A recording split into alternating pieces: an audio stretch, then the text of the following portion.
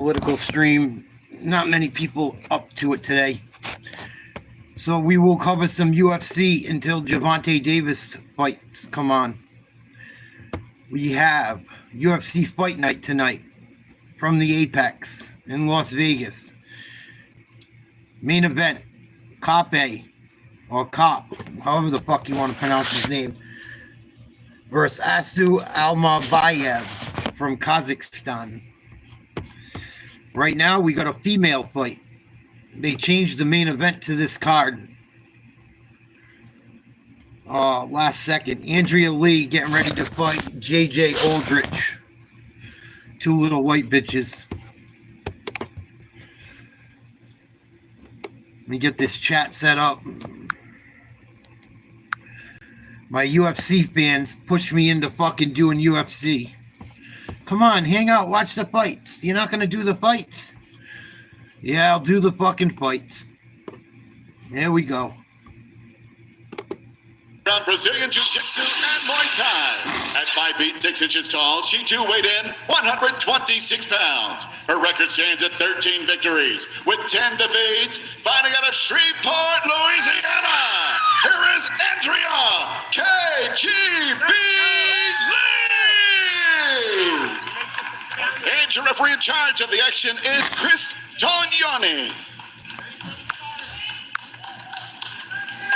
The beautiful Chrissy Blair getting us started for round one of a possible three. Andrea Lee, the plus 70 underdog here at closing time, taking on the minus 205 favorites, Colorado's JJ Aldrich. I want Lee to win.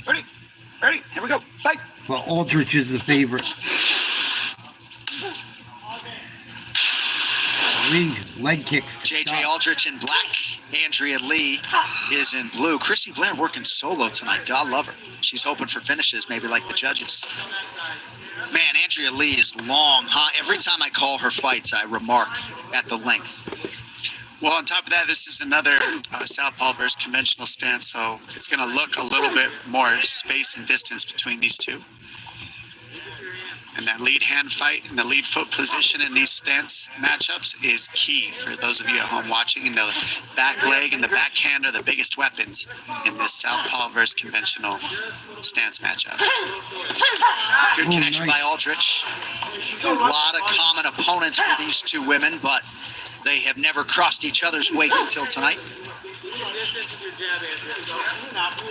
Lee looks good early. Good counter by Aldrich. 1 minute gone by round one. I want Lee to win. She's the underdog. Aldrich the favorite. Oh, Aldrich starting to crack. I don't know much about these girls. Good right hand straight through by Lee. Yeah, both taking their time to find each other's range, time to see what weapons they're using. Oh, nice left, right. Andrea Lee has been a fast starter in her career, off to a pretty good start tonight.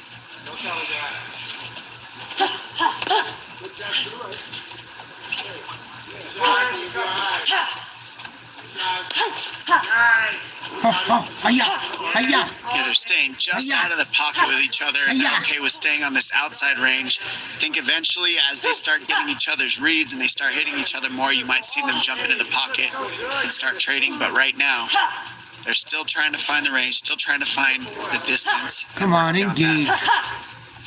Valor, Caballero, Carrington, Banks, among those in the corner. Oh, JJ that was an Aldrich awful leg kick. Easy takedown. She gets an early takedown. Nicely done. Made it look easy too. That's That what was you want. very when you shoot easy. these That was a takedowns. slow You want kick. it to be super hard, using a ton of energy, and that's what you want. Just nice and simple. Put it right to her back.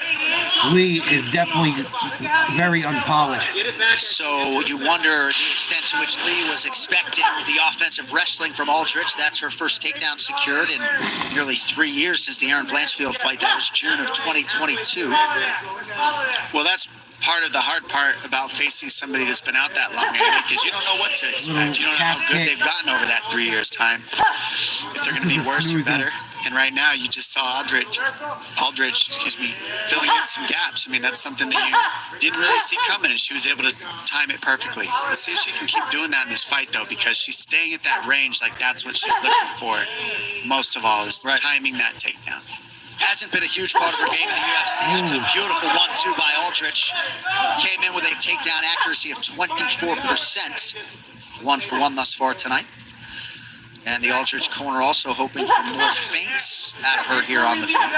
I think you're seeing her land these straight punches, Anik, because of that takedown. So you might say, oh, what did the takedown do? And people wonder that. Like, oh, did she do anything with the takedown? No. Setting up the next set of strikes, because now your opponent has to think about the takedown. Right. So it might not do something right away, but it pays dividends in the end to land those takedowns. And that also sets up that. Oh, that was a big punch. Very nice left hand that's just landing for her when she wants now. UFC Fusion by Venom combines performance and lifestyle materials to keep you moving comfortably no matter the round. Shop the Fight Week and Fight Night collections now at UFCstore.com. You see, now you're seeing Aldrich feint that takedown because she wants Andrea Lee to think about it. And then that sets up that left hand down the Body body. kick, Lee. Head kick misses. We're going to isolate Lee's the gonna knockdown here. I mean, perfectly 1-2. She timed that kick and just fired the 2 down. That was a terrible kick. That was a good kick. Nice See, right hand. Aldrich is keeping it very basic. She's not worried about flashy stuff. She's not worried about trading. She's staying safe, keeping the punches straight down the middle, very straight. And Andrea Lee wants these kicks. She's trying to time these kicks. And so far, Aldrich has been able to time her 1-2 a little bit better than Lee's kick. Pretty good entry there by Lee. Takedown attempt. Nice takedown defense by Aldrich. Looks like some redness underneath the left eye of JJ Aldrich, but a strong start for her. Round 2 coming up. Both of these girls aren't very good. Let's keep it real. Neither of these girls, they must be new or starting out in their careers. Neither of them very good. I'm just being honest. Neither of them very, very good at all.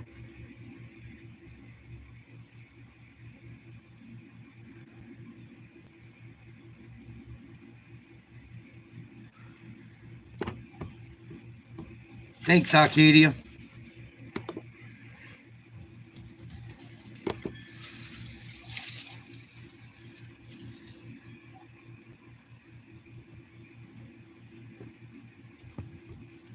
This is why I was afraid to cover this tonight, because I have a feeling it's going to be one of those. I have a feeling this card's not going to be very good until we get towards the end of it. But people wanted me to cover it, I'll cover it.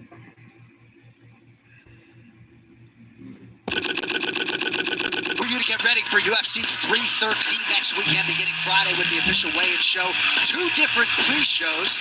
Then right after the pay-per-view, stick around for the post-show. Me and Dom will be joined by Chael Sonnen, Teddy Atlas, and Brett Okamoto. All hands on deck for our coverage of UFC 313, beginning next Friday with the UFC's official weigh-in show. All right, round 2 here. Andrea Lee is in blue.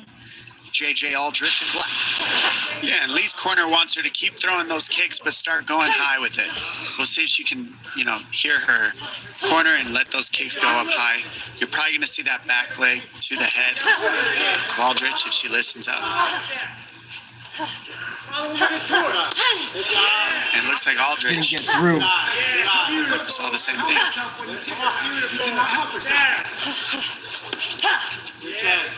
Aldrich's first martial art was Taekwondo. She has earned a brown belt in Brazilian Jiu-Jitsu.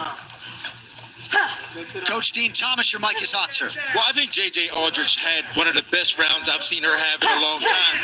And I think that's partially because Andrea Lee is cooperating with her.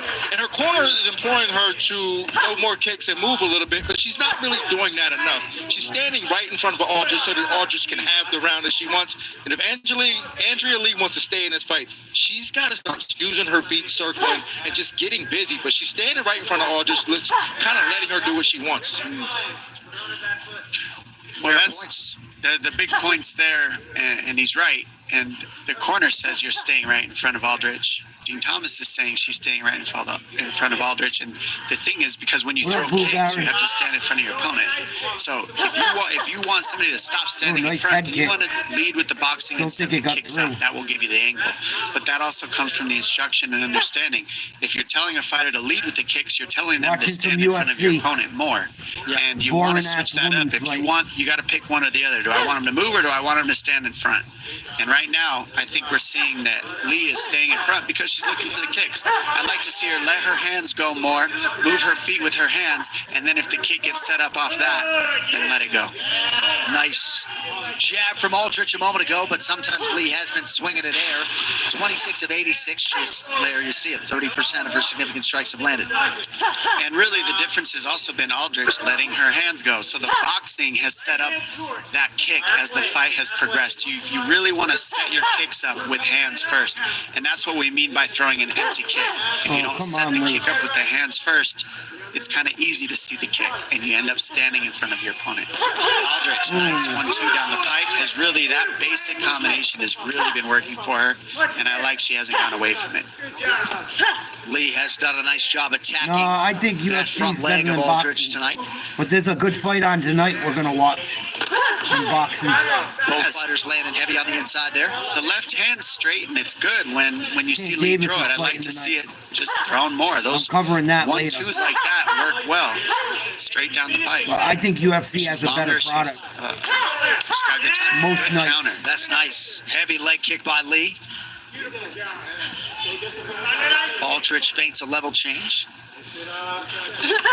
Nice body kick now from Lee. So KGB Lee starting to realize some success. That left hand won't hurt.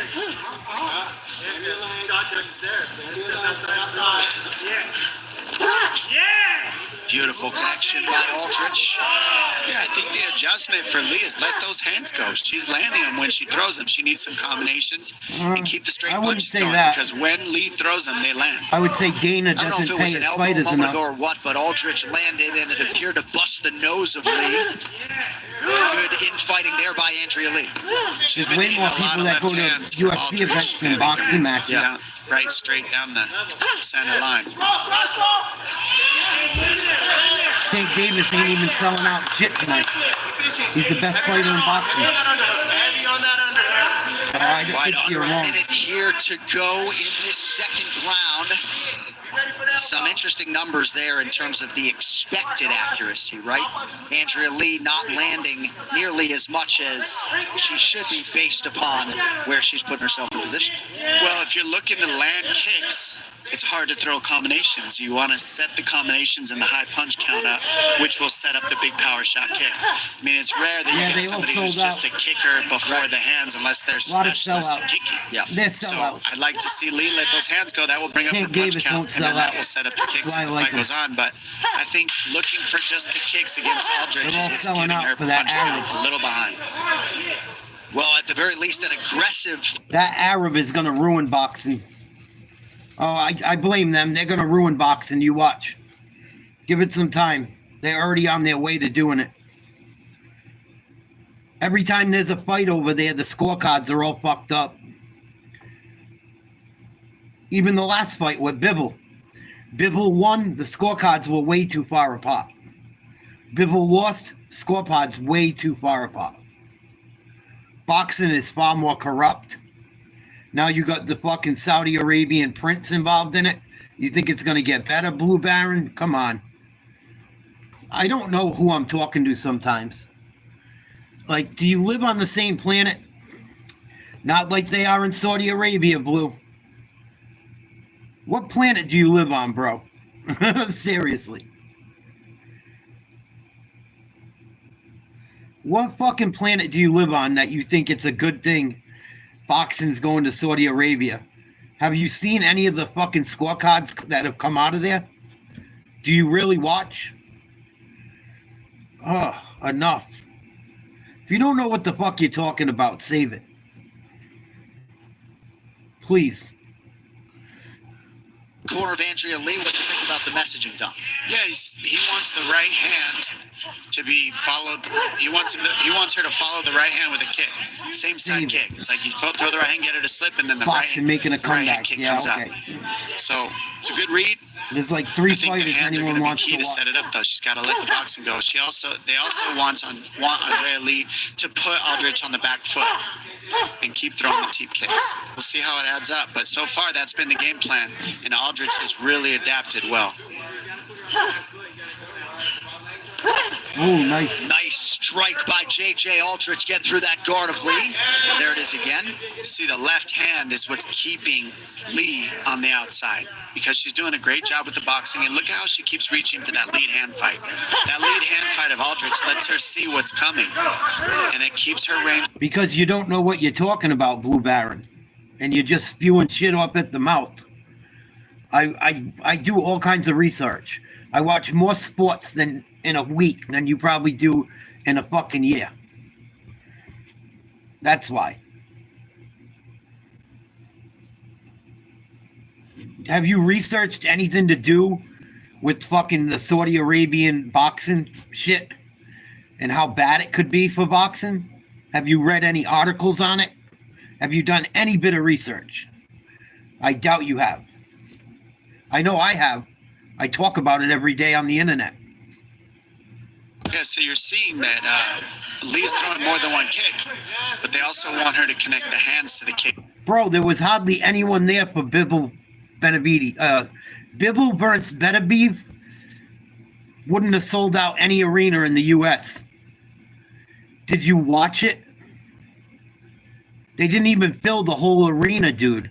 There were people on 2 sides of a fucking round arena. Did you even watch? This is why I told you, don't fucking talk about things you don't know about, man. I can tell you're a casual. Talking about Lee, she's just little tiny adjustments in the game plan that really could have. They're putting on, dude. You're a fucking walking contradiction. You just said they're putting on massive shows. I bring up the fight and you said, yes, it was just a small stadium. You're a fucking oxymoron. How could they be putting on massive fights if they can't even sell out a small stadium? How? He's a fucking idiot. Complete idiot. There you have it. The stadium was full. It was small. You said it yourself. You fucking moron. I don't care if you support my channel or not. If you act like an idiot or you say something that's not intelligent, I will call you out for it. You fucking are a walking contradiction on this one, bud. Perfect the finish, but it was a good choice to look for it, and Aldrich did a good job getting back to her feet. And if you really look, the strikes are so even so far. It's going to be a tough fight to Fucking judge. moron. All right, let's check in on the corner, TK Tony Kelly. 1 minute. If I need you to put volume on her.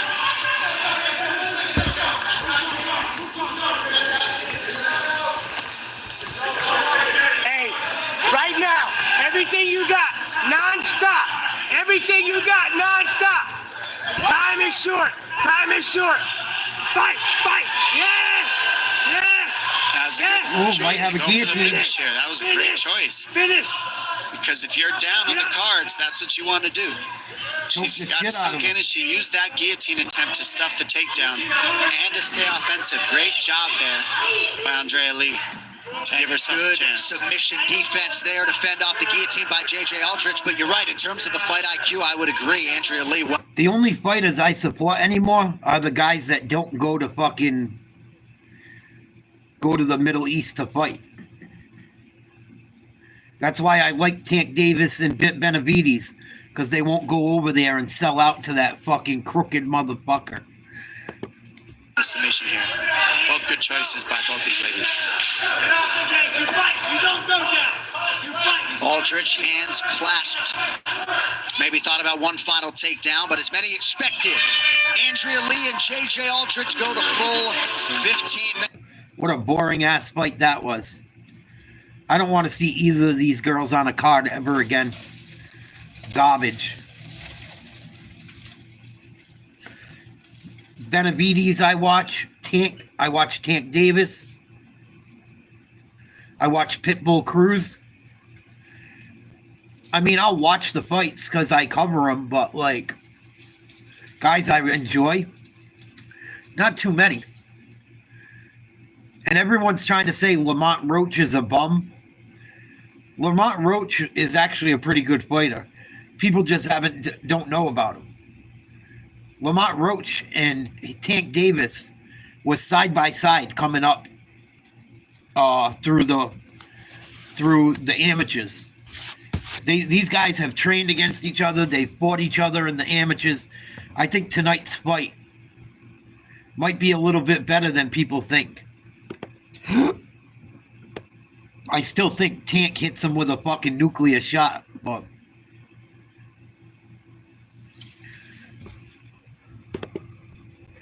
boy, that fight almost put me to sleep.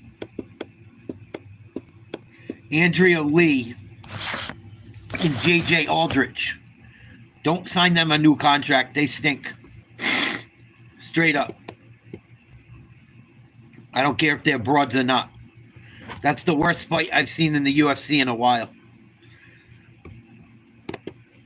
Hopefully it doesn't mean what's coming the rest of the night. Ladies and gentlemen, after 3 rounds, we go to the scorecards. The totals are 30-27, 30-27, and 29-28. All for your winner by unanimous decision, JJ Aldrich! Well, those broads suck, dude. That's why I was afraid to cover this match tonight. She got her black belt in jiu-jitsu. She didn't do anything on the ground. Win. You've never pulled out of a fight. How do you feel about your performance tonight? Oh, I feel really good. I respect Andrea a lot, man. Oh, We came up Taekwondo. through Invicta together. Kind of surprised it took us this long to fight, but thank you so much, Andrea. You're a vet, man. I know you mentioned that you stared death in the face during this training camp. You worked exceedingly hard to get here. You've won 3 of your last 4. As you spin things forward now in this flyweight division, who might be next and how far can you take it? Oh, man, whoever they want to give me, I'm ready. I pushed myself really, really hard this camp. You know, every day isn't perfect by far, but, you know, I feel like my corner helped me get through it, just keeping a good mindset on the hard shit. And I have really good training partners, boys that kick my ass every day. So. Well, hopefully underappreciated no more. Tremendous career and a big win tonight. You're 10th in this octagon. How about it, folks? Your winner, JJ Aldrich. What a fucking sleeper. I would rather watch fucking slugs fuck than that last fight. It'd probably be more entertaining.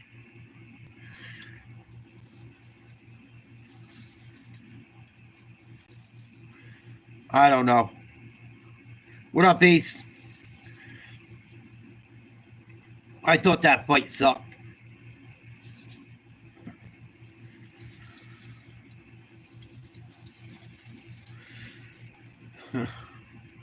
Yeah, if you could just keep your hands off of fucking little boys and girls, you fucking rapist. Why would you ever make an account named Jimmy Savile? Jimmy Savile's the biggest piece of shit on earth. Jimmy Savile molested kids, and you make a name pretending to be him? You're a fucking sicko.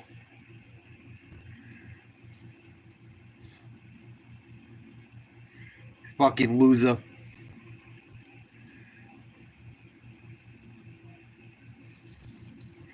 Look up who Jimmy Savile is. You piece of shit.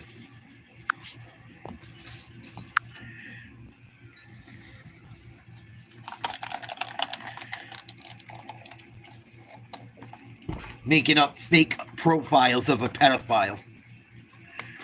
That sounds like a smart thing to do.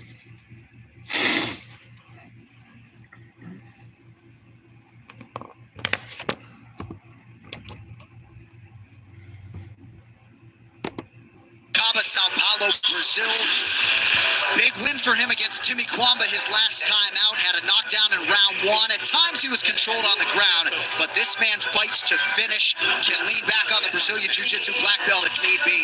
Undeniable punching power, and he's made it very clear. He's trying to take the judges out of things tonight. There's a couple reads I like about this Almeida matchup, and it's 9 wins by KO, 5 by submission, and I like that because it's like down the middle. He can submit you or KO you, and a lot of times he might clip you before he goes to the submission, and he hurts you first. So he's very dangerous there, but also the 9 first-round finishes really gives him an opportunity to sprint in this first round against a guy like Silva, who Silva has 5 wins by knockout, but only 1 first-round KO. So I think that Almeida can really utilize that with his crew here to say, hey, is this an opportunity in the first round? Maybe he starts slow. Maybe that's the time that I can get ahead on the scorecard, super heavy, get my confidence. I mean, I just see a gap there for him. If Almeida and his crew can really step on the gas early, can he get that knockdown? Can he get that finish? We'll see. So all week we heard Lucas Almeida talk about his focus and his determination, and then there was the weight cut. So we will get into that a little bit, but ultimately you don't know how that could play a factor in what we see here tonight. He did come in 2 pounds over the non-title featherweight limit. Lucas Almeida trying to make it 2 straight wins and set himself up for a big fight later this year. Almeida's an underdog, I think. Yeah.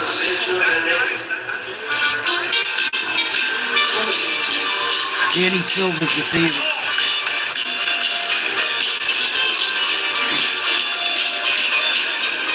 Representing Santa Ana, California, here is Danny Silva making the walk for his second UFC appearance. UFC debut, in large part, couldn't have gone a whole lot better. He said he was nervous, which he always is. Said he didn't have a great warm-up, but he beat Josh Kulabau, who is criminally underrated by split decision, and got his UFC career off to a really good start. Chases a 4th straight win here tonight. Well, I mean, it's just so funny with everything we just talked about that Almeida needs in the first round. For Danny Silva to say, I didn't have a good warm-up, actually fits what I'm saying, which is you need to start fast in these first rounds. 1 first-round knockout means that sometimes you don't warm up enough. Let's see if he got warm up enough. I'm sure he's got Cub Swans in his corner, so I'm sure he's prepared for this first round and to go out there and speed it up. One of the things about Silva is he's normal with this type of background. This is where he's comfortable. He grew up in the streets. His uncle used to give him money to fight kids in the streets, and they just wanted to make sure he was ready because of the hood that he says he grew up in. They wanted to always make sure he could defend himself, and so I think he's just ready for this type of situation where he's prize fighting. He's been getting money for fighting since he was a kid, so I think this is just another day for him, and we'll see how he can adapt to the range, the length of Almeida. Well, and this kid is not afraid of hard work. He's a certified welder, former utility engineer. We'll see if he can stay perfect in the UFC by turning back Lucas Almeida. All right, ready to go with this prelim. It comes your way in the featherweight division. Danny Silva is 28, Lucas Almeida 34. Silva missed weight for his last fight. Lucas Almeida came in 2 pounds over for this fight. Forfeited 20% of his purse to his opposition. 1 inch in reach for the Brazilian, Lucas Almeida. All right, now back inside the octagon where we find the American Joe Martinez. I can't stand these guys And all missing five fans, weight. we are set to go with the next fight tonight. 3 rounds in the UFC featherweight division. Introducing to you first, fighting out of the blue corner. He's a striker standing 5 feet 11 inches tall. Weighing in over the featherweight limit at 148 pounds in 18 fights. His record stands at 15 victories with 3 defeats. Fighting out of Sorocaba, Sao Paulo, Brazil. Here is Lucas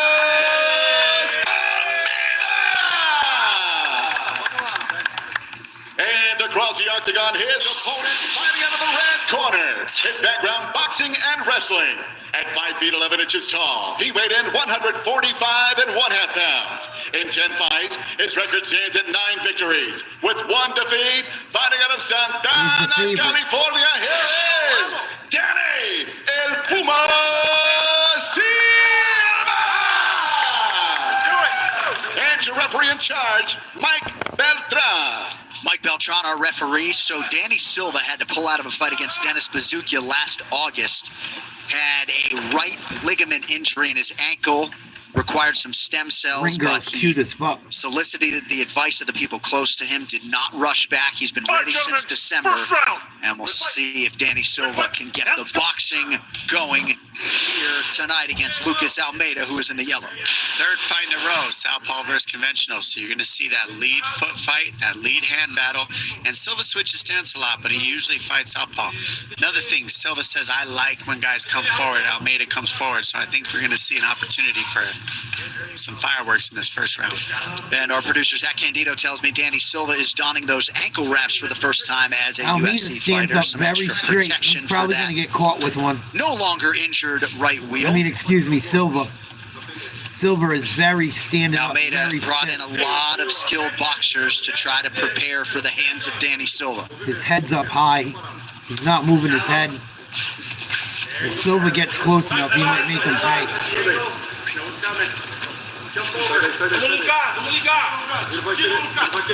Starting to bend his knees a little, but Almeida's Silva's very indoctrination stiff. into mixed martial arts as he lands the low leg kick. He met Marcos Huas in 2017, who took a liking to Danny, eventually introed him to Cub Swanson's manager, and as they say, the rest is Nice history. leg kick. So one of the Calf kick. things you'll notice is Silva only By switches to Silva. conventional stance to fire that calf kick. It's hard to do it from that southpaw stance. So you'll see when he switches, that's when he starts to look for it. But from this stance, he wants that left hand. That's what Silva's looking for, is that hard left hand. That one right there. Oh, he had him. Should have came with the right. Silva's going to counter him. Almeida's like a step behind all the way. So Almeida far. wise to that spinning off ring from Danny Silva. He's conventional. So right when he's conventional, that's when Almeida starts attacking the lead leg. There it is. Ooh, Nice three-piece. beautiful combination from Danny Silva. Silva's getting ready to line him up. Nice left to the body. Cub Swanson joined by Dan Arquetta and Anthony Gonzalez in the corner of Danny Silva. Wow. Almeida's already looking like he's all bruised. Don't settle. Keep your feet active. Lucas, vamos movimentar, Lucas. Sai daí. Se movimenta, mexe a cabeça. Começa a tocar nele, Cub Swanson, Anthony Here it comes. Gonzalez. Oh, he just missed again. Almeida's nose Silva's right got into to the let his close-up. hands go. So right now, Almeida's throwing one He's shot had at him a time. several He's going to times. want to connect something to those kicks to really get the respect from Silva. Silva's not really respecting the one shot at a time. There you go. There's a combination. There's two punches at a time, 2, 3, plus a kick would really help him. Yep, another counter. Silva's just waiting until he can time it. Almeida has landed just one of his 13 head strike attempts It's a thus big left far. hand coming soon. And Danny Silva talked to us a lot about head movement, his ability to roll with punches. So far, pretty good. Yeah, what I like that Silva's doing the most is the pressure. He's just right in front of Almeida, just at a distance and keeping the pressure on him. It's exhausting for a guy like Almeida to be here guessing when Silva's going to come or go. There we go. Ooh, When nice Almeida's left hand first by like Almeida. that, he gives himself a much better chance here.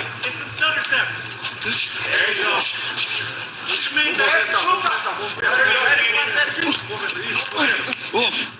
Nice Silva left hand again. counter by Almeida after Silva appeared to land. Coach Dean Thomas, what are you seeing, good sir? I do not like Almeida's defense in the pocket. Me either. If Silva gets a read on that and realizes that Almeida has no head movement and is not really seeing That's the what I'm punches, talking about. Silva's just actually missing.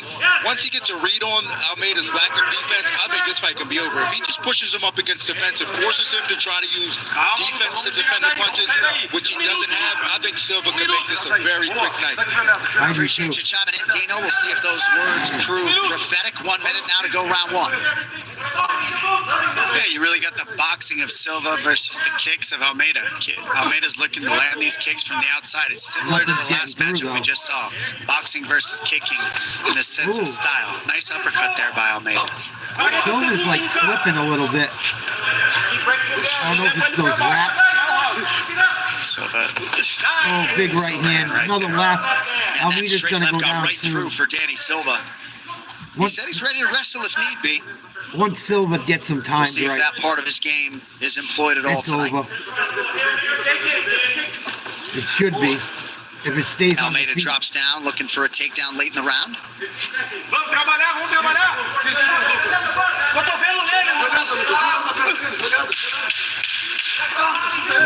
That's a 1-2. nice combination from Almeida, punctuated by that left hand. Oh, nice knee. knee late. Round 2 next. In the left. Silva better wake up quick. I don't know what's going on with him. He's like afraid to engage. He timed him a couple times, but he missed the punch or didn't throw. I don't know why. He had that left hand where he could have sent it right down the middle and hasn't thrown it yet. Maybe he's just trying to wait till Almeida is in a spot where he thinks he can hurt him worse.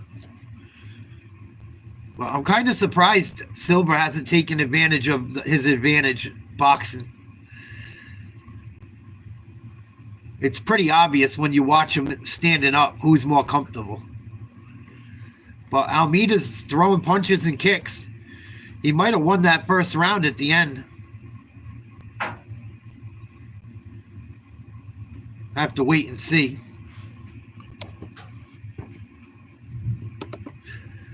Looking to dole out his own unique brand of punishment when he takes on the red-hot Asu Almabayev. The Kazakh enters this main event having won 17 straight fights. UFC Fight Night main card is next. It's all right here on ESPN+. All right, a lot of instruction from the Lucas Almeida corner, John. What do you think he needs to do here, round 2? Yeah, keep this pressure right here on Silva like he's doing. And when he does get pressured back, the best strike I liked was that knee at the end of the round. When he was moving backwards, you could see he could pull Silva straight into that knee if he times it well. Oh, good shot to the body by Silva. Stay in control, Danny. Keep moving. You're doing great. Pode jogar, James, joga. That kick doesn't get Almeida through. goes high. Silva saw it coming. Vai, Lucas, joga nele. Toca nele. Ele vai mudar, Não deixa. Come on, Silva, let your hands go. Almeida's definitely found his rhythm a little bit in that first round. You could see the difference in the second round with his offense. He's letting Now things he go went a little bit more. orthodox. Oh, Couple Silva, body nice shots. down to There the you body. go. And now appeared to momentarily stun Almeida. Boxing, I like that Silva's going Silva's to fighting body and right-handed finishing now. his combinations to the head. I He's think slick. that's a key thing he's going to have to do against this Now tall he's fighting back lefty. frame of Almeida. Oh, big left hand. Right up the gut by Danny Silva. He's going to hit him with another one, too. He's going to counter him with one.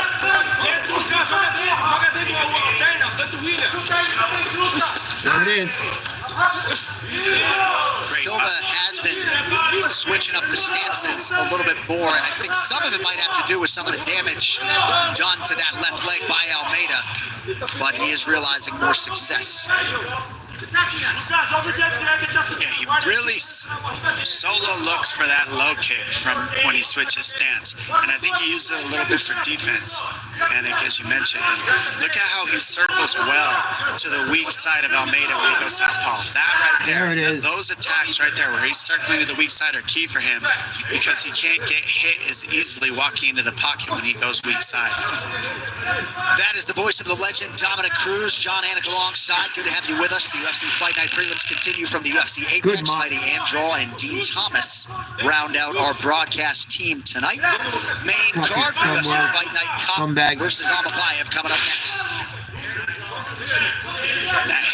That lead hand fight of Silva, really keep a look at it because that's what's helping keep Almeida moving on that back foot is the way that he's playing with. See that hand right there, how he's punching the lead hand? That makes a big difference on your opponents because they can't throw that side of their Oh, offense. nice right by Silva. That's a nice sequence for Silva Almeida getting threw a inside. bunch of punches, all blocked. Silva's got good boxing Silva's skills. got a lot of confidence in his defense, right? We talked earlier about another right. nice right hand by Silva. 2 minutes to go in the round. Well, yeah, Anik, you're exactly right. And he's Silva confident in the switching defense because stances what is he fucking wants is with for him. you to hit his shell so he knows where you're at, and then he's happy to counter back in that pocket range. What's tougher for Silva is staying on the outside at Almeida's range, Yep. trying to figure out what Almeida's going to throw. Oh, spinning elbow. Spinning attack there. Oh no, Nice firefight. right hand connection by Almeida, but Silva fighting beautifully on instinct here, round two. Silva just busted his shit. I think he hit him in the forehead. Silva nary a scratch on him here late round two. I could be wrong. I thought I seen blood. And again, educated guard of Danny Silva. Yeah, Silva's got a good boxing guard. Take a look at this spin. Look at the spin attack off to the left hook. It's Oh, pretty it was clean. a spinning fist, not an Ended elbow. well. Caught him off guard.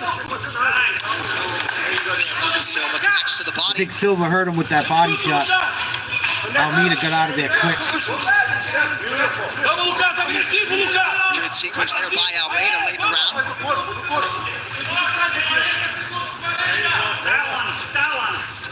Yeah, and you see the way that Silva's attacking, he likes the pocket, he likes the pressure because there's Ooh, nice. zero threat of takedown from Almeida. And that's what changes Went to the pocket body style and up fighting top. and being okay.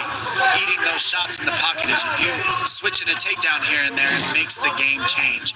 But Almeida's not doing so, so it allows Silva to be very confident here, right in his face. Great job there. And now he can get to his own takedown from that position as well.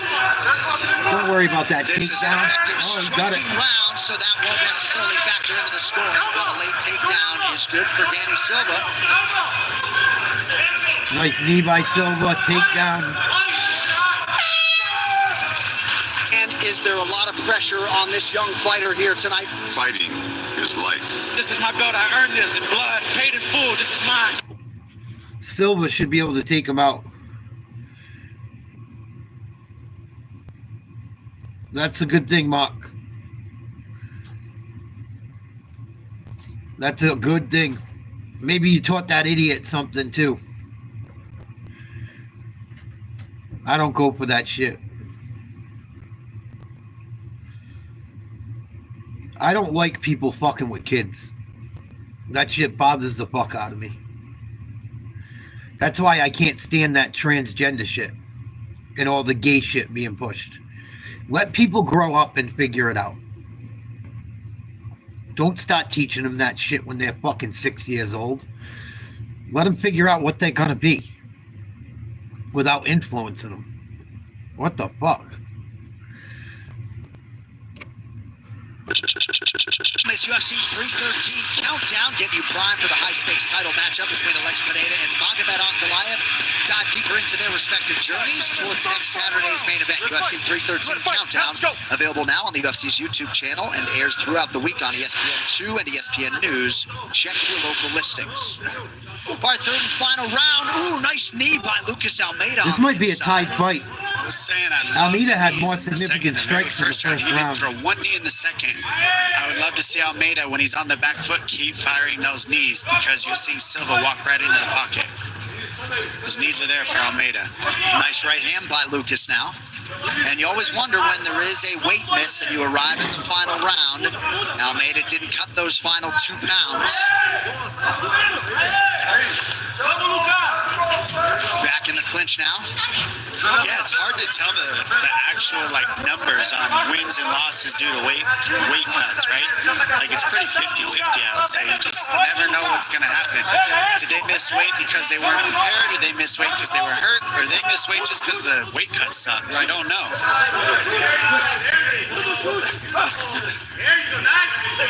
Ooh, nice jab. Good From in and Silva. out movement from Silva there Hit in him the with pocket. 4 shots. Boxing.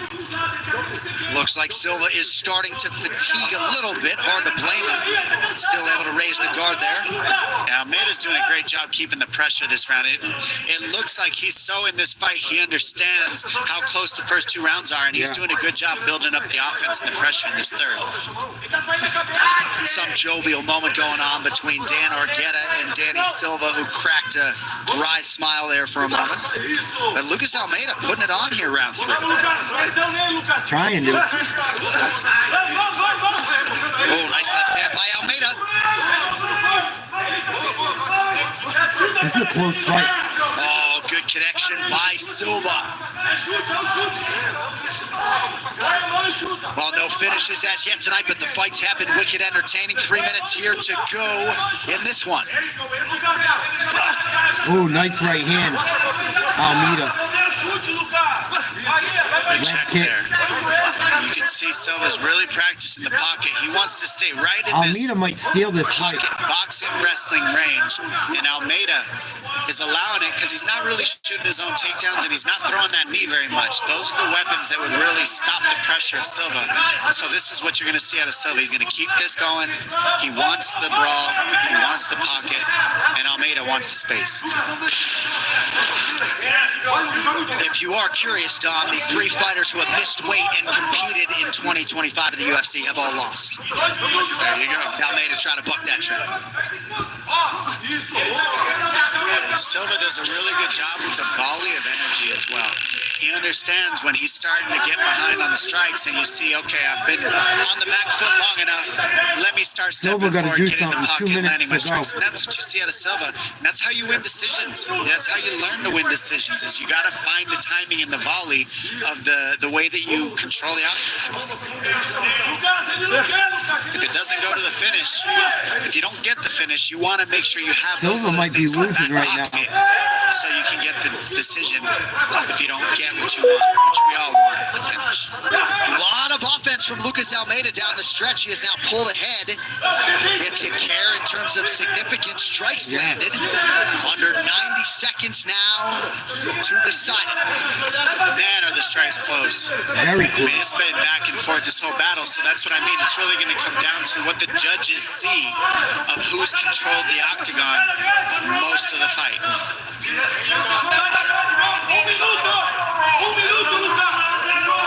Silva's pace and pressure has waned a little bit in this third and final round. I'm surprised Silva didn't take him out. He had his chances. Little telegraph on that spinning attack from Silva. Almeida effectively to the body.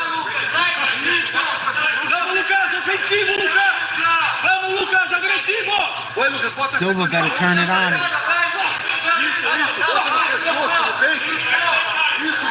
I think Almeida stole this fight. Lucas Almeida, round 3. See who really goes for the finish in this last 30 seconds. Really show the judges who wanted it more, and it really is coming down to this last 30 seconds of this fight. This is a back and forth battle.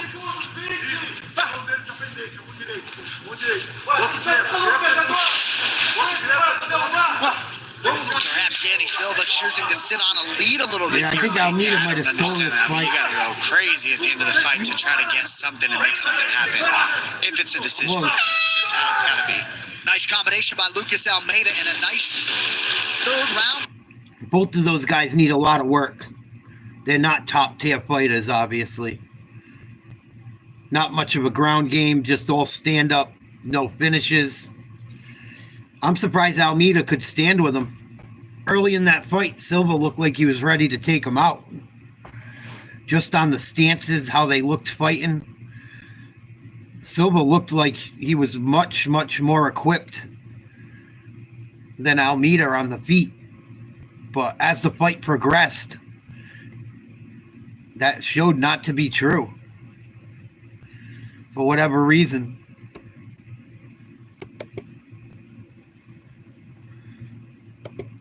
To Montreal, Quebec, Canada, Saturday, May 10th, as Bilal Muhammad faces Jack Della Maddalena in defense of his UFC welterweight title. Also, Valentina Shevchenko taking on French standout Manon Fiorot for flyweight gold. It is UFC 315, Muhammad versus Della Maddalena. Back in Montreal, May 10th for the first time in a decade, live from the Bell Center. Get your tickets right now at Ticketmaster. Let's see, here's the decision. All right, so we are waiting on the scorecards. It looks as though Joe Martinez is in there. All right, they are going to corral Lucas Almeida and Danny Silva. All right, here now for the official decision, the aforementioned Joe Martinez. Well, ladies and gentlemen, after 3 rounds, we go to the scorecards, and here are the totals. Judge Bell scores it 29-28 for Silva. Judge Menes, 29-28, Almeida. And Judge McCarthy scores it 29-28 Your winner by split decision, Danny El Puma. Wow, he got lucky. I didn't think he won, to be honest. Well, always risk when it goes to the cards, but Danny Silva on 2 of these 3 scorecards that mattered gets it done by split decision. We are going to show you those scorecards. Certainly a strong He did have a round takedown 3 for Lucas Almeida. He did and one of the nothing 3 with it, judges Bob. did give him round 2. Anthony Maness gave Almeida round 2 as well. You But think Mike he Bell won, and Ron though, McCarthy Juice? were aligned that Danny Silva had done enough in rounds 1. I didn't think he won. I thought he should have took Almeida out in the first round. I'm not impressed with the performance. But neither of those guys are fucking threats to win a belt. They both got a long way to go to work on their games. That's what Fight Night is. You're watching a lot of guys that are coming up. They're trying to find the guys that are going to come up, let guys work on their craft.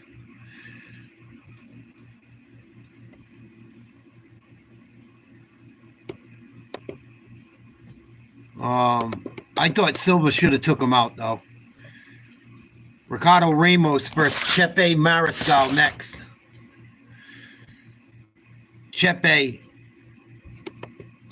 negative 395 favorite.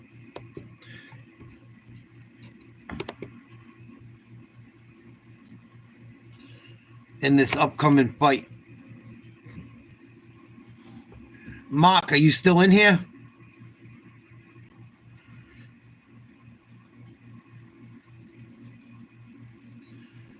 See if Mark sees it in here. I had to tell him something.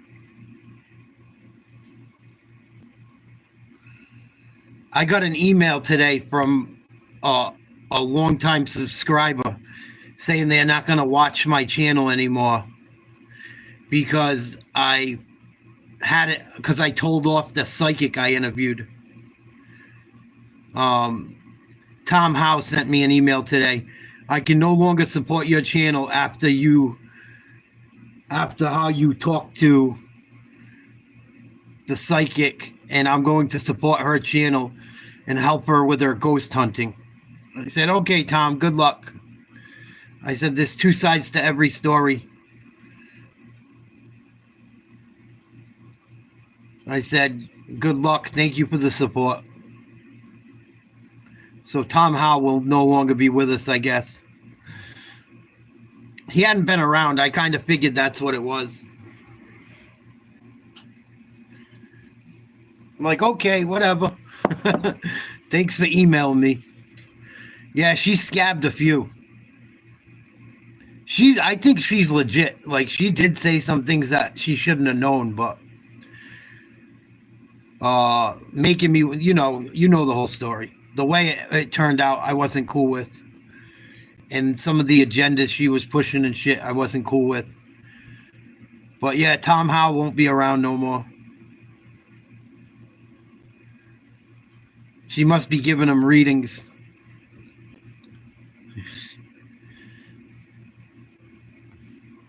One valuable lesson I learned from all of that is not to mess with psychics, mess with any of that shit.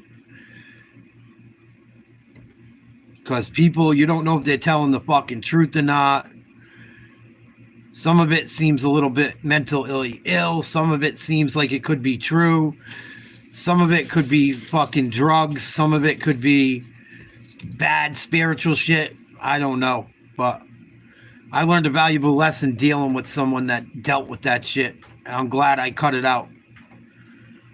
It kind of answered all the questions I needed answered as far as psychics and new age witchcraft go. Yeah, I will never fuck with it again either. But I don't know what else. I'm not going to beg Tom to listen to me. He made up his mind. He's a grown man.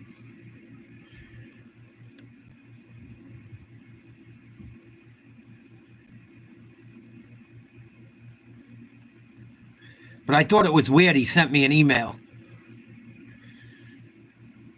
Like, yeah, I'm not going to watch your show anymore. Just letting you know you were nasty to her. and I don't think it was right and whatever. And yeah, I don't think it was right. She wasted all my time. I don't think it was right. She didn't follow protocol for what I asked her to do during the interview. But sure, you picked the side. Good luck. 5-0 as a UFC. But I thought it was weird to like send an email like, I'm not going to watch you anymore. Like, okay, whatever. I talked to Jet. Yeah, he was trying to do that shit too. Exactly.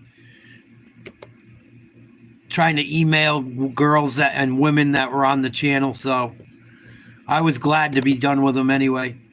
Even though he did contribute and help me out a little bit.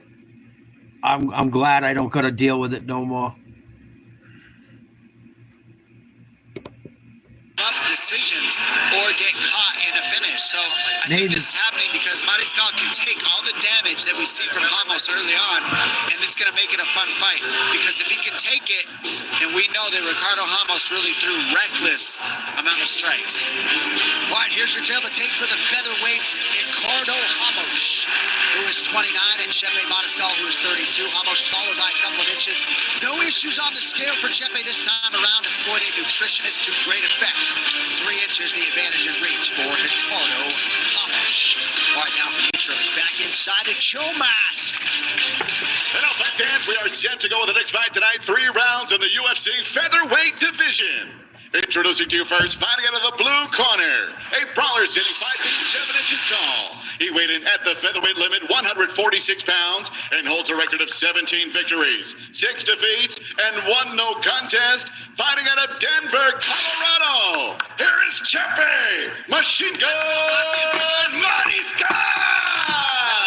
Yes, sir.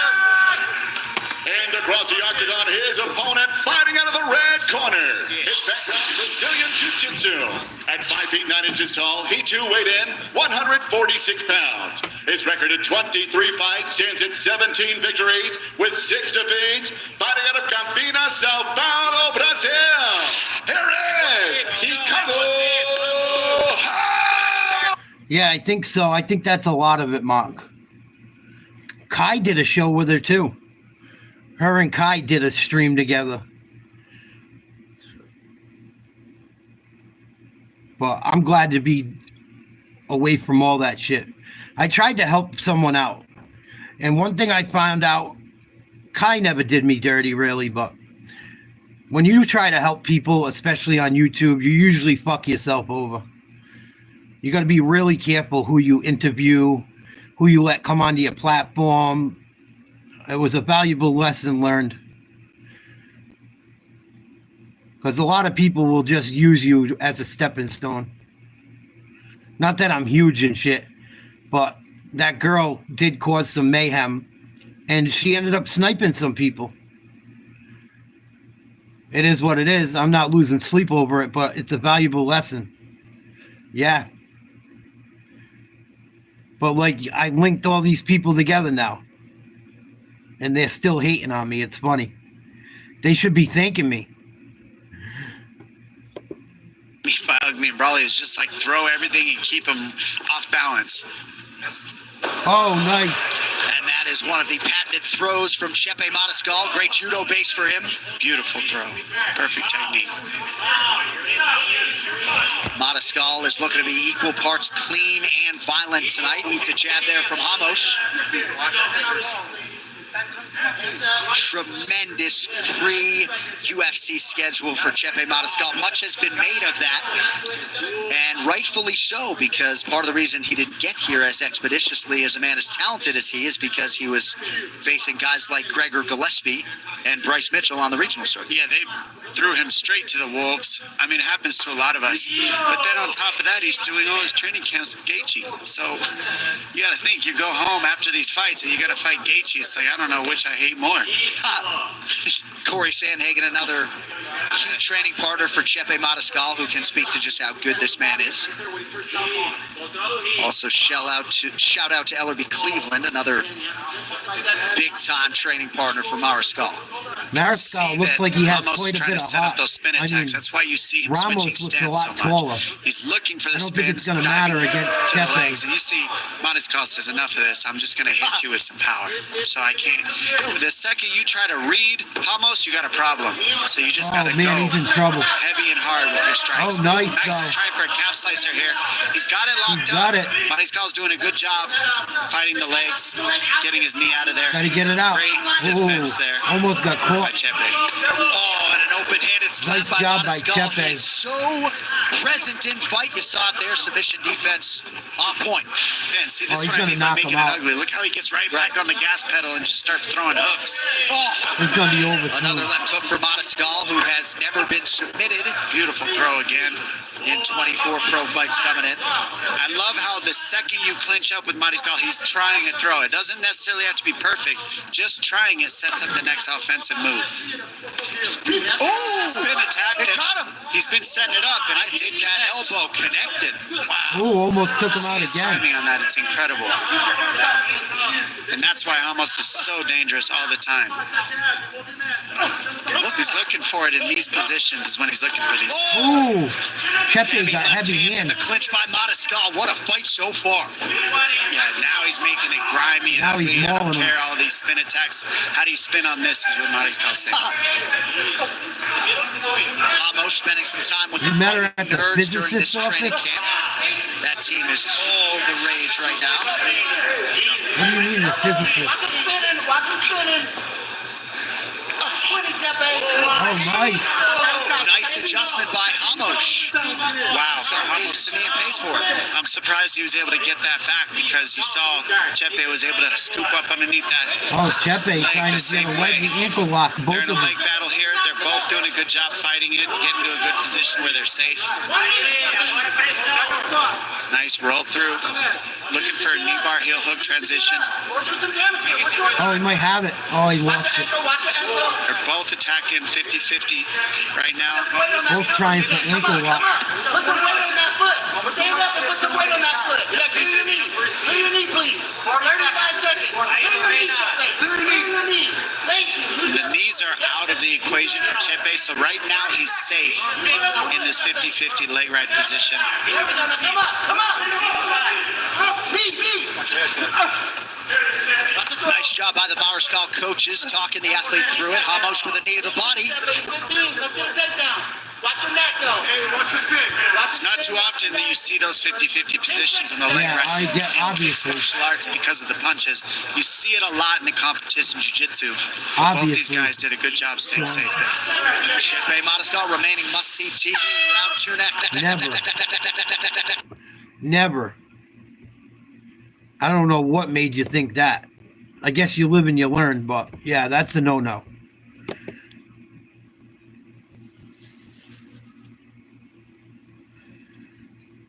There's so much mental illness running around. You don't even got to be in a psychiatrist's office.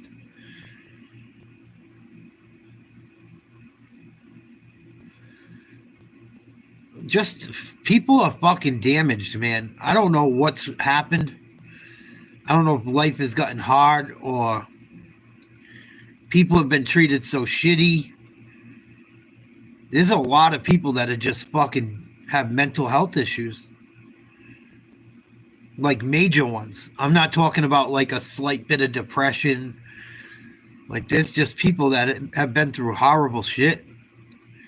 Like no pill's gonna fix it. You can get broken mentally and not come back. I feel for people like that. I really do. That's why I wish there was a safe place for them to go. The Atlas and Brett Okamoto. It all goes down this weekend. UFC 313, Pineda versus Ankalaev. All right, featherweight prelim action now, and Chepe Mariscal has added some muscle mass. We mentioned on the tail of the tape he employed a nutritionist this time around, found out he was allergic to tomatoes and pistachios after missing weight by 3.5 pounds for his fight with Damon Jackson last August. Yeah, it sounds insignificant to say something like that, but man, when you start dialing in every single little part of your training, that's giving yourself advantages everywhere. That's why we cut weight, because we're always looking for an advantage. No, it doesn't work, in Mom. some way, shape, or form. So just being professional, figuring these They things need a out as you place move they through can your live. career is key. And Mariscal couldn't have owned that weight miss any more than he did last year, and certainly made the training and the nutrition count this time around. Nice elbow choice from Chepe. You see the subtle stance switches from Mariscal. We've talked to some fighters this week about how switching stances sometimes can be defensive, right? Because in the time it takes you to switch the stance, you could be throwing a jab or a 1-2. Nailed it, Eddie. That's why you're one of the best, because you hear these things in the meetings, and it's a fact. When you switch the stance like that, it's not always just to set up your offense. Sometimes it throws off your opponent's reads on their offense, and that's what some of the fighters were talking about. Come on, stop hugging. Chepe, break that and hit him in the head. Mariscal also told us he's been practicing that 12-6 elbow with devastating effects. Nice short right hand there by Chepe.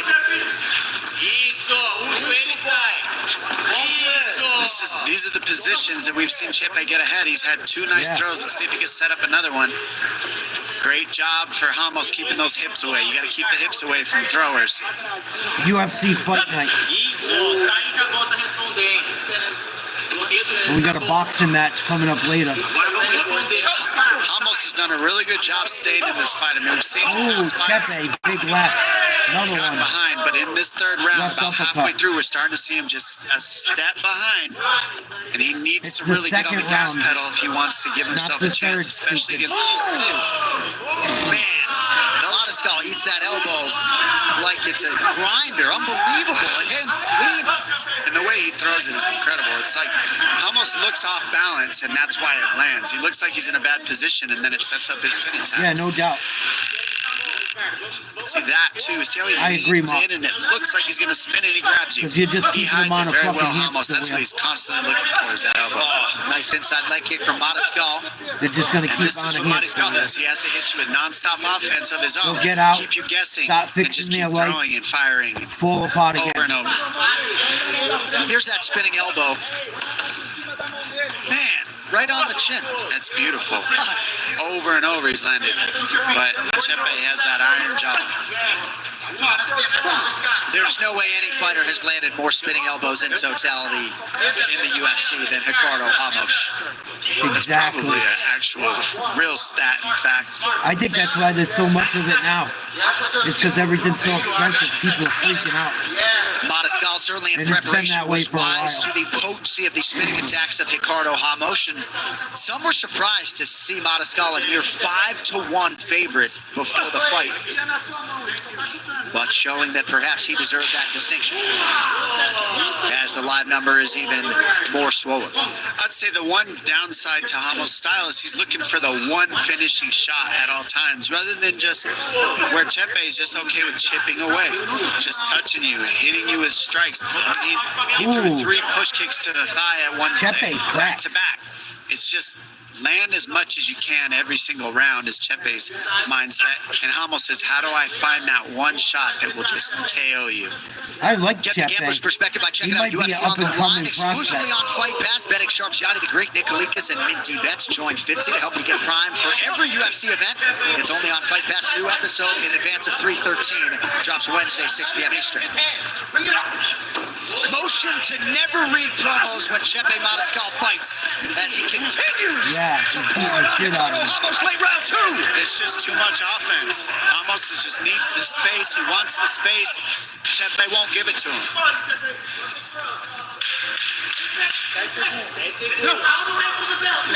Machine Gun's a good nickname. The bullets never stop.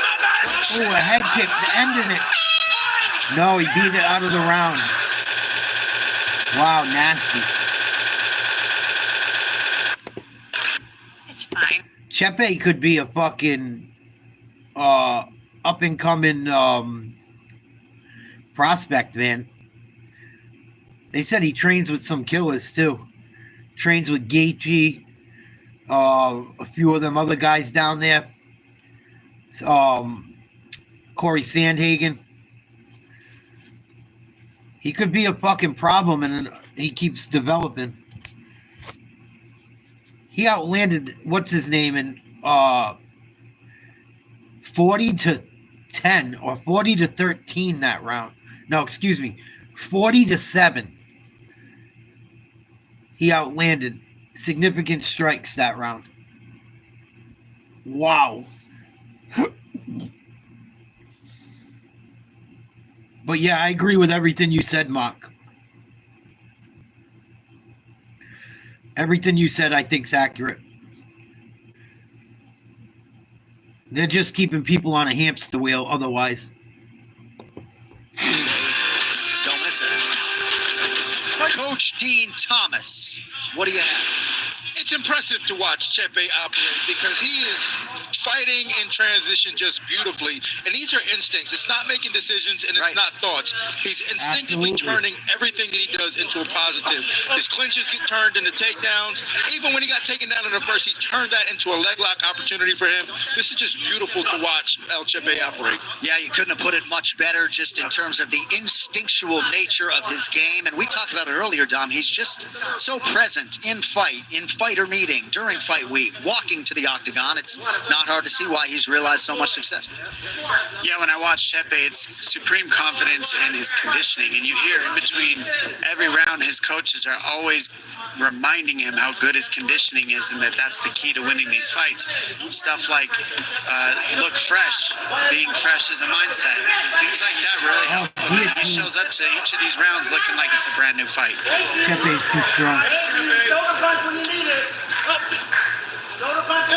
And there is an undeniable kinship. Certainly we don't speak Brazilian Portuguese, but between Chepe Mariscal and his corners, right? In perpetual communication and doing what they say, it's cool to hear in this atmosphere.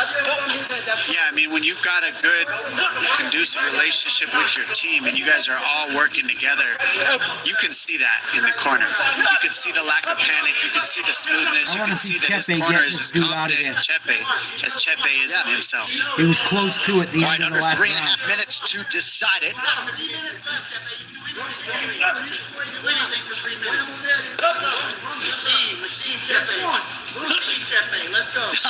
I like hearing Chepe's coaches, Kevin and Valor and Javier, saying, "Machine Chepe, you do anything for 3 minutes." Mariscal to the body. Yeah, we just need some combinations out of Ramos. I mean, he's just a little step behind on the strikes because he's not throwing combinations. He's looking for one single shot. So I would say, see, he's looking for like perfect, beautiful counters that are highlight reel knockouts. And really, on a guy like Chepe, you just got to stick to the fundamentals, stick to the basics: jabs, 1-2s, combinations, boxing, and solid defense. Because right now, Chepe's just got a good rhythm, and he can eat it. Almost everything has been thrown at him. He can eat it on the chin. Total strikes advantage, Mariscal 103-25. Wow. Significant strikes. Mariscal has outlanded Ramos 65-22. Good connection there by Ramos. Wow. And that's what the thing, Nice when you watch takedown. Ramos, you see the clips of greatness. That right there was a centimeter from being a highlight reel finish. Right. So that's the thing about Ramos. You can't really change his game because he has a gift. Yeah. He has a gift of finding that button and finishing you. And it was a centimeter away a second ago. It's beautiful to watch. However, you live by the sword, you die by the sword. When you're always searching for that one perfect knockout, sometimes you get caught looking in the mirror and set back at a 25 to 100 clip on the punch strikes. Get the Ultimate Fight gear for every fan. Shop UFC Fan, Chepe custom fight dominated. shorts, exclusive styles, and more available now at UFCstore.com. Man, that spinning elbow got close again. It's incredible to watch Ramos, how close he gets with these finishing moves. So far. Having a little bit of fun with the lateral movement, some showmanship late. And why not, right? putting the finishing touches on what would be a 5-0 UFC start and an 8th straight win overall. Yeah, Chepe has a style that I love how he does that because he fakes the calf kick and then goes to the back leg with the teep kick. It's just not fundamentally exactly what you see often, so it's different. And you want to let this last minute transpire, but you start to think about Mariscal getting ranked opposition. It's about time. Oh, yeah, Big he left will. hand. He's ready. He's at that level, and he's fighting with such good fundamentals right now. Chepe staying so safe against such a dangerous guy like Ramos that's what you want to look for when you see a guy moving up the ranks. Oh, nice kick to the body by Ramos.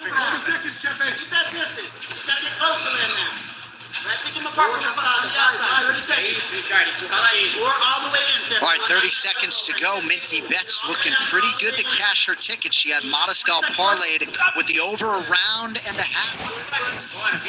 So if you tailed her, might be time to walk to the window here in the not too distant future. All the way to the middle, Chepe. 10 seconds, 10 seconds. Ooh, Mariscal Good late connection and got hit combination with a by couple Ramos, shots. but Mariscal Comes back with a few of his own. What a performance yet again. Chepe, Machine Gun Mariscal. Official decision Easy coming win. up next as the prelims roll on from Vegas. Week only at Domino's, get unlimited priced pizzas for 50% off when you order online. Choose any pizza size pizza you want, any crust you want, and any toppings you want. Oh, and any number of pizzas you want too. Get 50% off your perfect pizza or pizzas this week only at Domino's. That was all. League action. Phillies, Blue Jays, Sunday. That was all Chepe Mariscal. Very one-sided. Very one-sided.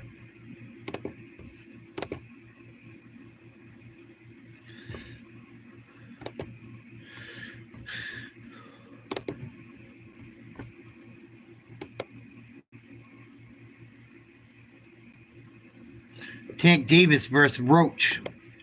Early card starts in an hour.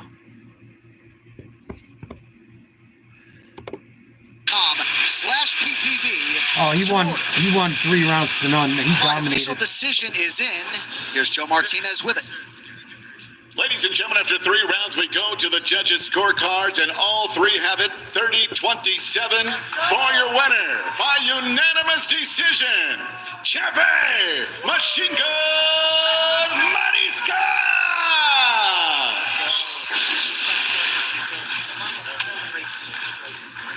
Same team handing out the black belts tonight. Congratulations in more ways than one to the newly minted Brazilian Jiu-Jitsu black belt, Chepe Machine Gun Mariscal, 5-0 in the UFC. That's a big night, a big performance. How do you feel? I feel great, man. Try to get out there, get those finishes, it makes some entertainment, but I'm glad I got the W.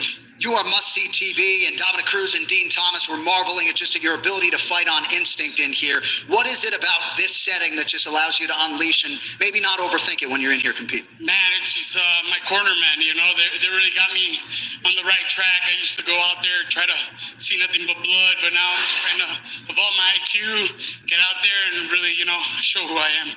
So you got 5 straight wins in the UFC, 8 straight overall. You got a 6-pack now, so the nutrition's on point. Yeah, I know, Mark. I know you're not the calling out type necessarily, but you got to think ranked I opposition. think about would it be when in the I think future. about What's my next, drug and how soon addiction. might we see you back in here? Yeah, for sure, man. Like in 2 months or something, a full fight camp would be awesome. Anybody. I'm ready to line up anybody in my way. As you can see, 5-0 in the UFC. I said no to no opponents, all yeses, and I deliver. We're ready to watch my man. Great performance. Enjoy the fruits, ladies and gentlemen. Your winner, Chepe Machine Gun Mariscal. Chepe's really showing why he's somebody you're going to have to keep an eye out. This guy's got nasty combinations. He doesn't stop throwing, and he's about as tough as a nail, literally. Keep an eye out for this man as he works through the division. He has not stopped like a buzzsaw. Gotta think the rest of the featherweight division is paying attention. The UFC Fight Night prelims are presented by Bud Light. And Dominic Cruz, if you ever put your backpack there in the broadcast booth again, I might have to terminate our friendship. There's 12 fights tonight on that boxing card. What the fuck? They must be like a lot of 3-round and 6-round fights. Jose Valenzuela versus Gary Antoine Russell might be a good fight too. But I think people are sleeping on Lamont Roach a little bit. Lamont Roach isn't a bum. People keep saying he is. People don't really know what they're talking about. Tank's already beaten the guys they want him to fight. Pretty much. He's beaten fucking Ryan Garcia. He's beaten fucking Rolly Romero. He beat Pitbull. He's a 135 fighter. He's not a 140 fighter. I don't think people understand that. Like, everyone has come down to fight Tank. Tank's small. Like, everyone wants to see Tank go up to 145, 140, all this shit. Why? He's not big. Why would he go up being a short fighter? He's not having trouble making his weight at all. He came in underweight by 1.5 pounds during the weigh-in the other day. I just think the Tank Davis hate is ridiculous. And if you really got to know Tank Davis, you probably appreciate him. He's been through a lot in his life. He's trying to become a better guy. He's talked about it a lot. No one listens to the good stuff. People just see the tattoos and thinks he's a thug. It frustrates the shit out of me. Like, don't just judge a book by its cover. And he's one of the only guys that hasn't sold out to Saudi Arabia yet. Everyone's going over to Saudi Arabia and selling out. Tank Davis said, I refuse to go sell out. I think Benavidez said the same thing too. He would rather fight in the U.S. All these guys you love so much are selling their souls to the sheik. If you did any research on it, you'd see what kind of guy that dude might be. Come on, let's get some knockouts going. Let's get the blood flowing. What the fuck?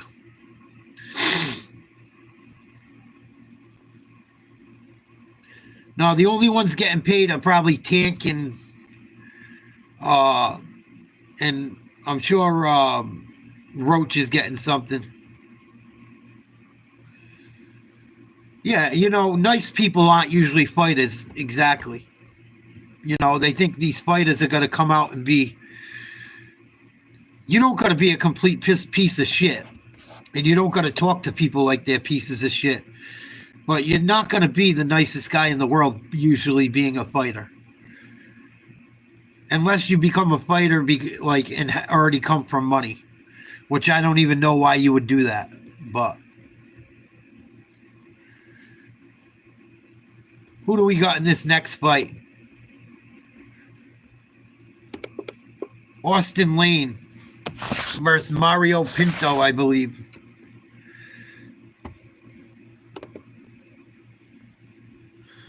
Austin Lane has 12 of 13 wins finishes, 11 knockouts.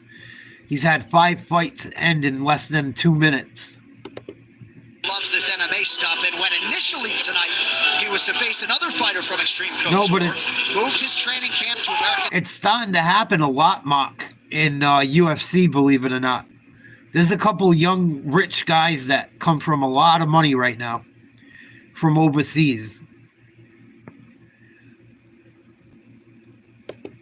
Newcomer to be showcased tonight. He's 26, Lane taller by an inch.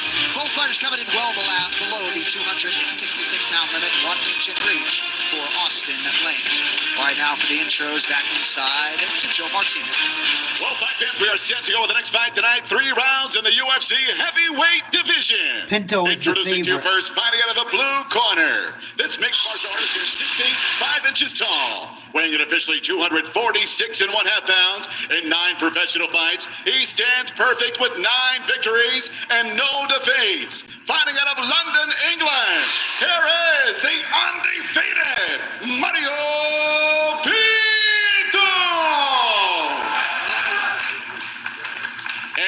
across the octagon, his opponent fighting out of the red corner.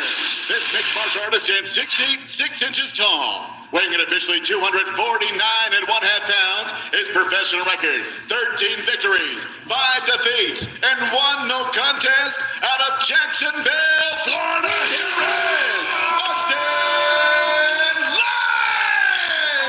Lane. And your referee in charge, Mark Smith.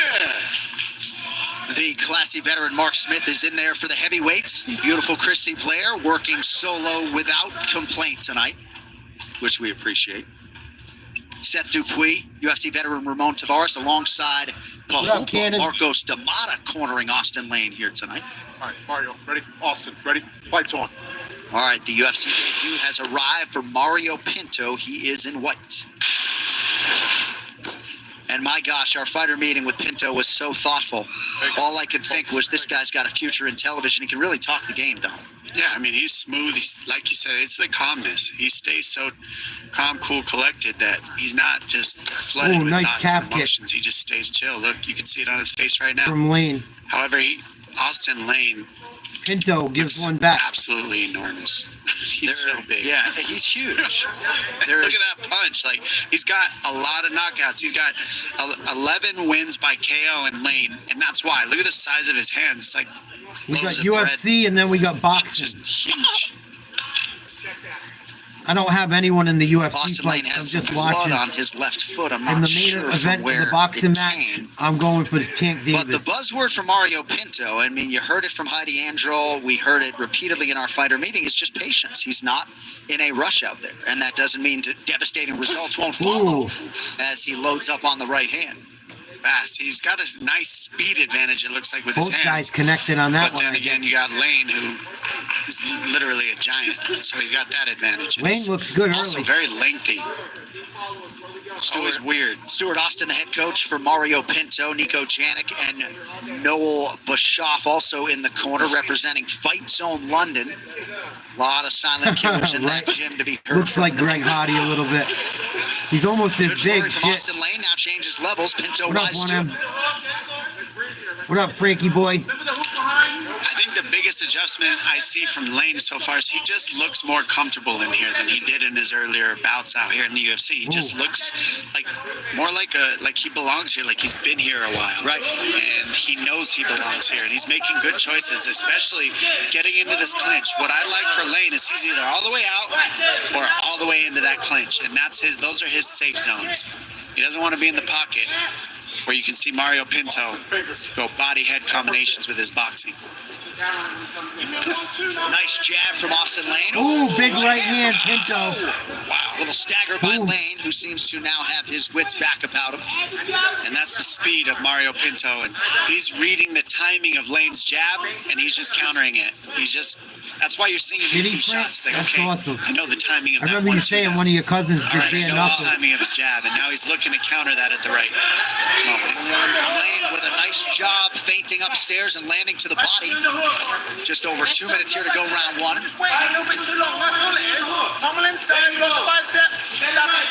Yeah, remember the This is inhaler? part of the patience of Pinto that he's going to have to adjust to in the UFC as he goes into other bouts. Is got to make sure not to get too far behind on the strikes. He hasn't thrown a ton, but when he lands or when he throws, he lands. Davis fight But tonight. it's also he's got to make sure he get his punch rate We'll up. be watching Right, it. he's 6 for 6. We're He's watching Pinto UFC thus far. right now. 6 for 7, I guess, after missing on that elbow. Under 2 minutes here in round one. Oh, nice body entry shot. by Lane as he Lane. lands the uppercut to the body. And you got to think that American top team Hoopa is a I great thought these level guys were light fighter heavyweights, like not Austin Lane. heavyweights. They're Part of heavyweights. what makes Pinto so dangerous is his lack of offense and lets him choose when he's going to throw very modestly, and they're usually good choices. So it's hard to read him too. He's not opening up too much. Ooh, Lane might have hurt him. Oh, from Austin Lane now. Lane was able to drop He him. dropped him. Pinto got up quick. That was good defense. stance. He was in the right spot for Pinto, but I mean, Lane just so powerful. It doesn't matter if your hands are up. He's going to punch right through that. And Pinto's coaches are giving it to him pretty good. They feel like he's Pinto waiting. is a His big hands are favorite. down, not what they're looking for. I would agree 100% with all of that. He's waiting too much. I mean, you want to be patient, but you I want to don't be too think so. patient. I don't. Nice athleticism by Lane to stay upright. Thought he might get tripped down there. Lamont Roach is much better than people think. Look at this shot. If you really look Right into on it. the temple. Dean Thomas, what are you seeing from the heavyweights? Well, I had a comment for Dom because I can't They have stop a thinking history about against each other, his too, in the analogy of amateurs. loaves of bread. So does that mean he just gave Pinto a knuckle sandwich? It's too easy. You said that Nobody one wants nice. to go down to fight Tank. It's You not are his fault. sad. Dean's a dad. I don't know if that's a dad joke. Yeah, That's I'm pretty sorry, good. guys. You gotta go with it. Something like Come on. That's a harmless ESPN. People are watching at home joke. All right, so pretty good start, all things considered, for the plus 410 underdog, Austin Lane. Round two up next. Why does Tank Davis have to go up to fight people, Matt? I don't understand why people think it's like Tank's fault. Tank's a real 135er. I don't think Tank could go up too much because of his height. So people got to come down to fight him. I don't know why everyone's so mad at Tank. I really don't get it. Tank weighed in at 133 and a half pounds. He's a real 135er. He's not a weight bully. Ryan Garcia beat fucking Devin Haney, who everyone crowned the king. The guy that was supposed to beat Tank. Tank beat the shit out of Ryan Garcia. Tank beat the fuck out of Rolly Romero. Tank beat Pitbull Cruz. Those are three big names. Shakur Stevenson. Tank will knock Shakur Stevenson's fucking head into outer space. Shakur's not going to come forward. And Tank's going to butcher him. Bigger name doesn't mean better competition. I don't understand people that think Tank is the issue. Tank's the A-side, man. Video and sign up. Good luck. Oh my gosh, they got straight to trading. And look at Austin Lane just saying, That's your opinion, Matt. He's not as great as everyone says. No, you don't think he's as great as other people think. He knocks everyone the fuck out. He's got 30 wins with 28 knockouts, dude. Oh, shit. Pinto just slept Lane. One hitter, quitter. There's a lot of Tank Davis haters out there. I like Tank Davis. He's fucking dead. Holy shit. People don't do any fucking research on Tank Davis. That's why people don't like him. Yeah, I saw it. That's what's going to happen tonight. No, I ended up switching it up because nothing was going on with... I tried to do a political stream, but for some reason, my political streams, sometimes I don't get anybody in there on them. It was like struggling to get off the ground. I couldn't get over like 3-4 people in the chat, so I got rid of it. I'm like, fuck it, I'm not doing a political stream today then.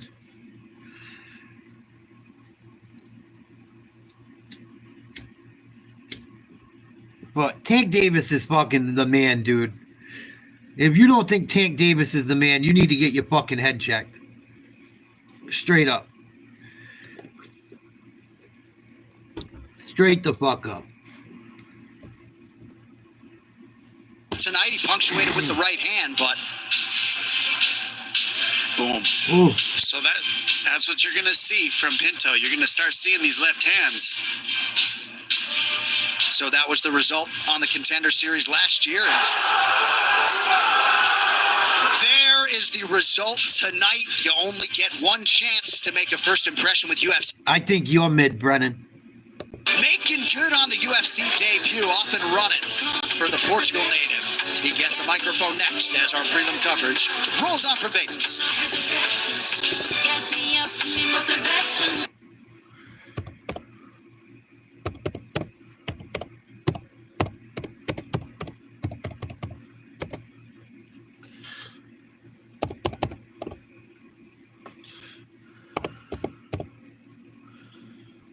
Tank Davis is mid. Okay. He's not padding shit. You guys are crazy. He's fought everyone he can fight. You want to see him beat the fuck out of fucking Haney? You're crazy. You guys are just haters, man. Bunch of haters. He beat fucking Mario Barrios. Come on. You guys aren't even boxing fans. That's how I know you guys don't. No one's on his level, 1M. He's that fucking good. Hello? No one's on his level, dog.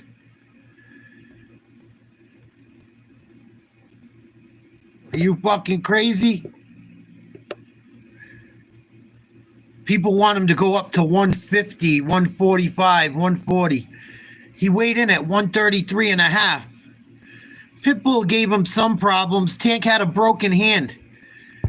Pitbull Cruz is like my favorite fighter, and he still didn't beat Tank. And Tank had a busted up hand. Garcia gave him problems until he knocked him the fuck out. Everyone gives Tank a problem till they're sleeping. Matt, I'm glad you've been a fan since 1996. In 1996, I was in fucking almost graduated high school. What does that got to do with the price of fucking tea in China?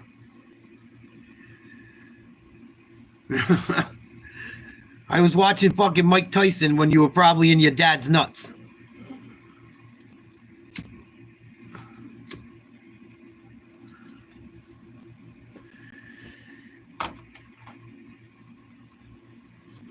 In 1996, I was almost getting laid. So there goes that argument.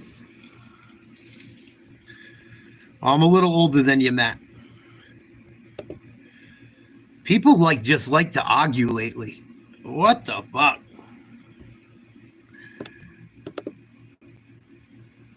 Tank Davis is a natural 135 pound fighter. Everyone's mad that he won't go up in weight and this and that.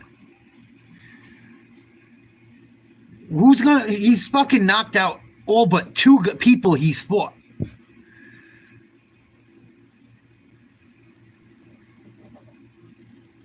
And on top of it, Tank Davis has talked about going to counseling. How he has issues. How he has problems. It's one of the reasons he wants to stop fighting. Because he says fighting makes him violent. But if you actually did some research, you would fucking know. Oh, he needs to fight this one. He needs to fight that one. Everyone he fights that they say he needs to fight, he knocks the fuck out. And watch, right? Then if Lamont Roach gives him a good fight tonight and Tank wins and it goes the distance, you'll all say, oh, he's trash. No matter who he fights, you guys stay there trash. So how could he win? No, but it doesn't mean he's not trying. At least he's trying. Maybe she was a crazy bitch. Maybe she put her hands on him. You weren't there.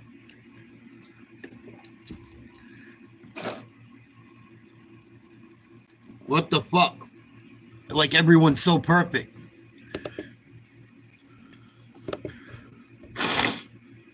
He's a 3-division champion. 93% knockout ratio. You guys gotta fucking stop hating. You sound crazy. He's got a better knockout percentage than fucking Inoue.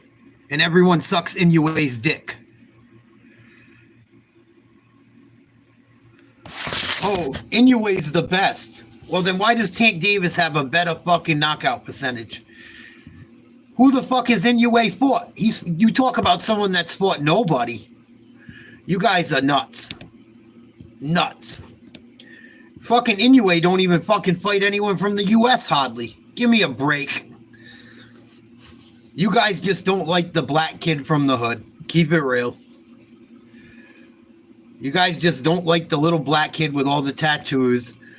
That's the motherfucking man. Straight up. It's the truth. It's the honest to God truth. That's why you guys don't like him. Because he looks like a ghetto dude until you hear him talk.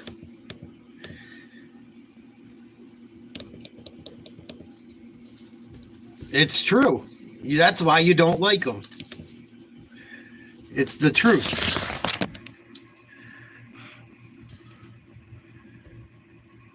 He's one of the only guys that hasn't sold out to the fucking Arabs. You guys are crazy. Crazy.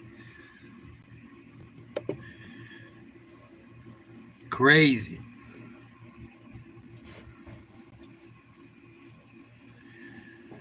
Crazy.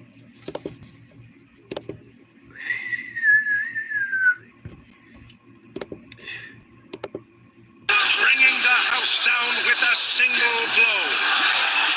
The flyweight division is abuzz with the rise of tomorrow's champions. Will Angola's most punishing striker break through? Or does Kazakhstan's own Zulfikar slice through another opponent? Live from the UFC Apex in Las Vegas, Nevada, it's UFC Fight Night, Tough versus Almabayev, and it starts right now. Fucking people, man. So many haters. I love you guys, but you sound like haters. You sound crazy. You sound misinformed. What up, Terry?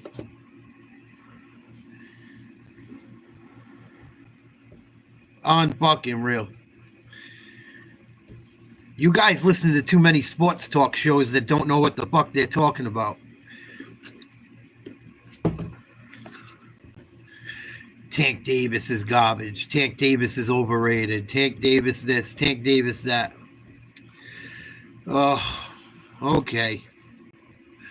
Lamont Roach is legit, dude. Lamont Roach is a very good fighter.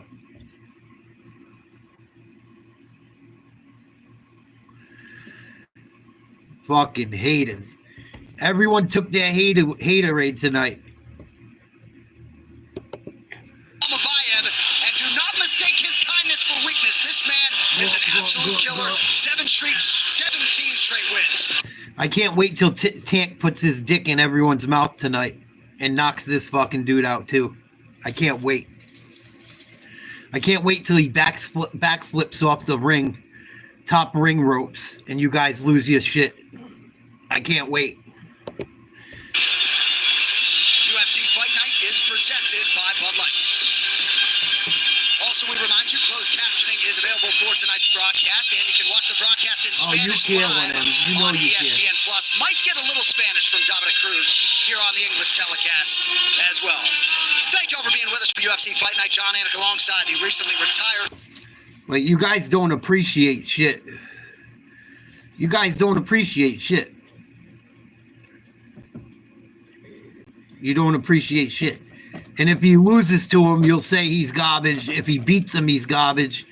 Whoever he fights is garbage. Whoever he beats is garbage. If he loses to him, he's a bum. He can't win with a motherfucker like you. How could he win? You guys hate on him no matter what.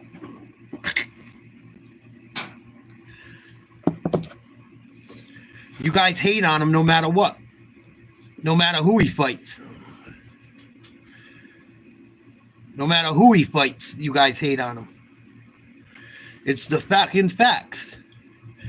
It's the facts. Anybody until he creates these style finishes, and it is incredible to watch how he finds them.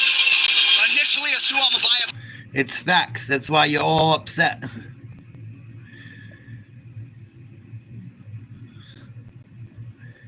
Fucking unreal. Unreal. It makes for great content, though. It makes for a good talk show. and makes for good fun and helps me on YouTube, but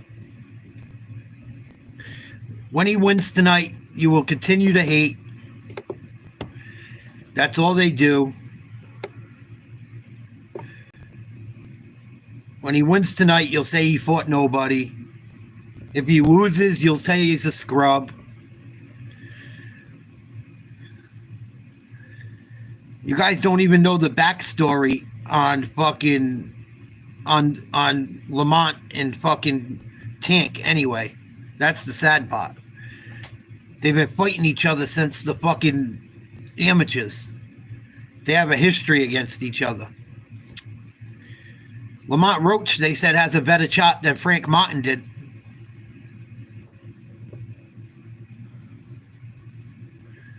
Everyone thought Frank Martin was going to do it.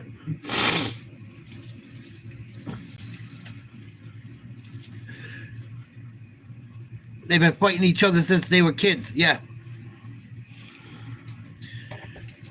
Yeah, and supposedly they bet $200,000 on this fight tonight. Oh, funny shit. I love getting you guys too fucking riled up. You guys get yourselves riled up. It's hilarious. Well, Minty bets on a heater. We'll see if she can continue it later tonight, Dom, as we get ready for this main card Thanks, opener. Terry. What a great way to start. Good on the matchmakers. You got a couple of welterweights with a lot of promise. Danny Barlow and that man, Sam Patterson, who might just go. Lamont Roach was talking massive shit, and Tank goes, put up 200,000 then. Put up fucking 200 then. Let's do it. You know what the best part is too? Tank usually calls what's round, he knocks people out, and it happens. That's another thing I like about him.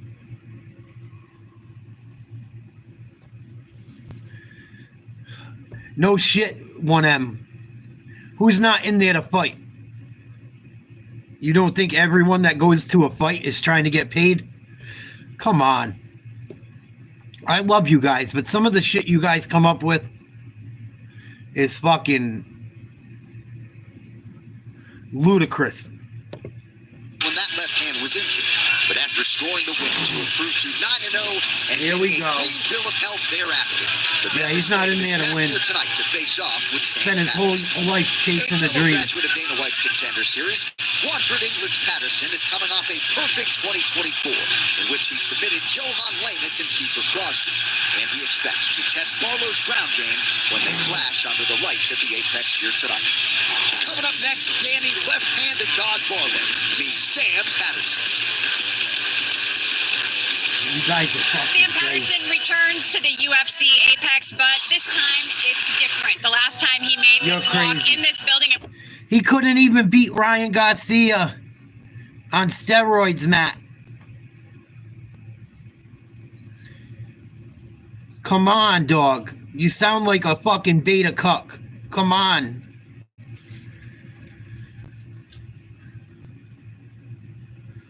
He couldn't even beat Ryan Garcia. Ryan Garcia beat the fuck out of him. Yeah, 1M's got his fucking tinfoil hat on tonight. Lamont Roach is gonna throw the fight. He's in there just for a paycheck. I don't think so. I think Shakur Stevenson's the most boring boxer I've ever seen in my life. Shakur Stevenson could barely get that kid from England that fought on 4 days' notice out of there in 10 rounds. 9 rounds. Fucking crazy.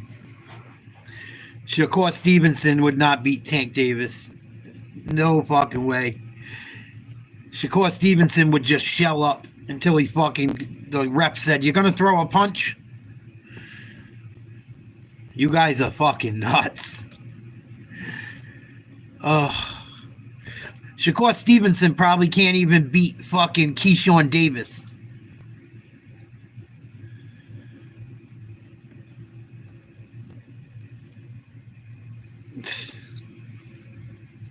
2-1, but really with those 6 extra fights, that's a lot of extra experience. And that's the thing about these youngsters with their low record. It looks like they're also most of these guys in MMA have the amateur record to really add to their career and add to their confidence. So they're not coming in here as green as they look. But Sam Patterson, I think the big thing he's going to want to focus on is keeping those hands up, because he has a tendency to keep that chin up right on the center line. Tank wanted to fight Loma. Loma wouldn't fight him. Loma retired. What are you talking about? He was supposed to fight Loma. Loma didn't want to do it. Loma lost to fucking Teofimo Lopez, who fought a great fight against him. But Teofimo ain't fucking with Tank if he was down at 135. If Teofimo Lopez was a 135-pounder and went up against Tank, Tank drops him. Teofimo Lopez lost to George Kambosos. Are you fucking guys serious? George Kambosos is trash. Garbage. He hasn't won a fucking fight since.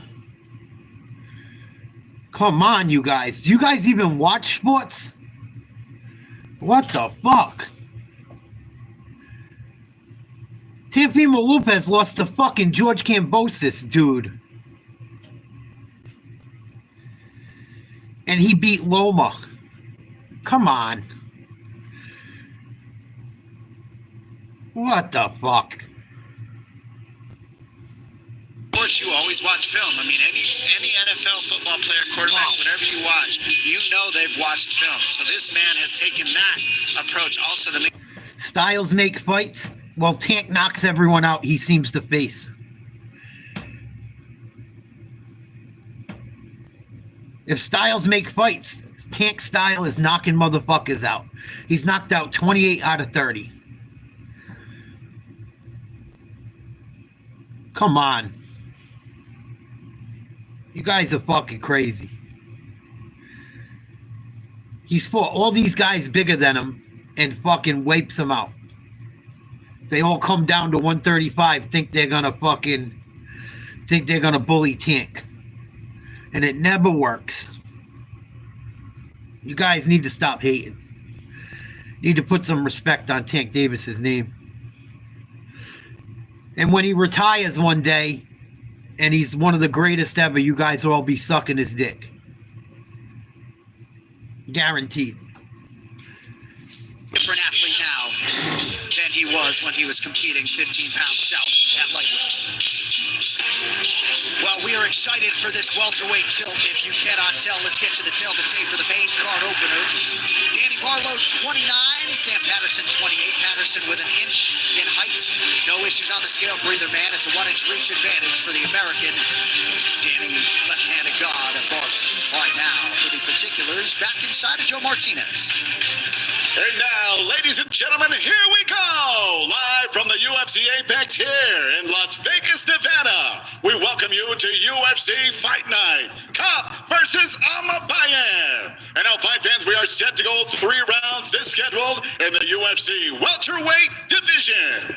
Introducing to you first, fighting out of the blue corner. This mixed martial artist is 6 feet 3 inches tall. Weighing in officially 170.5 pounds, his professional record stands at 12 victories, 2 defeats, with 1 draw. Fighting out of Watford, England.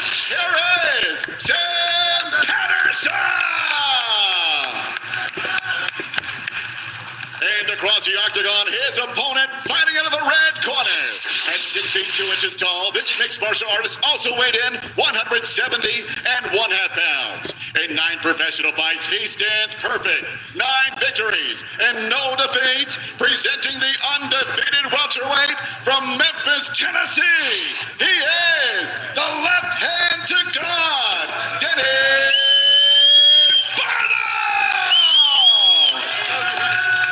Your referee in charge of the action is Mike Beltran.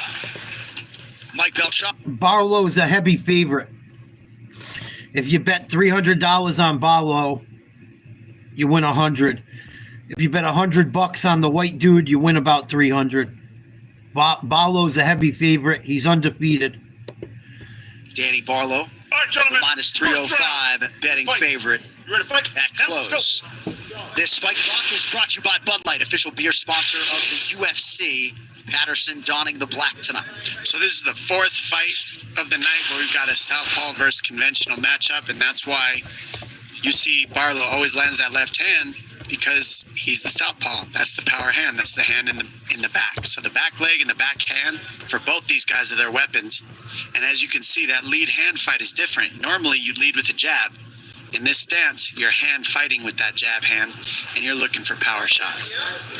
Sam Patterson has competed all over in Jordan and Bahrain, and he said it was nice going into this fight. It's the first time he's actually had more pro fighting experience than his opponent. Also feels as though he has humbly faced tougher competition coming in. Oh! There's that left hand from Barlow being heard from early. And the one thing about Sam is he tends to keep his head right there for the picking. So he's got very tight to his face. It's a little low for my liking. They've never And somebody fought with each a other. powerful left hand. They're supposed to Beautiful fight inside leg maybe kick from later in Barlow. the year. Potential matchup this year. Barlow's such a competitor when you hear him talk about his previous athletic accomplishments. Nice entry there by Barlow. This motherfucker got a tail Just an athlete and a competitor A double in every tail. sense of those words. or triple tail. Nice shot to the body by Patterson. Ooh. Patterson You see stands up Barlow's just awfully okay with straight. eating one, and he's ready to trade and land three after the ones received from Patterson. Patterson's gonna get knocked out. He's got his face and head Nice work standing by up too Barlow on the straight. inside of that Patterson left Patterson's leg. gonna get his shit knocked the Good fuck connection out. by Patterson now. His chin's too high. Ooh, he That just left took hand's another getting one. closer and closer for Barlow. Patterson was able to land his right hand. He's too Beautiful straight spin by up. He's Barlow. too fucking flat-footed. He's too stiff. Somebody from the Barlow corner just said Patterson's he's way too scared stiff. out of his mind, Danny. Patterson's chin's just hanging out there. It's a matter of time. Patterson starting to circle to that right side. You got to be careful, I would think, Don, circling towards that power side of Barlow. Oh, yeah, you're exactly right, Andy. You wouldn't do that. You know God. Going You towards watch the enough power. I don't circle. You nailed it. You got to stay weak side. Ooh. And you can see the other thing I don't like is you're seeing Patterson start to lean back. Well, Barlow has him up against the fence, so leaning back isn't going to be there if you keep the man up against the fence. And he's just hunting him down, waiting for that one shot. Not surprised to see a patient approach out of Patterson early. Felt as though, Oh, goodness. Ooh, they both Nice got hook hit. Landed for Patterson. Oh, yeah. You see- Patterson he's got might have power, hurt him. too, and he knows. Oh, Barlow's in trouble. Barlow's out. It's over. Wow. Sam Patterson by knockout. Who had that? Patterson showing his adjustments in this game. Kept his head there, and whenever Barlow came in, he made sure and hit him harder, and he's showing he's got power in his hands too. Well, Mike Beltran gave Barlow a little bit of a leash, but Sam Patterson, a lot of people felt like submission might be the path to victory. Plus Wow. 245, the underdog tonight. Underdog. Sam Patterson Gets it done. Gets it done. That's by devastating knockout. Man, that is how Barlow you make a was name for afraid yourself. to That's how trade. you move up in the rankings fast. That's how you get yourself ranked. All right, now we'll look at tonight's blazing knockout moment brought to you by Buffalo Wild Wings. He didn't even hit him hard.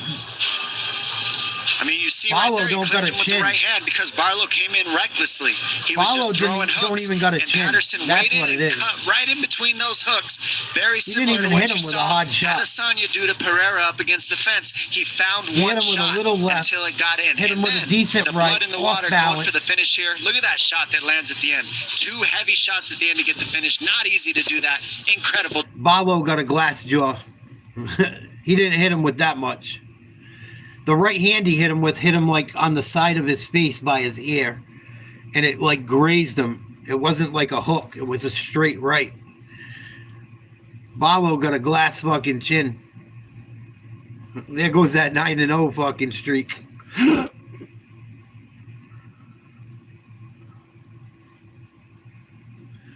I'm rooting for Valenzuela.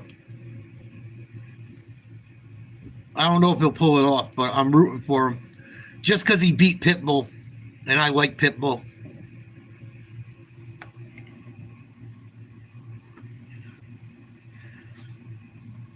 Pitbull's my favorite fighter. Isaac Cruz is my favorite fighter.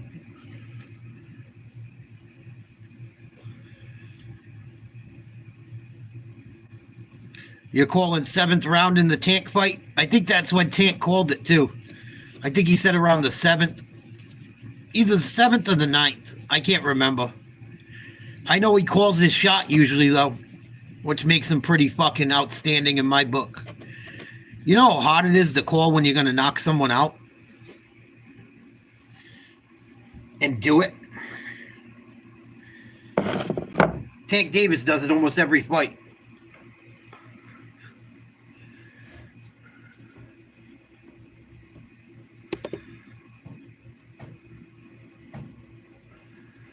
Well, I'm excited for tonight, man. I love watching Tank Davis fight.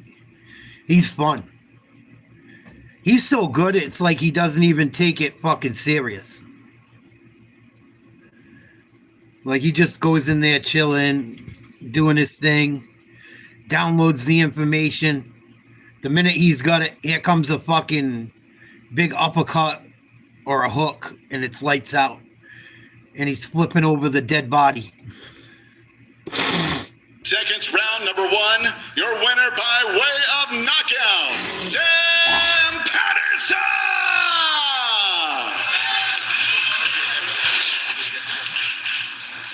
All right, ladies and gentlemen, here with your winner, Sam Patterson. The celebration is on for Team Crossface. What a result here tonight. Looked like you were exercising some patience there early, and then you landed the right hand and finished him from there. How are you feeling right now?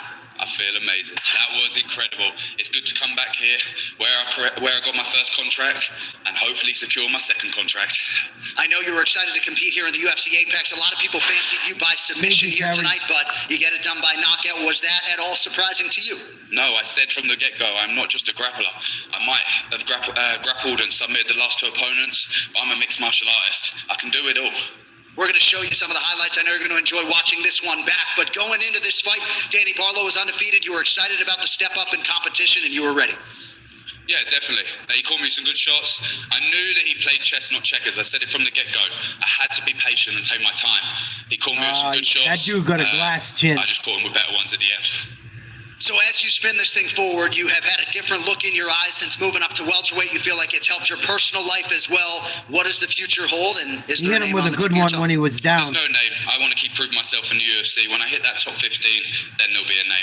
But right now, I'm just looking to find Dana, Sean, and get my second contract. I've just finished my last fight on that contract, and I want to cement myself in the UFC. I want to have a career here. I think that conversation will go exceedingly well. Enjoy the fruits. Ladies and gentlemen, how about it? Your winner, Sam Patterson. I like Sam Patterson. It's the first time I've seen a guy from the UK not act like an asshole. Way to go, Sam.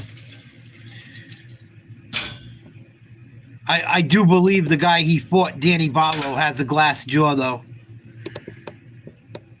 He hit him with a shot once he was down, but... I don't know if you need it, Matt. I don't think you need it. I think you already rocked.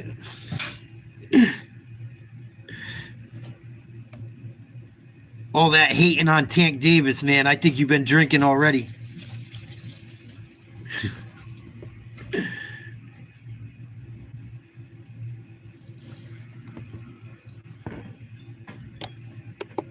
Canuto takes on Canada's Oliver Taza in the co-main. Watch live and exclusively on UFC Fight Pass. All right, so next week it's pay-per-view UFC 313, and then on March 15th, Marvin Vettori versus Roman Dolidze Act 2. It was an outstanding first meeting between them. That one was on pay-per-view. It went to Vettori. Roman Dolidze now has 5 rounds to exact his revenge. Among the other highlights, good one at bantamweight between Devon Blackshear and Cody Gibson. Kurt Holloway takes on Alexander Hernandez at lightweight in the co-main event. Marvin Vettori still in the UFC? What the fuck? He's another one. Marvin Vettori puts me to sleep.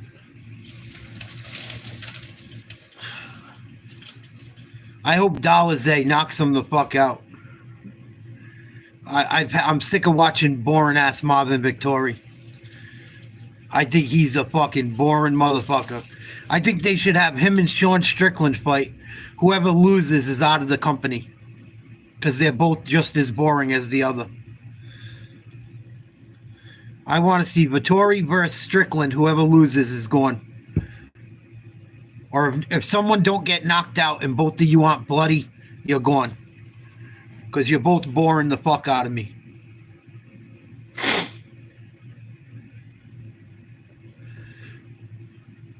I'm so sick of fucking both of them. Gomes is the favorite, I believe.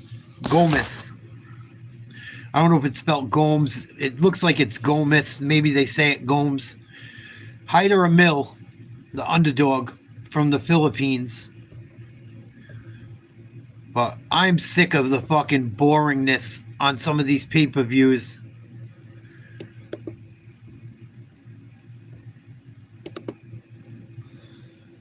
Hurd versus Gonzalez in the 5 out of 10 rounds going on right now on the Tank versus Roach undercard.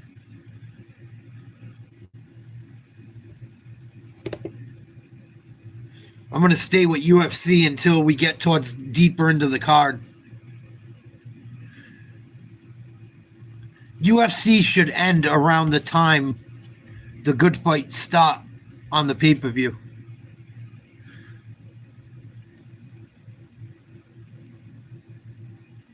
Fuck, I gotta go get cigarettes. Son of a bitch.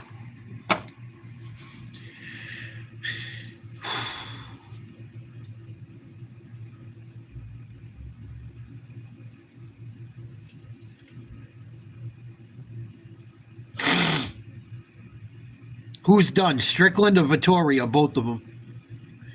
I think they're both boring. If you don't want to fucking put on fights where you choke people out or or you beat people up, I don't want to watch you.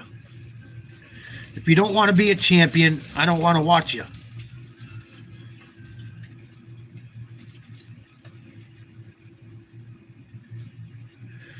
Just how I feel about it.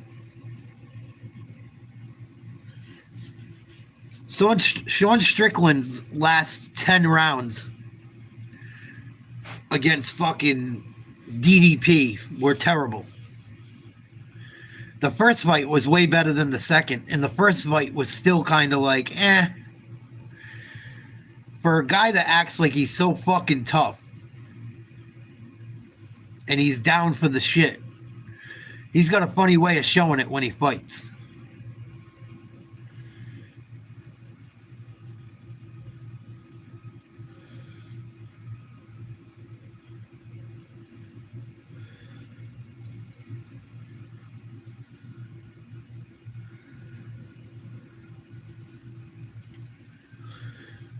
Yeah, Vittori's like that too.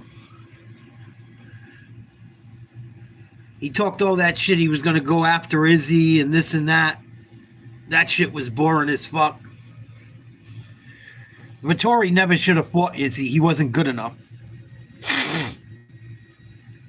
Izzy fucking carried him. Here comes my boy. There's my dude. Ready for another knockout. All the haters are watching. All the haters are watching, Tank.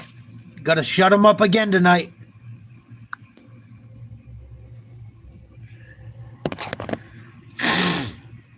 Tank Davis in the motherfucking house.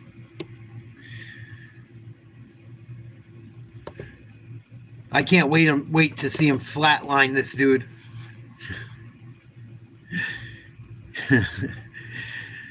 He's so fucking nonchalant about it too. That's why I like him. Just like business as usual for Tank.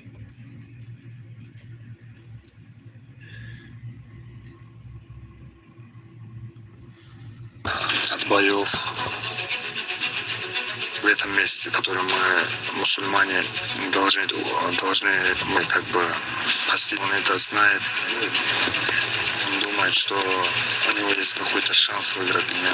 Ну, шанс. Я думаю, мы покажем обратное, что это испытание сделает нас sильнее, а результат будет на моей стороне. Muitas pessoas falando que eu tava correndo aquela heavy. Eu posso falar pra vocês que há muito tempo eu tô pronto pra ele. Pronto, bom, ele é canhoto, que isso seria algo mais difícil pra mim.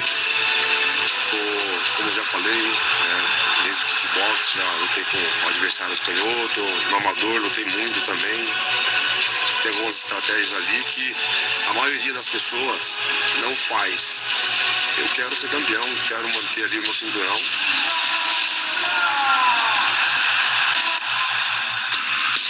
That was a sneak peek into the countdown show for UFC 313. If you would like to take a dive into the respective journeys of Alex Pereira and Magomed Ankalaev as they get ready to engage at UFC 313. And as they get countdown right now on UFC's YouTube channel, and it airs throughout the week on ESPN2 and ESPN News as well. Check your local listings. All right, sneaky big fight here coming up at featherweight, ladies and gentlemen. Can William Gomez start 5-0 in the UFC? We will find out together. Expectations are high for this pair of featherweight risers, and with momentum on both sides, Hyder Emil and William Gomez show up in each other's bracket here at the Apex. Let's see who keeps the momentum going. Patiently waiting for his chance to make his move on the featherweight elite. Unbeaten Hyder Emil gets his opportunity tonight, and he gets it against streaking Frenchman William Gomez. 2-0 with knockouts of Fernie Garcia and Chung Young Lee since emerging from Season 7 of Dana White's Contender Series. Emil is embracing the inevitable spotlight when he faces Gomez, a rising star from Paris, whose current 12-fight winning streak includes 4 UFC wins, all serving to stamp this one of the more intriguing featherweight matchups of the new year. Coming up next, Hyder, the Hurricane Emil versus William Jaguar Gomez.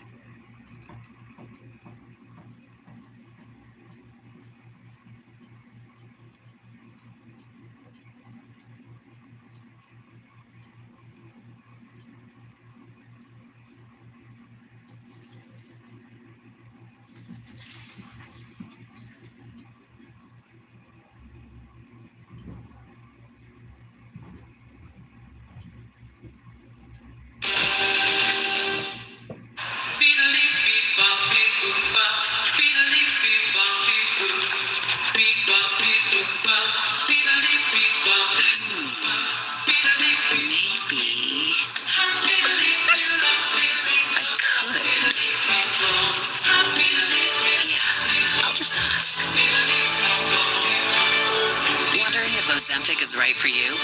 Just ask your doctor or visit Ozempic.ca.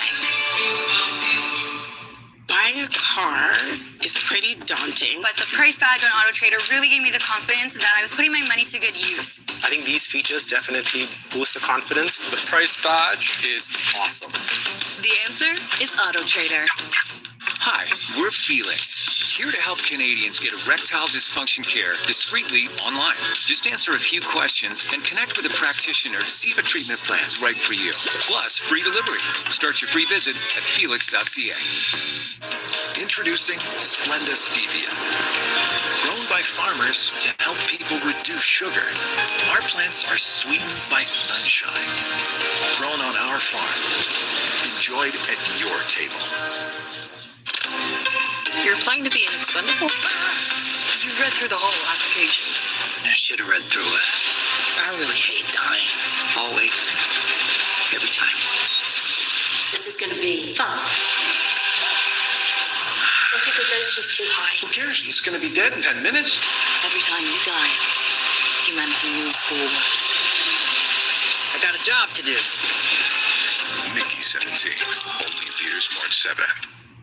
This week only at Domino's, get unlimited mini-priced pizzas for 50% off when you order online. Choose any size pizza you want, any crust you want, and any toppings you want. Oh, and any number of pizzas you want, too. Get 50% off your perfect pizza, or pizzas, this week only at Domino's. Meet Noodles.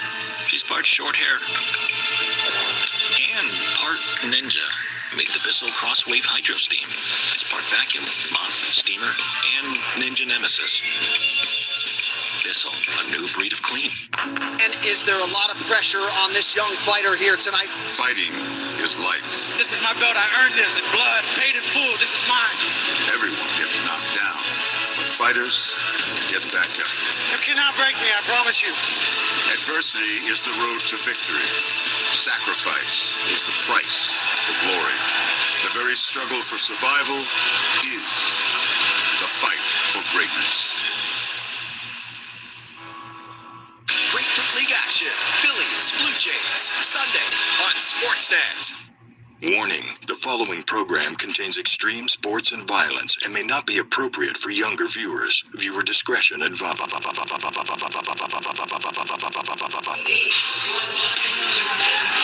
All right, combined record for the featherweights, 24-2. This should be good. Hunter Mills undefeated at 34. William Gomez, 4-0 in the UFC. He's 27. Gomez with an amazing frame for this division. He is 6 feet with a 73-inch reach. We'll see if he can maximize those advantages tonight. Here now for the intros, Joe Martinez. And all fight fans, here we go with our next fight tonight. 3 rounds in the UFC featherweight division. Introducing to you first, fighting out of the blue corner. His background is in China. At 6 feet even, he weighed officially 146 pounds. In 16 fights, his record stands at 14 victories with 2 defeats. Fighting out of Paris, France, here is the Jaguar, William Gomez. And across the octagon, his opponent, fighting out of the red corner. At 5 feet 9 inches tall, this mixed martial artist weighed in 146 pounds. In 10 professional fights, he stands perfect with 10 victories and no defeats. Fighting out of San Francisco, by way of San Rafael, California, here is the undefeated Hyder, the Hurricane Amir. And your referee in charge, Chris Tognoni. It was incredible to get to meet these two individuals, Hyder Emil and William Gomez, this week. Crazy story for Emil, who moved to the U.S. at 6 years of age with his sisters and his mom. His father was abusive. They snuck away. Last time he saw his dad was at the airport as they were trying to get away, and Hyder was gracious enough to share that story with us. Hyder Emil trying to move to 11-0 tonight. He's in yellow. Eats the body kick there from William Gomez. Nice catch of that kick. And look at the scramble ability of Gomez. I mean, that's what's made him so tough to deal with. That was an easy takedown for most people, and Gomez got out of that. Don't grab the cage. Okay? Don't grab the cage. All right? Time in. Fight! The analogy that Hyder Emil said is, I feel like I'm a pit bull chasing down a French poodle in here. See if he can make it happen. Good right hand lands for Emil, now changes up his level.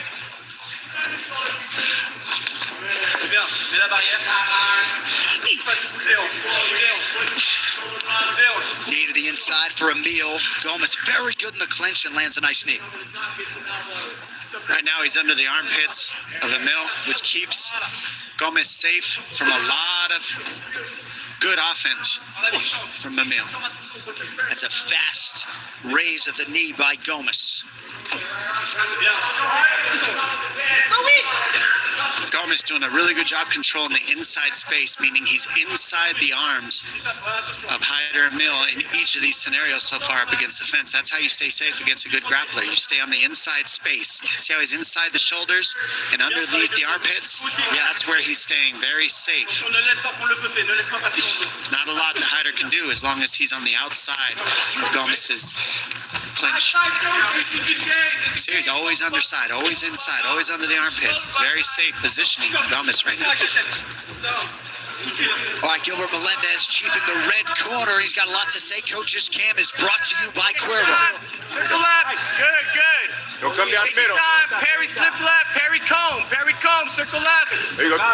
Take your time. Relax, relax. Go body. Go body. Hand movement, hand Go body. 2, 3. Bang, bang, bang. There it is. Good job, Hyde. Get out again. Again. Angle out. Breathe, breathe, breathe. You keep these underhooks. You keep these underhooks. Get away, get away, get away. Don't give it up. Don't give that grip. Look at that elbow right there. Elbow. Good, Bring it up. good. There it is. Right away, you could hear Gilbert Melendez saying the importance of underhooks. Whoever wins that underhook war in the clinch really sets themselves up for good offense. William Bebe Etzler and Jairo Escobar joining Melendez in that Emil corner.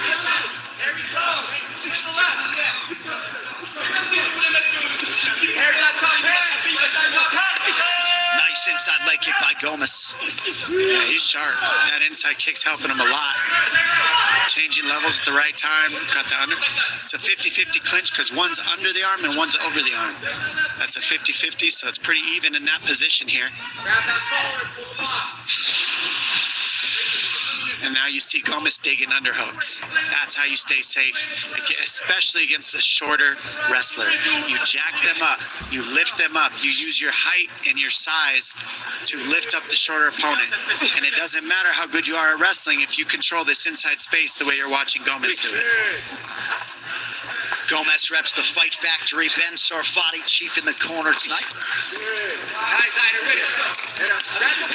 Oh, that is a nice knee by Gomez out of the break. Under 90 seconds here, round one.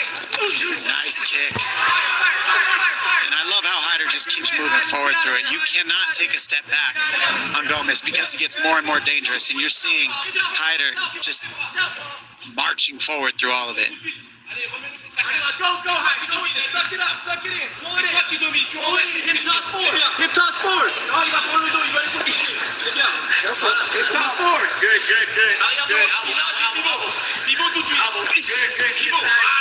Less than a minute to go in the round. Gilbert Melendez calling for a level change from Emil. Oh, nasty spin elbow. Yeah. That was sick. Yeah, that busted the left eye of Emil. Oh, and now a knee from Gomez.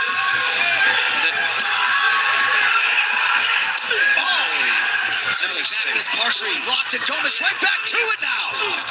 Oh, right hand now for William Gomez. Switches up the knee. Nice counter from Emil. Oh, now left hook from Hyder Emil. Oh, Gomez is looking dangerous, and so is Emil. I mean, can you imagine if 25,000 people were watching this? You saw that one. This is why Hyder Emil's fights are all so epic. Because look how he just marches through the pain.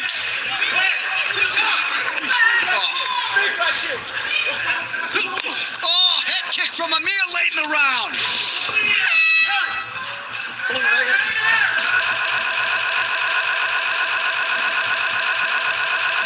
Felix, here to help Canadians get erectile dysfunction care discreetly online. Just answer a few questions and connect practitioner to see if a treatment plan is right for you and you. Plus, free delivery. Start your free visit at felix.ca.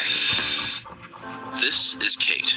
Kate loves pad thai, but she tried making it when she should have skipped it with Skip Plus. Because she's missing out on things like $0 delivery fee on pad thai, and even bigger rewards for being a Skip Plus member. Like perks. And more pad thais. It's okay, Kate. Join Skip Plus and get 6 months free. Stream or download The Raptor Show with Blake Murphy and Matt wherever you get your podcasts. Warning, the following program contains extreme sports and violence and may not be appropriate for younger viewers. Viewer discretion advised. If you haven't done so already, you can check out ESPN's MMA show, Good Guy, Bad Guy, with DC and Chael Sonnen on YouTube, ESPN2, ESPN Plus, and you can listen wherever you get your podcasts. DC and Chael every Monday and Thursday. Don't miss it. All right, round two here. Hyder Emil. Fight Clock is brought to you by Buffalo Wild Wings. Emil looking a little bit weathered on that stool after round one. My gosh, I mean, he just marched forward and kept walking into the fire against Gomez. And there's really no choice when you fight Gomez, and that's what you're learning. If you try to step back, then Gomez gets more effective with his range. So you have to make it this style fight. Emil is fighting a great fight, and it's so fun to watch. Nice stat there from the men and women in the truck. 3 round 2 finishes for Hyder Emil, spanning his last 6 fights. I gotta stress how safe Gomez is staying in the clinch here, ladies and gentlemen. You cannot give him him enough credit because Emil is no slouch when it comes to this position right here. As you can see, all these trips, but look, Gomez is under his arms most of the time and almost always safe. Beautiful. Another one. Gomez really letting his hands go. Emil is wearing it as he presses forward yet again. And the problem is you're seeing Emil pressure, but he's not fainting. Now he's faking. You see, those are what his coaches want. They want a fake and then an attack, not just a pure attack. Well, we saw Danny Barlow lose his undefeated record. We'll see if Heider Emil can keep his. Some good power shots there by Emil.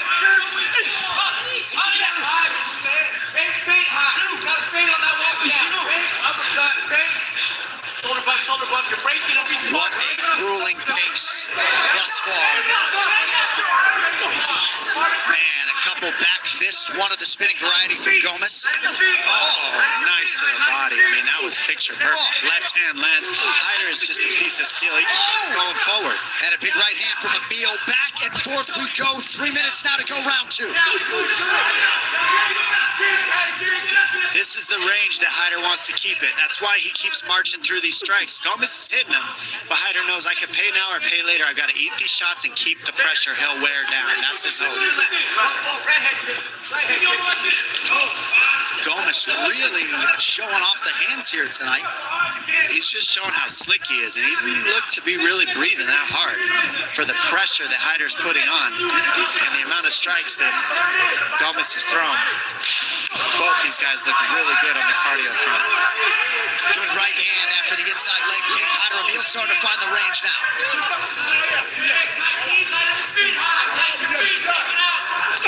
Ooh.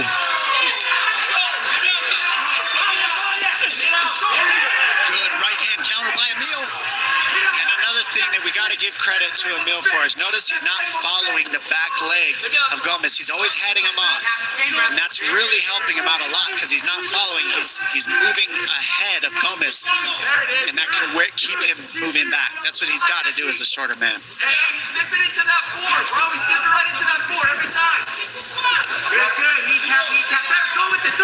He gave up the inside position here. You're starting to see Gomez give up those little positions. Now you can see Heider underneath the arms of Gomez. Those are the things that you got to see from Heider being the shorter man. Nice counter by Gomez after Emil landed several big shots. So is that a fatigue equation why Gomez is starting to give up some of those positions? No, it's not necessarily fatigue. It's just reps and reps and reps. And Heider keeps going back to the same well over and over. And eventually you're going to get where you want to on your opponent if you keep this kind of pressure. This is what Heider does in every one of his fights. He pours the pressure on until you break. The question is, will Gomez break or not?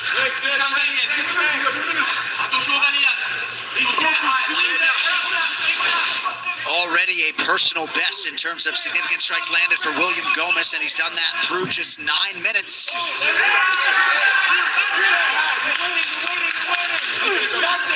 Oh, Emil just missed with that right hand. Didn't miss with the left. I mean, this fight is epic. It really is awesome to watch. Heider finally in on a double. Nice timing. Good defense. You notice Gomez always underneath the arms. That's what's defending these takedowns. He's controlling the inside space very well in the clinch. Looping right hand lands for Heider Emil.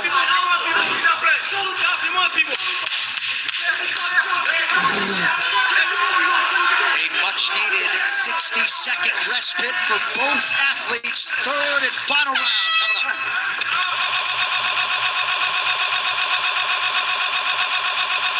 Domino's, get unlimited mini-priced pizzas for 50% off when you order online. Choose any size pizza you want, any crust you want, and any top you want. Oh, and any number of pizzas you want too. Get 50% off your perfect pizza or pizzas this week only at Domino's.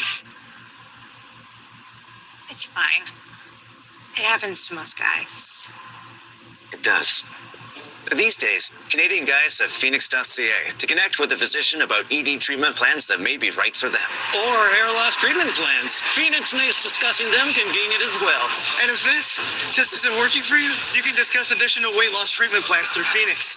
And Phoenix delivers discreetly. So maybe it's time. Golf balls.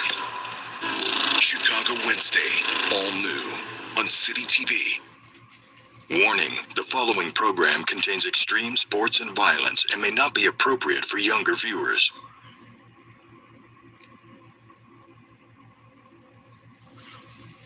Big trade in the NFL just went down. Big trade.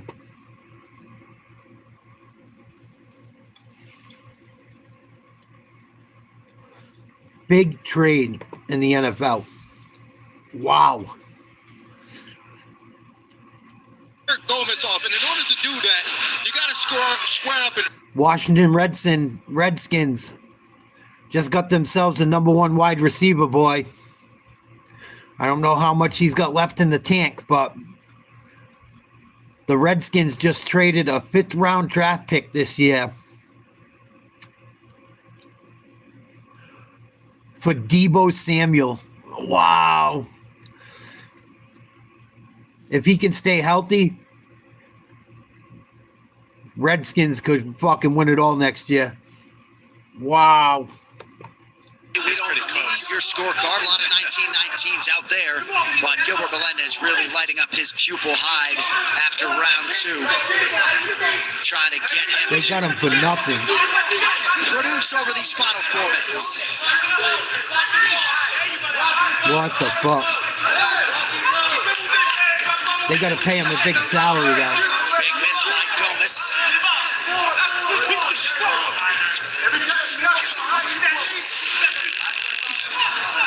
Just the 4th time Hyder Emil has fought into a 3rd round in his career. And you can see why with the pace he's kept up till now. I mean, he breaks people.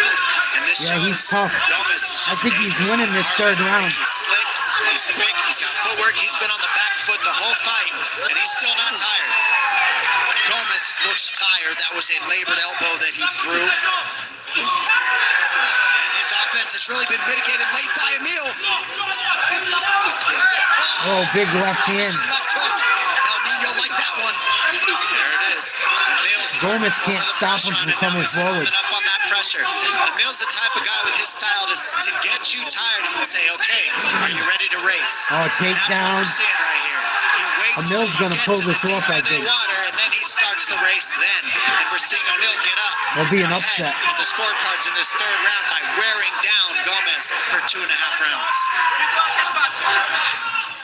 I'm not sure I've ever seen Gilbert Melendez this animated. To our immediate right, calling for that left hand from Hyder Emil. I mean, he's showing He's how got bad his he back. wants He's it. trying to get a hook in. There's no doubt. That's a great way to put it. That sounds right, but You got to fight back or else they're going to call it. Hyder Emil wants it. In these 3rd rounds, we haven't seen somebody want it as bad as Emil in any of these fights, if you ask me. He's come after it from beginning to end. Choke with him his the foot fuck out, forward and Emil. What are never you doing? stepped back, and Gomez has hit him with everything He in must the feel kitchen more sink, confident and on he's his still feet. in his face. 2 minutes to go. I think Emil's winning. Gomez is like, please, give me just a little space. You can see him squaring up more and more on the fence as this fight goes on. Oh, Gomez switches Nice sides. teeps to the body. I mean, he's doing all the right things, but Nice Hyder left. doesn't care. Oh, big right hand. right by Emil. Gomez returns fire. He partially lands. Yeah, Gomez has been up against the cage since I came back I'd say from the the only store. adjustment you could make on Hyder Emil to try to relieve some pressure is knees and elbows when he gets close. And we're not seeing that out of Gomez. She's not in the arsenal. Nice. Emil under 90 seconds. Emil to looks go. good. Counter punching. Hyder just pouring it on. He doesn't even care. Just keeps going. Keeps and going coming and going. forward.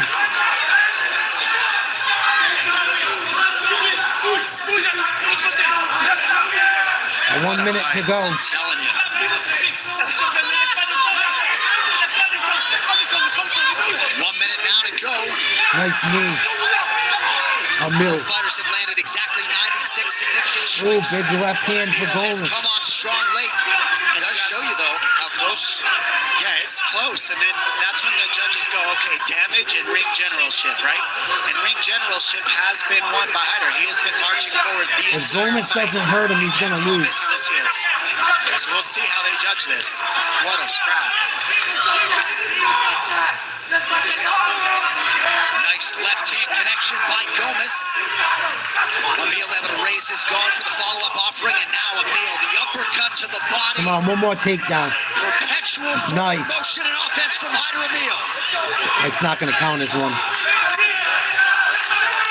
And despite all of the exhaustion, the mental fortitude to press forward. I don't think Gomez won.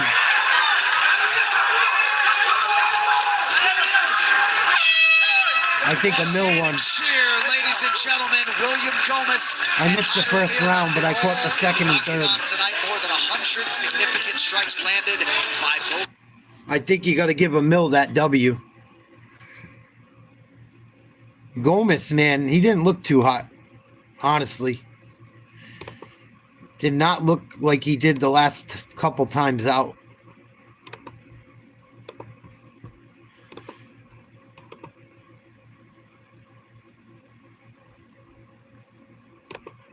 He looked nothing like Jarrett Hurd of the past. You know, I announced his fight when he fought J-Rock, where J-Rock took his title, and even to the last round, he was very dangerous in that fight that he was losing. But you could see the reflexes weren't there. He was getting hit with right hands because he kept his left hand so low all the time. And Gonzalez knew it. He took a lot of shots to the head. He took a lot of rapid shots. He got hit with a lot of headbutts. That was a very rough fight for Jarrett Hurd, and I'm glad he's hanging him up because he 3 more boxing matches before doesn't Davis happen Roach. anymore. You know, he's lost more than just one step. It's a couple of steps. And to get hit to the head like... They said Hurd's going to retire. Wow. Star in the sport, ready to walk again. UFC light heavyweight king Alex Pereira defending his title against the challenger on a 13th fight unbeaten streak. The oncoming Magomed Ankalaev. Big news in the NFL. When I went to the store to get smokes, I heard it on sports radio. The Washington Redskins have just traded a 5th round pick for Deebo Samuel from the 49ers. If he can stay healthy, that's a huge wide receiver they just got. Oh. Judge Menace, 29-28, Gomez. Split And decision? Judge McCarthy has it 29-28. Your winner by split decision. He is still undefeated. Good. I thought they were going to fuck him. Gomez is all butt hurt.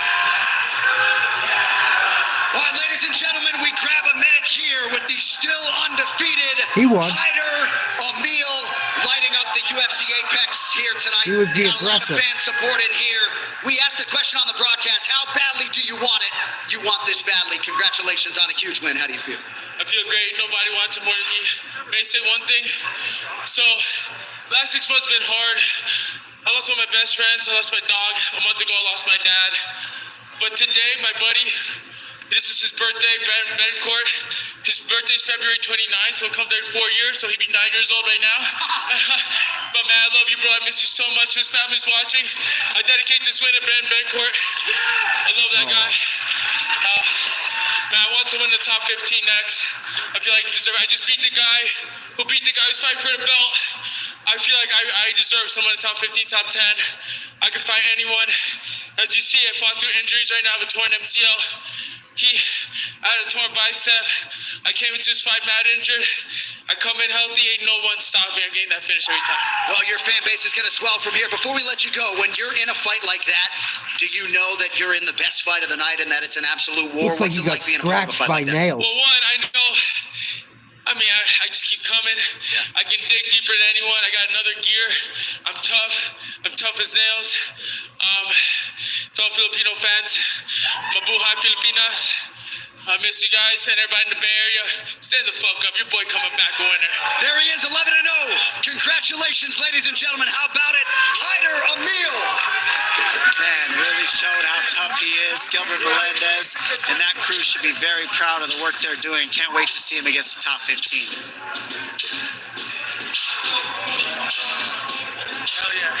All right, ladies and gentlemen, last month it was to be the last dance for a man who truly did just that in the octagon, the great Dominic Cruz. His style may be replicated, it will never be duplicated. Cruzy did it his way like Frank Sinatra, and his legacy is entrenched as one of the best of all time. Mixed martial arts royalty. Here is the former two-time UFC bantamweight champion, the future Hall of Famer, the man largely credited with building this bantamweight division. Dominic Cruz. I never liked Dominic Cruz. 2005. I don't like when he commentates. Plus coaching wrestling. Plus He was an all right. He was a good fighter. He was all right. It was just an outlet. I didn't like Cruz myself. I was cleaning the gym to get my membership paid. I was a broke, up-and-coming youngster. I don't know why. He just comes off kind of like, I don't know. I think he's corny. Constant lateral movement, constant angle, switching his feet up, landing counter shots. But he was a good fighter. Glendale, Arizona. Dominic Cruz leaves not with one but two belts. He is your first ever UFC champion and retires the WEC bantamweight belt. I felt I had a chip on my shoulder because a lot of people didn't believe in me, you know? And everybody laughed at me and told me you're crazy. But I knew my heart was going to be bigger than people's trash talk. Dominic Cruz has been one of the best guys in the world for a very long time. You talk about the bantamweight division, you're talking about Dominic Cruz. There have been many fighters that have had some injuries, but definitely not to the extent and the longevity that Dominic's. When Dominic Cruz left, he was of his game. He was in his weight class one of the best, if not the best. He's always taken each injury and moved forward in his rehab with a lot of mental fortitude and strength. I think he'll be a great example of what fortitude can be. And an interesting factor that Dominic Cruz denies is pressure and cage rust. He says that octagon rust is mental weakness. All over Mitsukaki. Early. Trying to finish it right now. Dominic Cruz is all over him. He's out. He's out. Dominic Cruz is back. Welcome back, Dominic Cruz, in spectacular fashion. What an odyssey you've been on. Is there anybody who's had their resolve tested, their will tested, more than you with your series of injuries to go through all that and here and new? There's no such thing as rust unless you don't train hard enough. Honestly, nobody's retiring me except for me. I've been through too much. What else can be said about an MMA champion of this quality? I'm not sure there's a better representation nor ambassador for the sport of mixed martial arts, and what he had to overcome in terms of triumphing over adversity is the stuff that legends are truly made of. I started fighting because my heart pulled me there. Fighting kind of chooses us. We don't choose it as fighters. Dominic Cruz, man, what I will always remember you for is being the greatest bantamweight fighting has ever seen.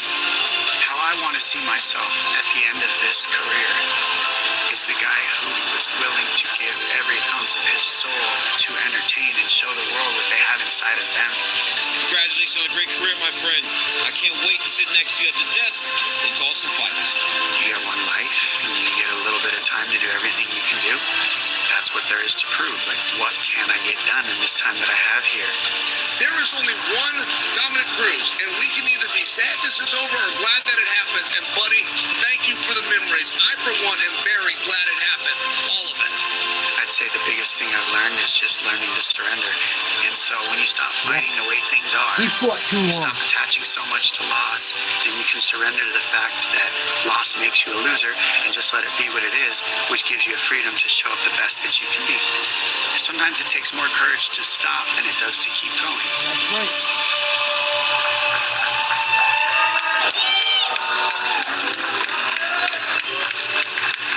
Ladies and gentlemen, here he is, the future UFC Hall of Famer, former two-time UFC bantamweight champion, Dominic Cruz. Love you guys. Thank you.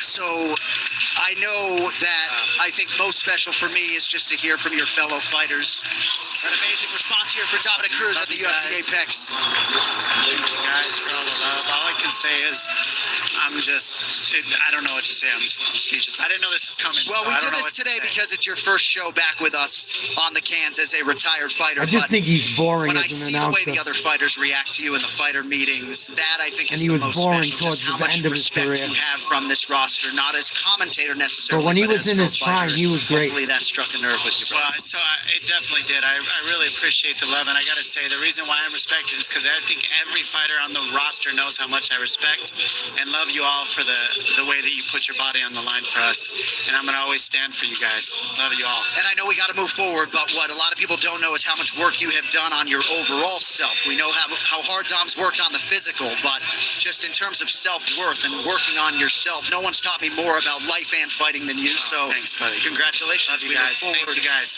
to more time with Dominic Cruz on the microphone as he I'll be here with walks into retirement. Minty's turn. Yeah, it is Minty Betts' turn as we get to the next main card matchup. Minty, take it away. Thank you, John. With 77% of his UFC fights going to decision, Nasrat Haqparast is known for his toughness and durability. And despite 4 straight victories, he is the underdog tonight against the rising Argentinian Esteban Ribovic. The Dana White Contender Series alum is riding a hot streak of his own and has been quite successful as the favorite. For this, my money will be on Esteban Ribovic to win by decision at plus 105. Sit tight for the battle at lightweight. John, back to you. All right, Minty, thank you very much. We'll see if Minty Betts can keep it going. 7 fights down, still 3 big ones to come from Las Vegas. Great to have every last one of you with us. You are experiencing UFC Fight Night live on ESPN Plus. Stay with us. Come on, let's go. Look at that octagon in all her glory. UFC Fight Night is presented by Bud Light. John Anik and Dominic Cruz octagon side tonight. Dean Thomas. I cannot wait for the fucking boxing fight tonight.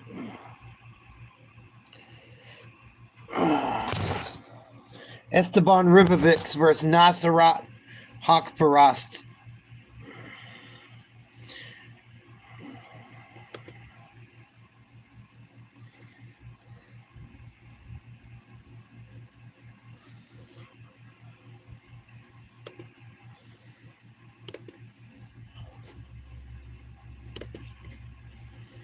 Hopefully this boxing match lines right up with the end of UFC.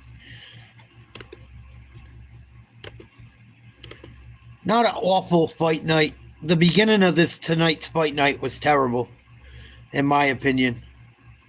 It's gotten better as we've gone along. Yeah, he does look like Calvin Gastelum a little.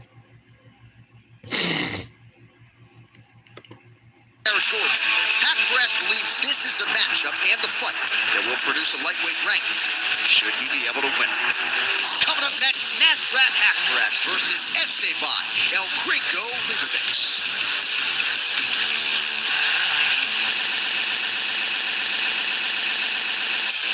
Great ideas flow from who you are. You run enough, you're a runner. Right enough, you're a writer. And tracks you down, puts pressure on you. You know what to do. RBC, ideas happen here. And is there a lot of pressure on this young fighter here tonight? Fighting is To figure you out, then he's going to jump on you. At 154 pounds, Julian J. Rock Williams takes on the hard-hitting, unbeaten young Cuban, Yoenis Tellez. J. Rock says this fight begins his climb back to the top of the 154-pound division. Now, for our first fight of the night, let's bring in our DraftKings betting analyst, Dan Canobio is here. Listen, Dan, this is New York City. We love a little action when it comes to New York City. So talk to the people in the tail of the bet. Thank you, Brian. Very excited to be here. It's going to be a fantastic night of fights. Our first fight of the night, Yoenis Tellez, former unified champion J. Rock Williams is his opponent. And I believe Tellez will get the stoppage in this one, but it's heavily juiced at minus 600. If you want a better potential return, I like Tellez to win in rounds 7 through 9. If you get that at plus 250 right now. DraftKings Sportsbook is the official sports betting partner of premier boxing champions. And right now, all new customers can bet $5 and get $200 in bonus bets instantly. Download the DraftKings Sportsbook app, use code PBC, bet $5 and claim your $200 bets instantly. The crown is yours. Thank you. Of course, Dan will be with us all throughout the night, giving you the tale of the bet. We are in New York City, folks. You know, Gervonta Tank Davis, 3-0 in this building, and all three have come by knockout. He loves fighting here. He says this place has become his adopted home. Can't argue with him. He's had tremendous success, and this success just continues to come and come. You might remember 3 years ago when he fought Rolly Romero here. It was at that time the third largest event here at Barclays Center. Well, he's already eclipsed that. This is now just the second biggest event. And I'm talking from a money value here at Barclays, only behind the Rolling Stone. And when it comes to knockouts, that is Gervonta Tank Davis's specialty.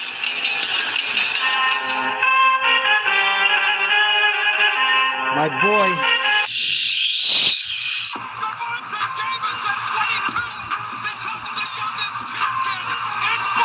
It's gonna happen again tonight.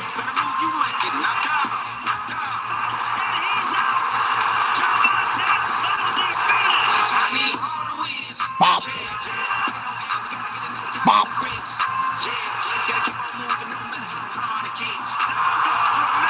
Bop.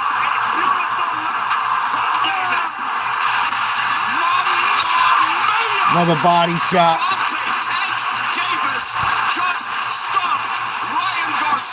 I can't wait. I can't wait to watch this motherfucker knock this asshole out.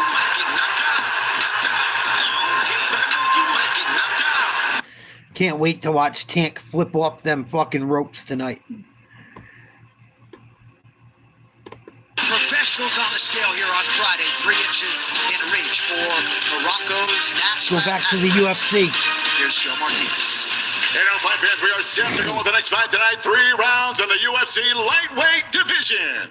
Introducing to you first, fighting out of the blue corner. He's a striker standing 5 feet 10 inches tall. Weighing in at the lightweight limit, 156 pounds. His record stands at 14 victories. With 1 defeat. Ribovix is the favorite. Argentina, here is Esteban El Gringo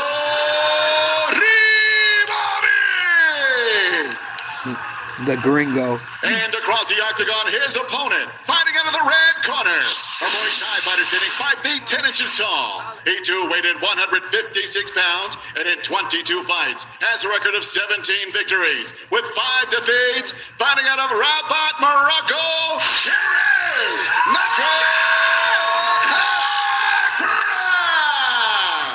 Nasrat is the underdog in this fight. See what happens. You never know what you're going to get with Ribovix. Are on Ribovix all day long. Chrissy Blair getting the start for round 1. Jason Herzog, third man in the octagon for this one. Daniel Esteban Ribovix minus 260 for El Gringo at close. First round, fight, are you ready? Are you ready? Yes. Fight! Pack Perest, center of the octagon in red. Ribovix is in blue. Winner of this fight could very well get a lightweight ranking next week, and an early inside leg kick lands for the Argentine. Got another southpaw versus conventional matchup, the 5th one of the night. We're not seeing a lot of hand fighting out of this matchup. You know, you saw in the other one, they're hand fighting right off the bat. So we're going to see more jabs out of Ribovix if that hand fight isn't happening. Got to think, good connection by Akbarast early. That draws a wry smile from Ribovix. I mean, triple jab, left hand. That was a hand fight to set it up. Akbarast stuffed all 13 takedown attempts of Jared Gordon in his last fight in Saudi Arabia last June. Emerged with a split decision win. Nothing really got through right there for Ribovix. Ribovix hasn't lost since he was taken down 11 times in his UFC debut. Hop for ass looks good early. In March of 2023.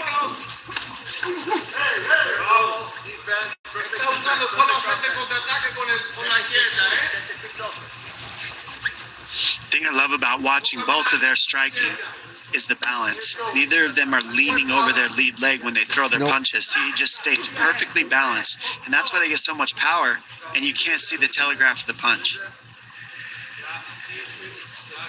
Both guys feeling each other out. Haqparast off to a pretty efficient start. Ooh, another Nasty left hand is just connecting a lot. It's the boxing that's really giving Ribovic's trouble right now. And that strike busted Ribovic's lip wide open. Nice kick. Yeah, but they don't get through. That's a nice kick. Oh, it's a nice kick. It doesn't get through. Nice straight shot there by Haqparast. They always say that shit. Nice kick, nice kick. It didn't get through. It's blocked. Nice combination by Ribovic. Oftentimes you'll see him punctuated with a head kick, as Terrence McKinney and others can attest. Nice shot to the body. That's right on the liver. Yeah. Nice leg He kick. ate that. Calf He kick. saw it. He's like, ow, that hurt. But then he just like, oh, actually, I'm not going to stop it, so I better act like Ribovic starting to get a little more comfortable. Ribovic's corner wanting him to be mindful of that I think he might have hurt him a little bit. Artem Kuzmanov, Sean Because now Haqparast is going back. Yeah, I think Ribovic hurt him. The way you're watching Haqparast Maybe with that throw calf that kick. liver, that one right there, that's setting up the left hand. You see how he followed it with the left hand? Because He's you got have him to on the defend back it. foot a little bit now. That liver shot. You have to defend that teep, and then the left hand can come right over the top of that defense. Beautiful. Oh, another one.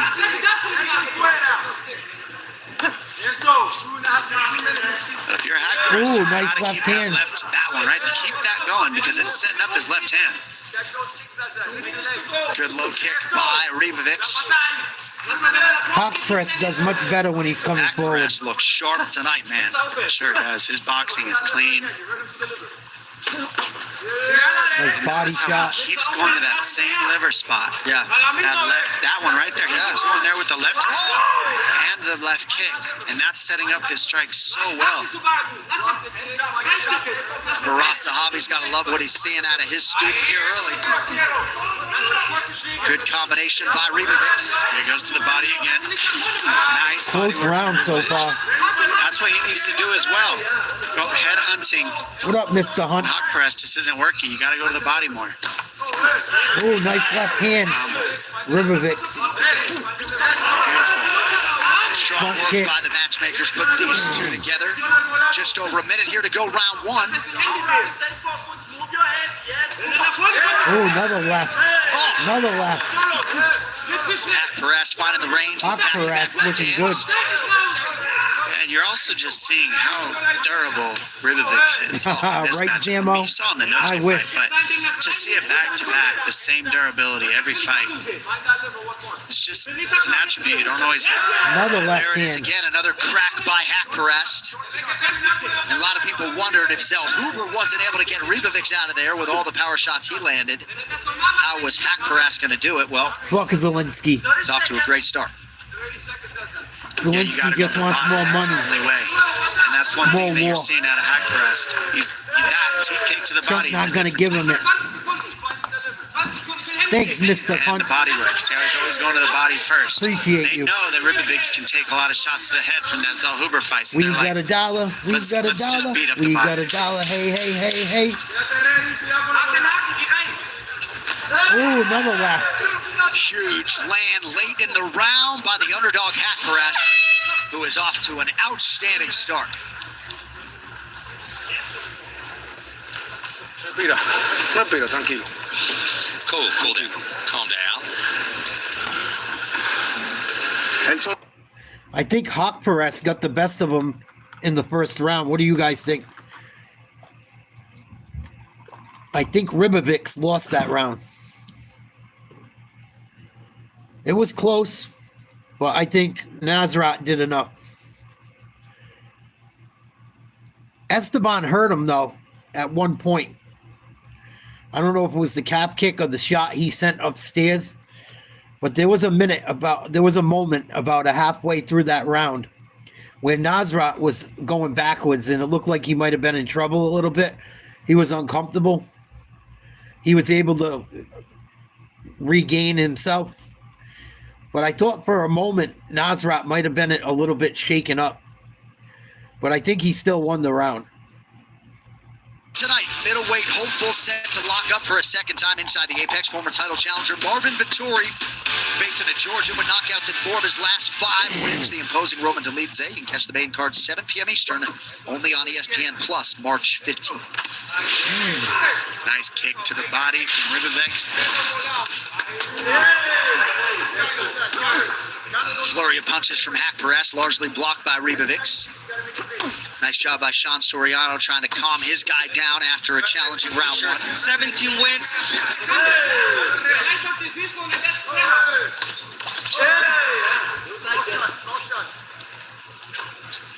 Hack-Perez appears to be in the best shape of his life.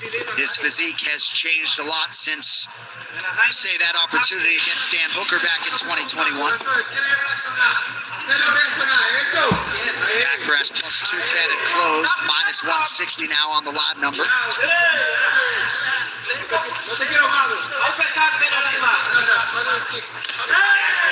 Huge right from Hack-Perez. Nice shot. Hack-Perez, you know, these guys are connecting a lot on Ribovics, but what makes Ribovics different is he keeps the offense very high. Look at, I mean, he just keeps it flowing. He doesn't let it get him back too much. He just eats the shot and keeps the work going. Ribovics landing at a 26% clip, 40 of 156. Ooh. But the offense keeps coming, to your point. Yeah, Hack-Perez looks very good too. Hack-Perez is looking good. His body work, the mixture of high-low combinations, and his defense. He's looking great. Good head movement there by Ribovics. Ribovics is bleeding. Twist at the end of the combination. That Pretty makes bad. such a huge difference. People at home don't know All that. around his mouth, it Step looks like. off to an angle. That's what happens when you stay. Oh, he's getting his head boxed in. Yeah, he's curling out. That's how you stop long combinations from landing, and that's what's keeping him alive against a guy who's as dangerous as Hack-Perez. As he moves and curls the angle, it doesn't just sit in front the whole time. Few pick up Nice on leg the kick. subtleties quite like you, Ribovics. someone who does. Coach Dean Thomas. Dino, talk to us. Yeah, I want to talk about the subtleties of Hack-Perez's defense. Beautiful hands in a great spot, but when he moves his feet, he keeps his body in position, which is why he's able to counter so well. Defense is on point for him tonight, which is he's countering well because he's moving his feet as he's moving out, but he's staying in position. Yeah, that's a great point. We talk about the strike rate of Another calf kick, Ribovics. has forced a lot of those misses. Ribovics starting to get going, but nothing really getting through. One correction is you got to go to the body Hack-Perez more. guard. Because Hack-Perez, look how high his hands stay because he knows it's all head hunting. You got to go to the body more on this man because he's made the read that the headshots are being attacked. Well, and to back up what you said, 185 attempts for Ribovics to the head, 14 to the body. That's what the difference is. Hack-Perez is going high, low, and you're seeing Ribovics stay head hunting solely for the most part. There's a good body combo. More of those. Hack-Perez, though, able to land to the body. Ribovics now counters. Oh. See the team kicks to the body, set that left hand up over and over. It's very clean. Ribovics starting to come on a just little keeps bit. on coming, and Yeah. Hack-Perez starting to look human a little bit now.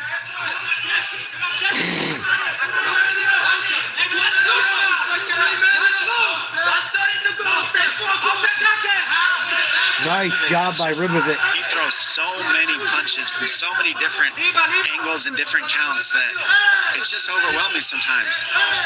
He'll throw 400 strikes if this thing goes the distance. It's crazy. Good Nice counter counter, by Hack-Perez. Close. Oftentimes, Daniel Cormier will say as the night goes on, the level of competition gets better, and this main card has been high level throughout. Oh, that's fair. Nice 3-piece by Hack-Perez. Hack-Perez right up the gut. Hack-Perez turning it up just enough. I mean, I think he really does need to punch up the offense another level if he's going to catch up to Ribovics on the punch count. But he's choosing good shots. That body work's going to keep paying off. Look at that kick. You see how quick that kick comes out from Ribovics? That is the key to victory for him. Oh, nice Keep left. the boxing going and keep winging that left kick. Hack-Perez. Right kick, excuse me. That one right there. I mean, it's fast. Yeah, but it's not getting through. That left hand for Hack-Perez Those is kicks never aren't looked getting faster. through. The deep kick in the left hand for Hack-Perez all night. Oh, nice left. Late for Ribovics. Ribovics going to take this round. Oh, how good is this? 5 minutes. Nice flying punch. Whoa, what a... Superman punch at the end. I give that round to Ribovics. Is there a lot of pressure on this young fighter here tonight? I think it's 1-1. Is life. This is my belt. I earned this in blood. Nah, Ribovics won that round at the end. Everyone gets knocked down, but fighters I think get back up. You cannot break me, I promise you. Adversity is the road to victory. Sacrifice is the price for glory. The very struggle for survival is the fight for greatness. T tried making dinner, but he should have skipped it with Skip Plus. Because he could have saved on fees and gotten even bigger rewards from being a Skip Plus member and got... It's okay, T. Join Skip Plus and get 6 months free. Raptors Magic, Sunday on Sportsnet 1. Warning, the following program contains extreme sports and violence and may not be appropriate for younger viewers. Viewer discretion advised. Fight Night is presented by Bud Light, and if only you all could have heard the intensity. Yeah, I think it's tied up. Corners, Dominic Cruz all sorts of fired up to my right. Sahabi looking for defense and footwork. Sean Soriano and Phil on the other side looking for some work to the body. No solo cabeza, también el cuerpo. They're saying hit the body as well. And I love how Ribovics was able to kick the stool out at the end of that round. He was so mad for how close the fight was in that at the end of that round that he kicked the stool away. I don't need a rest. That's the type of mentality. Nice trade by both guys. Ribovics keeps coming, really, man. Really good, Dom. Stop. I went over to Tom's house one night, and he was watching the fights in Spanish. So, trying to get better. Hey, nice. Well, practicing something. This Ribovics going to be interesting if he could ever ascend to a main event, because this output over 11, 12 minutes is absurd. Well, both of these gentlemen are showing why they're main event fighters. This is what you're doing. You're showing that they can do it. It's only 3 rounds, but man, can you imagine this for another 2 rounds after what it's been? Incredible. These guys are looking just fantastic tonight. I love this fight. Good connection by Ribovics, but Haqparast very responsible defensively. Every fight's been a stand-up fight, pretty much. 332 Not much grappling in it. Ribovics. Oh, beautifully done to the body by Nasrat. This is close. Very close. Anybody's fight, 3.5 to go. It really is. This is really going to be who wants it more. You got to seriously pour it on in this 3rd round, because they both know each other's strikes now. They got the speed, they got the timing. They're both a little softened up from the beating. Ooh. Who's tougher? Who's Both of them landed. Who's got better output? That left hand a moment ago might have been Ribovics' best connection, but now Haqparast with a big elbow. I like the read on the elbows. Ribovics just keeps coming forward. Will not stop. And that's He's throwing a lot more punches. It really is for him. His non-stop offense since the second round. And if you're Hyder Emil and William Gomez in the back thinking, man, I thought we had fight of the night wrapped up. These guys got a Ooh, nice job by Haqparast. Oh, hurt him with that one. Yeah, that got Haqparast off balance. Oh, big knee. Massive knee from Ribovics, somehow eaten by Haqparast. How did he eat that knee? Haqparast is split. And that knee, the damage alone. Wow, he's split. This fight. Oh, we'll see now. They're both bloody. So we don't Here know comes Haqparast after he got hurt. With the damage also.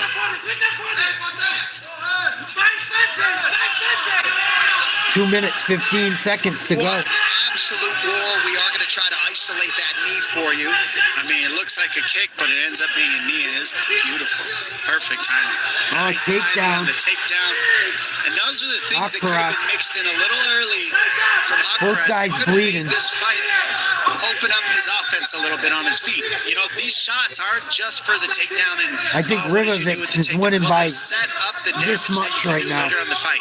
This could have helped out Haqparast, but here we are now. He's in on it.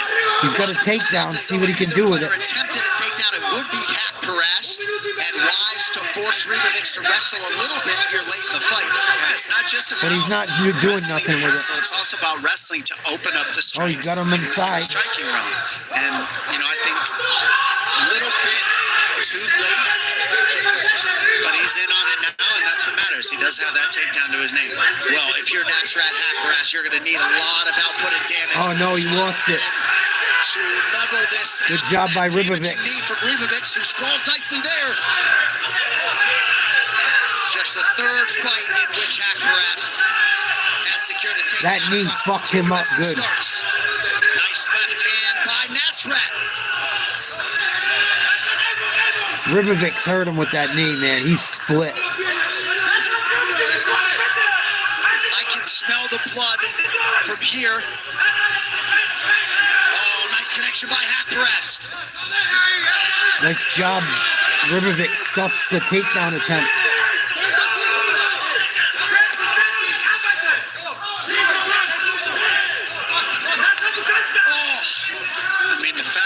See Ribovics curling is just keeping him alive, so he's not just brawling in a straight-on exchange.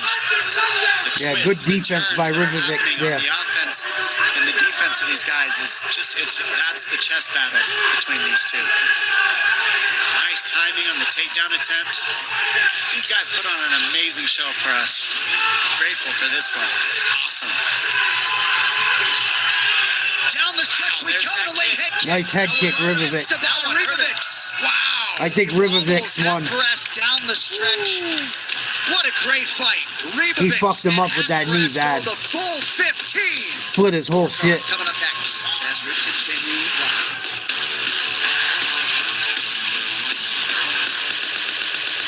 I got to give that one to Ribovics. He was the aggressor most of the fight.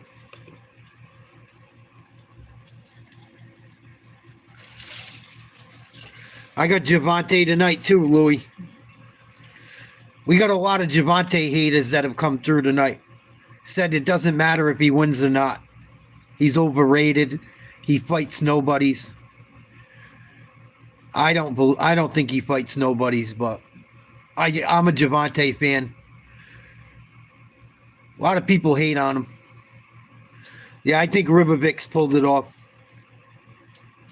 It was close, but the second and third round, he did more.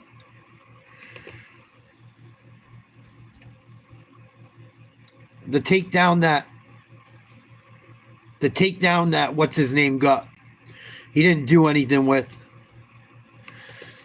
Has put together two epically entertaining fights back to back. The question beckons, did he do enough to win it? Joe Martinez with the decision. Well, ladies and gentlemen, after 3 rounds, we go Look at to the guys' faces. Who looks like they won? Judge Bell has it 29-28. Looks like Ribovics won if you look at their faces. Judge Lee, 29-28, Ribovics. And Judge D'Amato scores it 29-28 for your winner by split decision, Nasrat. Wow, he got fucked. Ribovics got fucked. Nasrat's leaking blood still. That's whack. Bad judgment. Tremendous sportsmanship from Esteban Ribovics, and what a fight between these two lightweights. Robbery. How did you win the fight when you're still leaking blood? Morocco's Nasrat Haqparast 5 consecutive. How did you win when you're all busted up and the other guy doesn't look busted up at all? I hate that shit about fighting. If someone else is all beat up and the numbers are close, they lost the fight. It's for you. You changed my life. Thank you so much. He's still leaking blood right now. And 5-fight winning streak. I'm coming for the top 15. Renato Moicano, you are next, brother. Robbery. Renato Moicano is the call out. Before we let you go, your left hand has never looked faster. I'd imagine you felt really good about the way you started this fight here tonight. How'd you feel to start this fight? Brother, third longest winning streak in lightweight division, and they didn't even put me in the UFC game, man. What up, Just? Get you the game. I'm getting into my prime now. When I signed with that UFC, was a robbery. Hunter Campbell told me I'm going to be champion with 30. Trust me, Hunter, I'm not going to disappoint you. I'm coming now for all the heads of the top. He had a good first round, but other than that. Look forward to the number next to your name next week. Ladies and gentlemen, 5 in a row. Nasrat Haqparast. Man, what an awesome awesome display of toughness from Hakparast. He came out here 5 in a row, body head, really won him that fight, going high and low and finding the openings. And man, they sure put on a show for us. All right, so all three judges, as you might expect, gave Esteban Ribovics that third round. But in round 1, 2 or 3 for Hakparast, Mike Bell and I can't believe people gave Ribovics. 2 of the judges gave round 2 to Hakparast. It was Ribovic's best round. What are you talking about? Colby Covington in the crowd. I've had enough of him lately, too. Sick of Colby just running his mouth. Another one that I'm going to be in a war. It's going to be a war. And fucking fall asleep watching him. What a robbery. I can't wait for the Tank fight. This UFC card's been all right, but it hasn't been as good as the last few fight nights. Tellez versus Williams are in the round 4 in the boxing side of things. Who do we got up next in the UFC? Cody Brundage versus Julian Marquez. This is like a 50-50 fight. Brundage is like slightly the favorite by $10. And then we got Manuel Kopp versus Asul Almabayev in the final for tonight. here on ESPN Plus. Live from Las Vegas, UFC Fight Pass Invitational. What UFC did is just unbelievable. They brought us the best grapplers in the world. The tap it is done. Insane. UFC Fight Pass steps into our... Let's see what's going on the boxing side of things quickly. And again, as we continue to... Tellez versus Williams. Round 4. WBA interim super welterweight world title on the line. Either the opponent is trying to move and cut out the ring, close that gap. Sharp jab from Sayez. Lead right hand misses 4. Down the ropes. Williams goes to the body with a left hook. Another left hook to the liver by Williams. And that you don't want to do. You don't want to let the old wolves get comfortable. Right uppercut by Sayez. I like the way that Williams is picking his spots here. Sayez looks good. The better shots in this round, giving just enough to Sayez as a reminder as he's picking up his tells. He's, as we like to say, downward information. Well, we'll see that later in the show, I'm sure, from a guy called Gervonta Davis, as he will headline defending his lightweight title against current junior lightweight titleist Lamon Roach Jr. But we are just starting here, and we're headed to round 5 of this matchup at 154. Arm down. Deep breath. Give me a deep breath. How we feel? We've got 3 more fights till Tank Davis.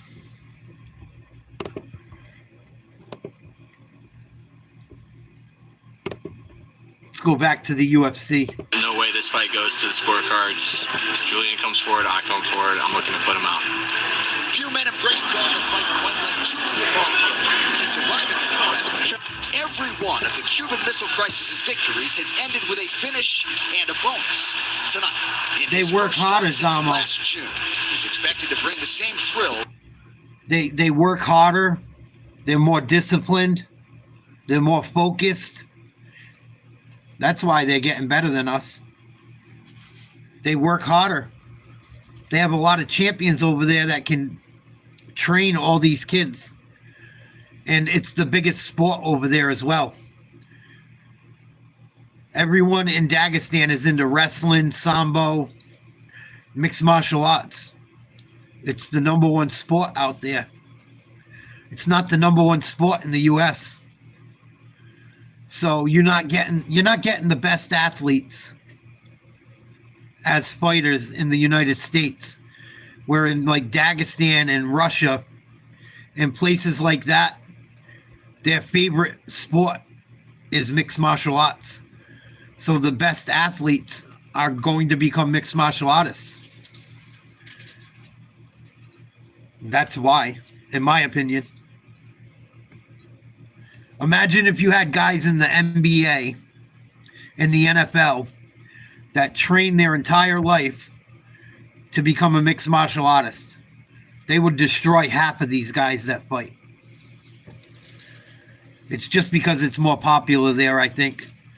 And they're working hard, and they're good at what they do. A lot of champions come out of there. All these things, you see the weakness of all your opponents. So I think what's going to help him is he knows Brundage and Brundage knows him, and that makes it fun for us because we're going to see two guys who know each other's ins and outs and how they can cope with it mentally. Julie Marquez, formerly with Glory MMA and Fitness under James Krause, spent a time at Factory X. Now it's the MMA Lab. We'll see what he has for Cody Brundage tonight. Come on, Cody. Come on, Cody. Don't quit. Let's have some fun, Cody. Shut the fuck up. Let's go, Cody. Well, the joy has returned for Cody Brundage. That was clear in our fighter meeting as he makes his 11th UFC appearance. Was to face Ryan Loder, the Ultimate Fighter winner. Instead, it is going to be Julian Marquez. And Cody Brundage just has a lot of confidence in this matchup, Dominic. Feels like those repetitions in training gave him a great foundation as to what he might see in this fight tonight. Yeah, and he has the same thing. Brundage knows, like, hey, I can wrestle this guy. He knows I can take this guy down. He also knows if I can't take him down, I've done rounds with him on his feet, and I'm confident I can handle it. That's what he said in the fighter meeting. So the real question is, mentally, where is he at for this octagon today? The man who wins in here is the man who's most prepared on this night, wants to get in there, because all the knowledge outside of the octagon, all the cornermen that you have in the world, all the fans you have, can't help you once they close that octagon. It just matters how prepared you are for the fight, and that's what we're going to see with these two tonight. Cody Brundage had to do a lot of soul searching to get back on the proven ground tonight, and all the answers he was looking for, he found. His daughter... Yeah, why not? I would rather be calm. I mean, there's different songs you can walk out to, right? I always thought it was a good idea to walk out to something that might relax you a little bit. What would your guys' walkout song be if you were a UFC fighter? I have a bunch of them. I've always thought about it. I think if I was a fighter, I would walk out to Adele, Skyfall. I think that's the song I would come out to. Hell's Bells, Bob Marley, right? Be calm about it. I have a few songs I would pick. I like Adele Skyfall, though, because it's kind of a fucking... It's a common song, but it's crazy because of the movie it came from and shit. I think that would be one of the songs I would pick. Reggae, tribal beat, Citizen Cope, Let the Drummer Kick. I don't know that song, Mark. I'll check it out. I always thought about another song that I liked. That's kind of when I did jiu-jitsu. We used to train to. And I'm not a big fan. I just like that one song. Bring Sally up, bring Sally down. It's like a good song to get like your tempo and your timing. I think it's by Moby. Yeah, I think about it every now and again too, Juice Man. But I think I might come up to the Moby song, Bring Sally Up, Bring Sally Down. I like 007 though. That fucking song by... If a top fighter came out to that shit by Adele, so they would go fucking nuts. That Skyfall track. I also like ODB. Come out to like Brooklyn Zoo, something like that. Probably Brooklyn Zoo over Shimmy Shimmy Ya. But maybe some fucking ODB.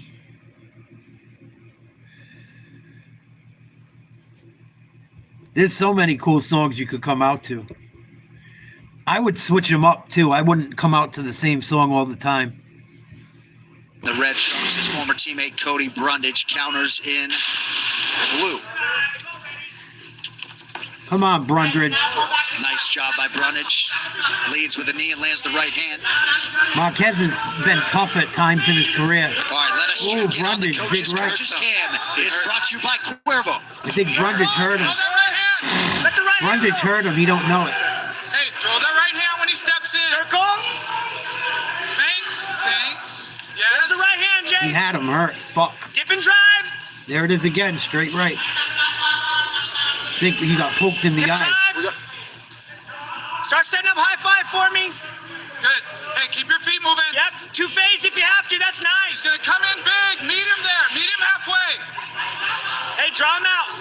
Finish inside the top. John Crouch, Randy Steinke, Bruce Xavier Martin to the corner of Julian Marquez. I mean, I can see the comfort from Brundage right off the bat because he came straight out with the right hand and he's not looking just for a shot. You see another fight with Brundage, he goes straight for the takedown. Like he doesn't know what the strikes are.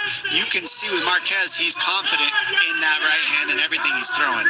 It's just different. He's come out completely different. Nice job pumping the jab, Brundage. Jab and a follow-up overhand right lands for Brundage. Good start for the father of two.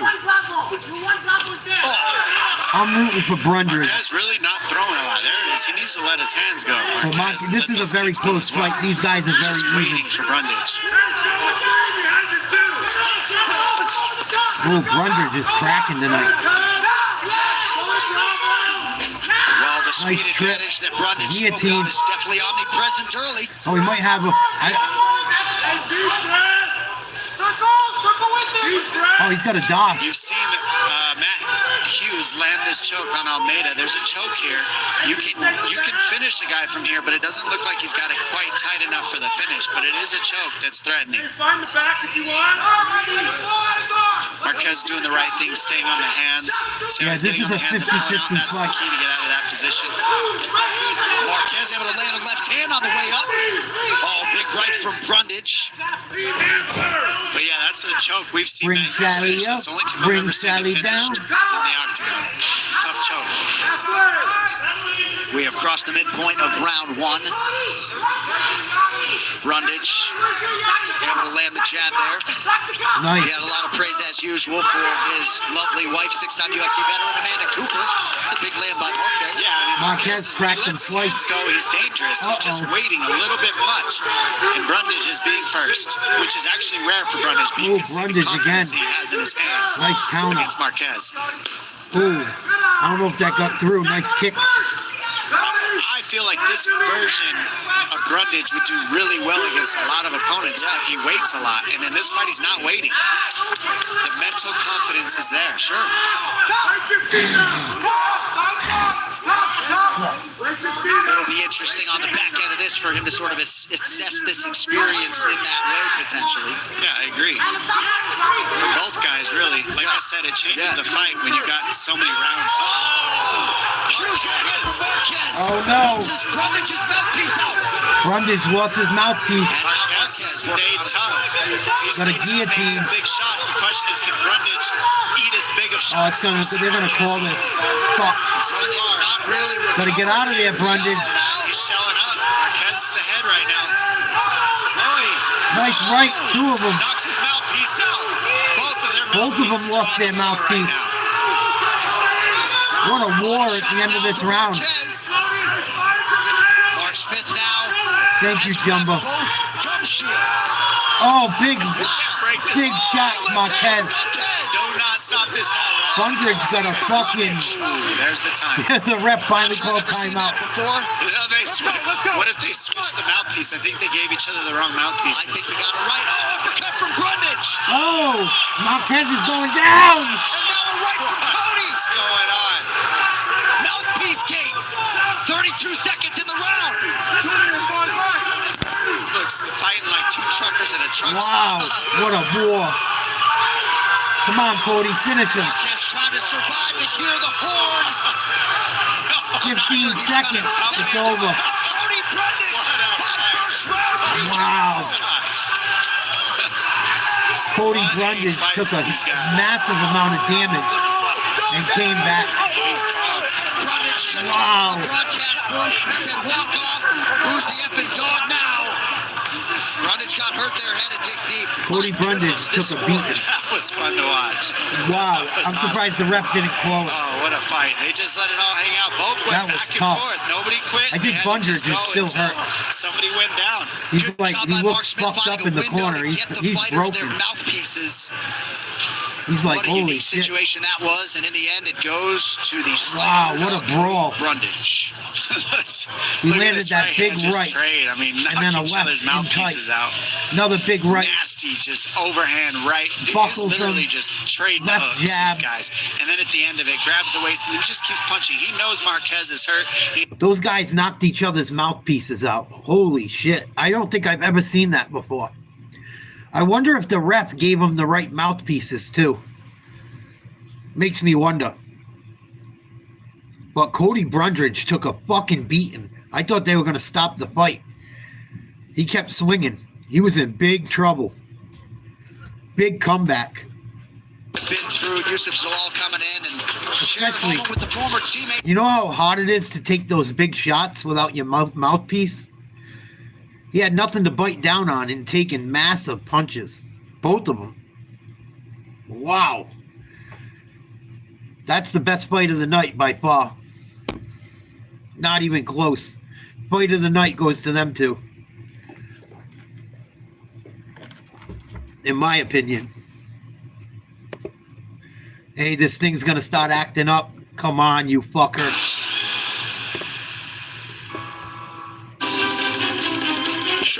Wow. That's the fight of the night so far. Let's check out the boxing action. Tellez versus Williams. 8th round. I think we got 3 more fights before Tank comes on. Hopefully there's some quick knockouts so we can get to the good fights. That Valenzuela-Russell fight should be good too. The fight right before Davis and Roach. I'm going to try and do both of them right after the UFC. From the post show, Kamaru Usman, Dean Thomas, Dan Helly going to be here with you. Cody Brundage with a massive win on the last fight of his deal. He knew he needed it, and he got it. That's all going to be coming up on the post show. Wow, that was the last fight of his contract. What's up, Cam? Let's send it to the voice of the UFC, John Anik, for our main event. All right, Hellcat, thank you very much. Nice moment there by Cody Brundage and Julian Marquez. To make this one official, we go inside the octagon where we find Joe Martinez. Ladies and gentlemen, the end comes officially 4 minutes, 45 seconds, round number 1. Referee Mark Smith puts a halt to the fight for your winner by TKO, Cody Brundage! Big fight for Brundage. That was the last fight of his contract. So anyone out there, please like, share, subscribe if you haven't. I cover sports, politics, all kinds of stuff. Kind of have a talk show. That's kind of what my channel is right now, is a talk show where you can interact. We can talk about all kinds of stuff. To some of my longtime subscribers, I got an email from a subscriber who is not a subscriber anymore, that wanted to wish everyone luck. And said he wouldn't be around because he was mad at me. Tom Howe sent me an email today saying he won't support the channel or be watching anymore because I told off the psychic I had on, because I told her off on air, and the psychic has helped him a lot, which I'm happy for. So he will not be tuning in because I was mean to the psychic. But he wishes everyone the best of luck going forward. We wish you the best of luck too, Tom. Yeah, she sucked a couple people in, dude. She sucked some people into her fucking web. I'm glad I didn't get sucked into it. Well, it is what it is. So Tom Howe's alive and well. I guess you can't support more one YouTube channel You can only support one at a time. But he wanted to let everyone know that's why he hasn't been around. Because I was mean to the psychic. Whatever.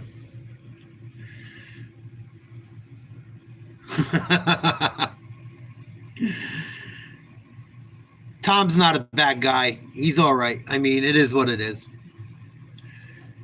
But I'm not going to get doing a bunch of dumb shit. Yeah. I'm kind of glad because Tom was always bothering the women. Trying to get their emails and shit. And scaring people off. So it's just as well.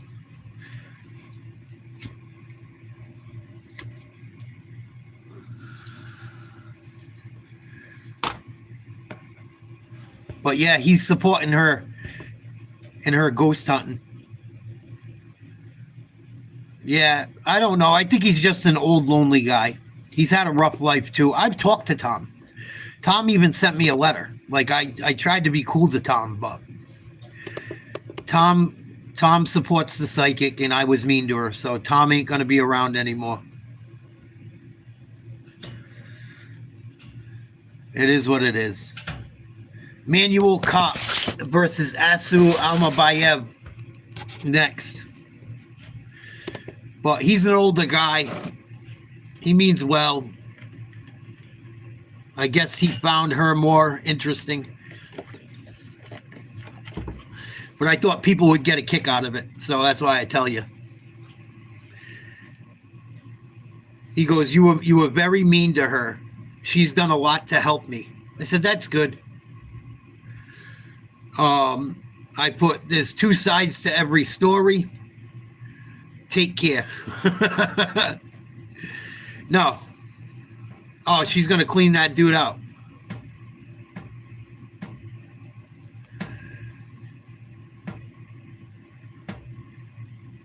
No, the problem was she talked about things I didn't want brought up.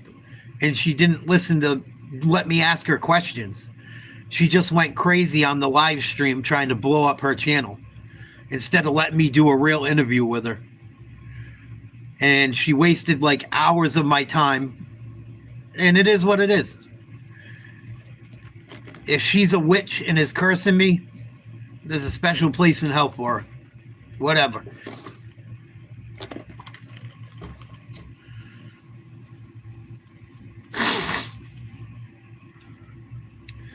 It's been decent so far, Jet. Pretty good. The last fight was the fight of the night so far. Also, in football, big trade. I just heard when I went and grabbed cigarettes when I left you guys during the fight to listen up. Washington Redskins trade a 5th round draft pick for a wide receiver from the San Francisco 49ers. Deebo Samuel is now a Redskin. If he stays healthy, that could be trouble. Fucking boy. Jaden Daniels is going to be fucking souped right now. That's what they said on the radio. For a 5th round pick in this year's draft, they fucking stole him. They got to pay him a lot of money, but no, I haven't been hitting the gym at all. I just haven't been drinking as much. Really. I haven't been drinking as much, and I've been kind of like, I don't eat a lot anyway, but no, I haven't hit the gym at all.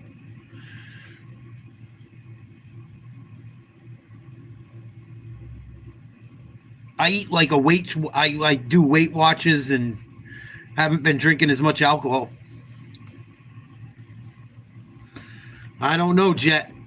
He's got a big contract. I know he gets paid big money, but I don't know what it is.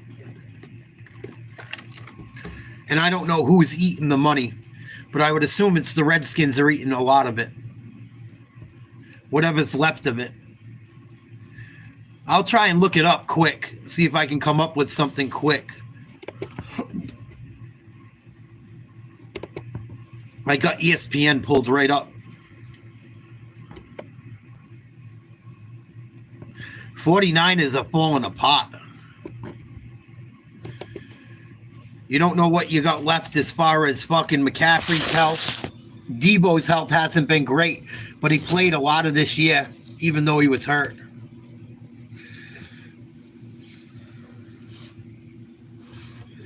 Commanders trade to 49 as a 5th-round pick for Debo Samuel Jr. Sr.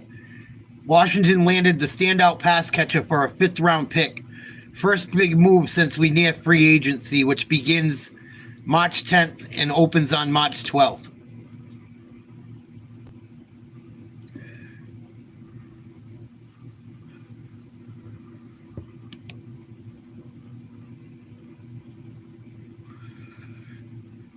It doesn't say who's paying money about anything. So I'm sure the money's going to come from the fucking if he's playing for Washington, they got to pay him his contract while he's playing for him. We know that. But you guys will have to look into all that information. I can't find it quickly.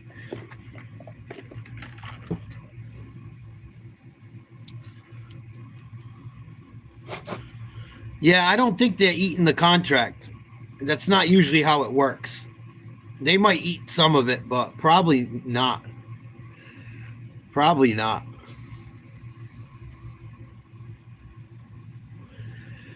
It kind of pisses me off that the Pats didn't go for him, too. For a 5th rounder? What the fuck? But he has been hurt a lot. There's been rumbles all through that locker room. The 49ers locker room's a mess. I don't know who's causing the problems, but maybe Debo's part of it. I don't know. But him with Jaden Daniels could be very fucking scary. Very scary. Jaden Daniels did a lot with a lot of guys we didn't know much about this year. In all honesty.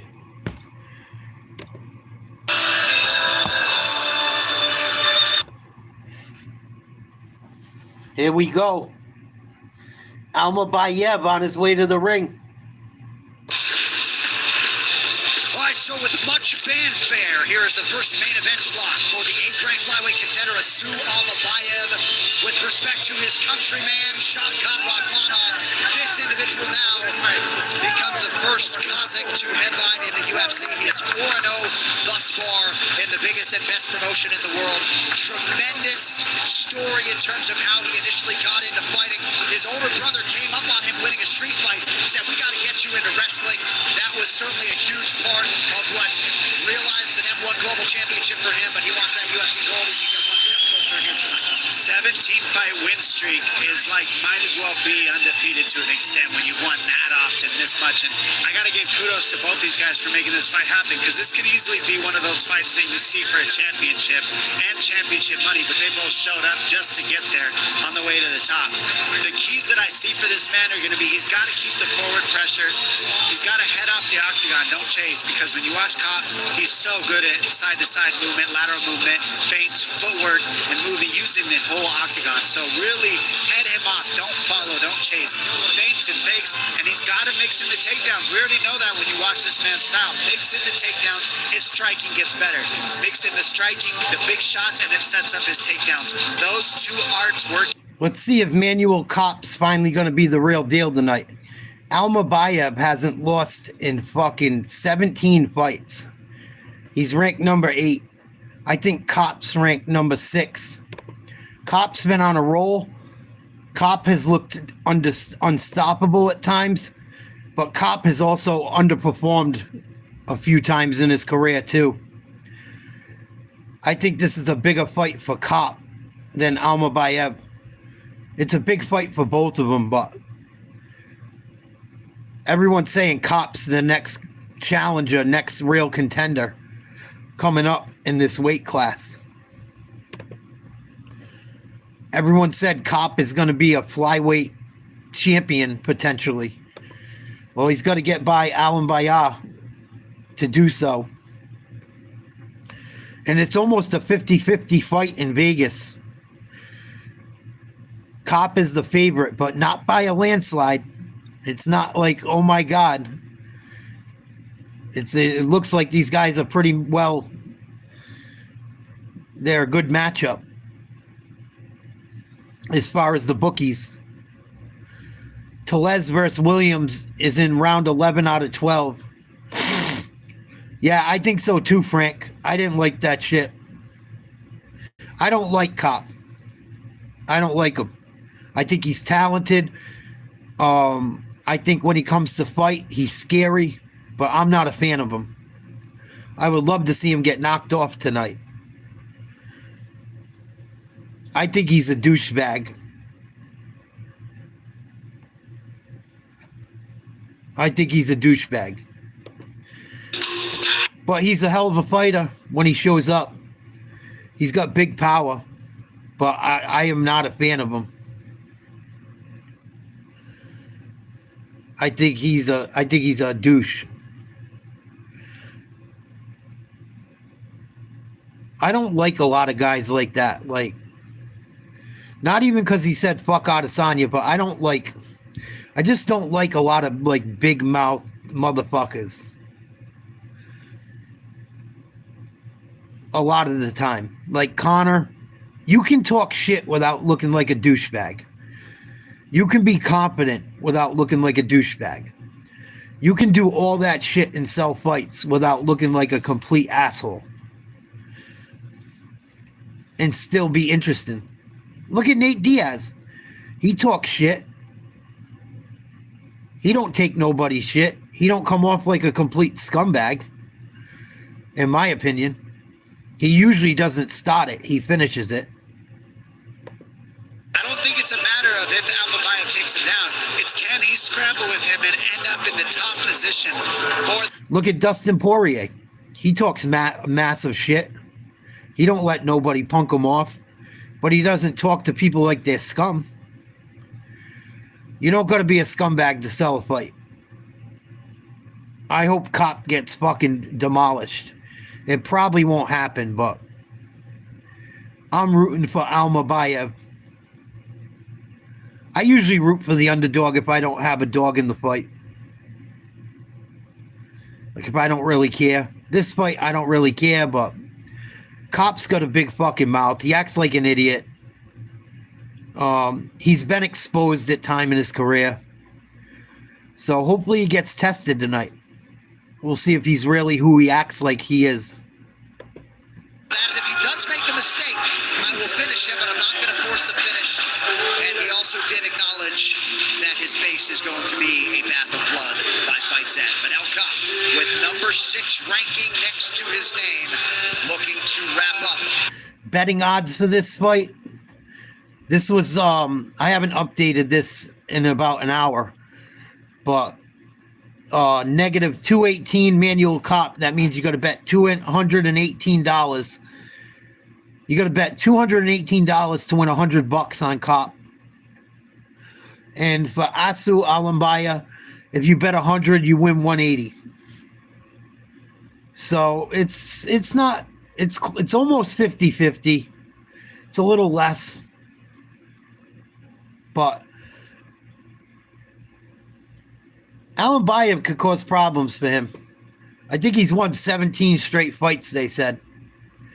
Cop's just got nuclear power. But I've also seen Cop get dropped. He likes to brawl. Octagon side, Mike Bell, Sal D'Amato, and Chris Lee. And inside the octagon, your referee in charge of the action. Yeah, about that, yeah. And now, ladies and gentlemen, the judges are ready, the fighters are ready, the world is ready. Las Vegas, make some noise if you are ready! Introducing you first, fighting out of the blue corner, his background combat jiu-jitsu.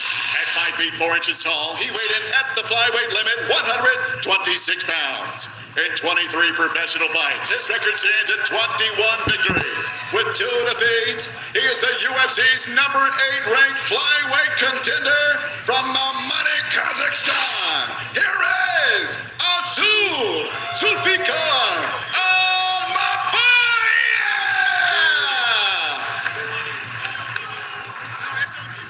And across the octagon stands his opponent, fighting out of the red corner. This mixed martial artist is 5 feet 5 inches tall.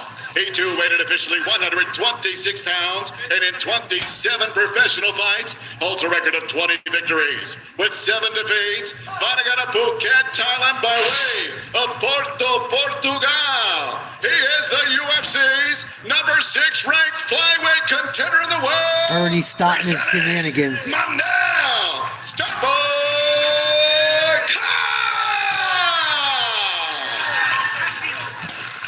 I hope Cop gets his head bounced off the fucking mat. Rules already. Protect yourself at all times. Obey my commands at all times. Touch goes now if you want.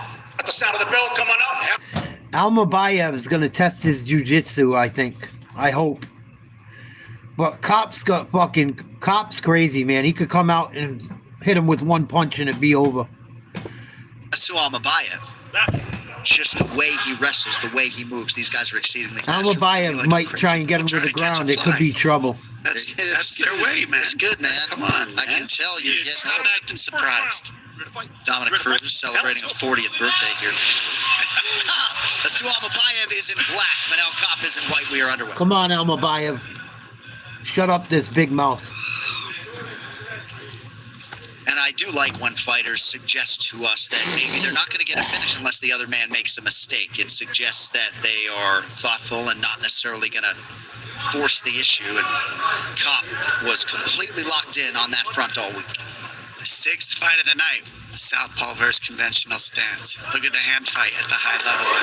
Watch the back leg. Watch the backhand of both these guys. They're going to use this stance better than anybody you've seen tonight, in my opinion, because they're both so good at this. Now look at the lead hand fight. It's so important. Look which way each of them are circling to the weak sides of each other, and they're both trying to line up each other's backhands and back legs.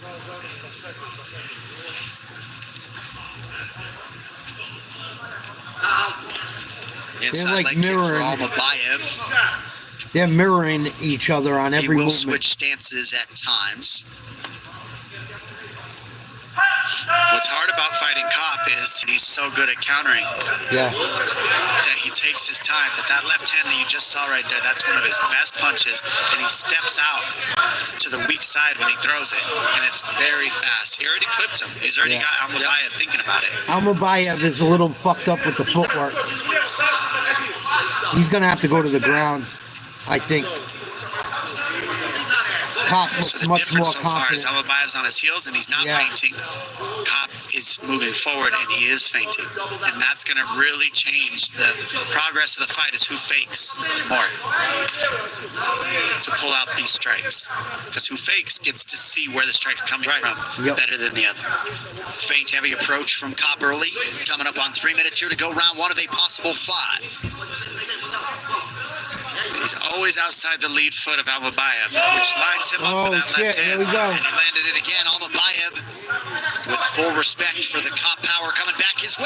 Cop Nice hits him with a combination by two-piece. Manel. Look at Cop's lead foot. It's always outside of Almabayev's, and that's how you know he's able to line He's got up to use that some left jiu-jitsu. hand. Come on, what are we doing?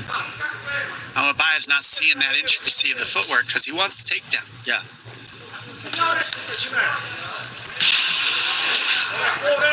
Body kick does land for Almabayev. He is circling away from that power left of Cop. Ate the right instead. Cop looks good early. And the pressure from Cop, he spoke about this in the meeting. He said, as long as I pressure, he can't Almabayev wrestle. looks so And uncomfortable. I kind of agree.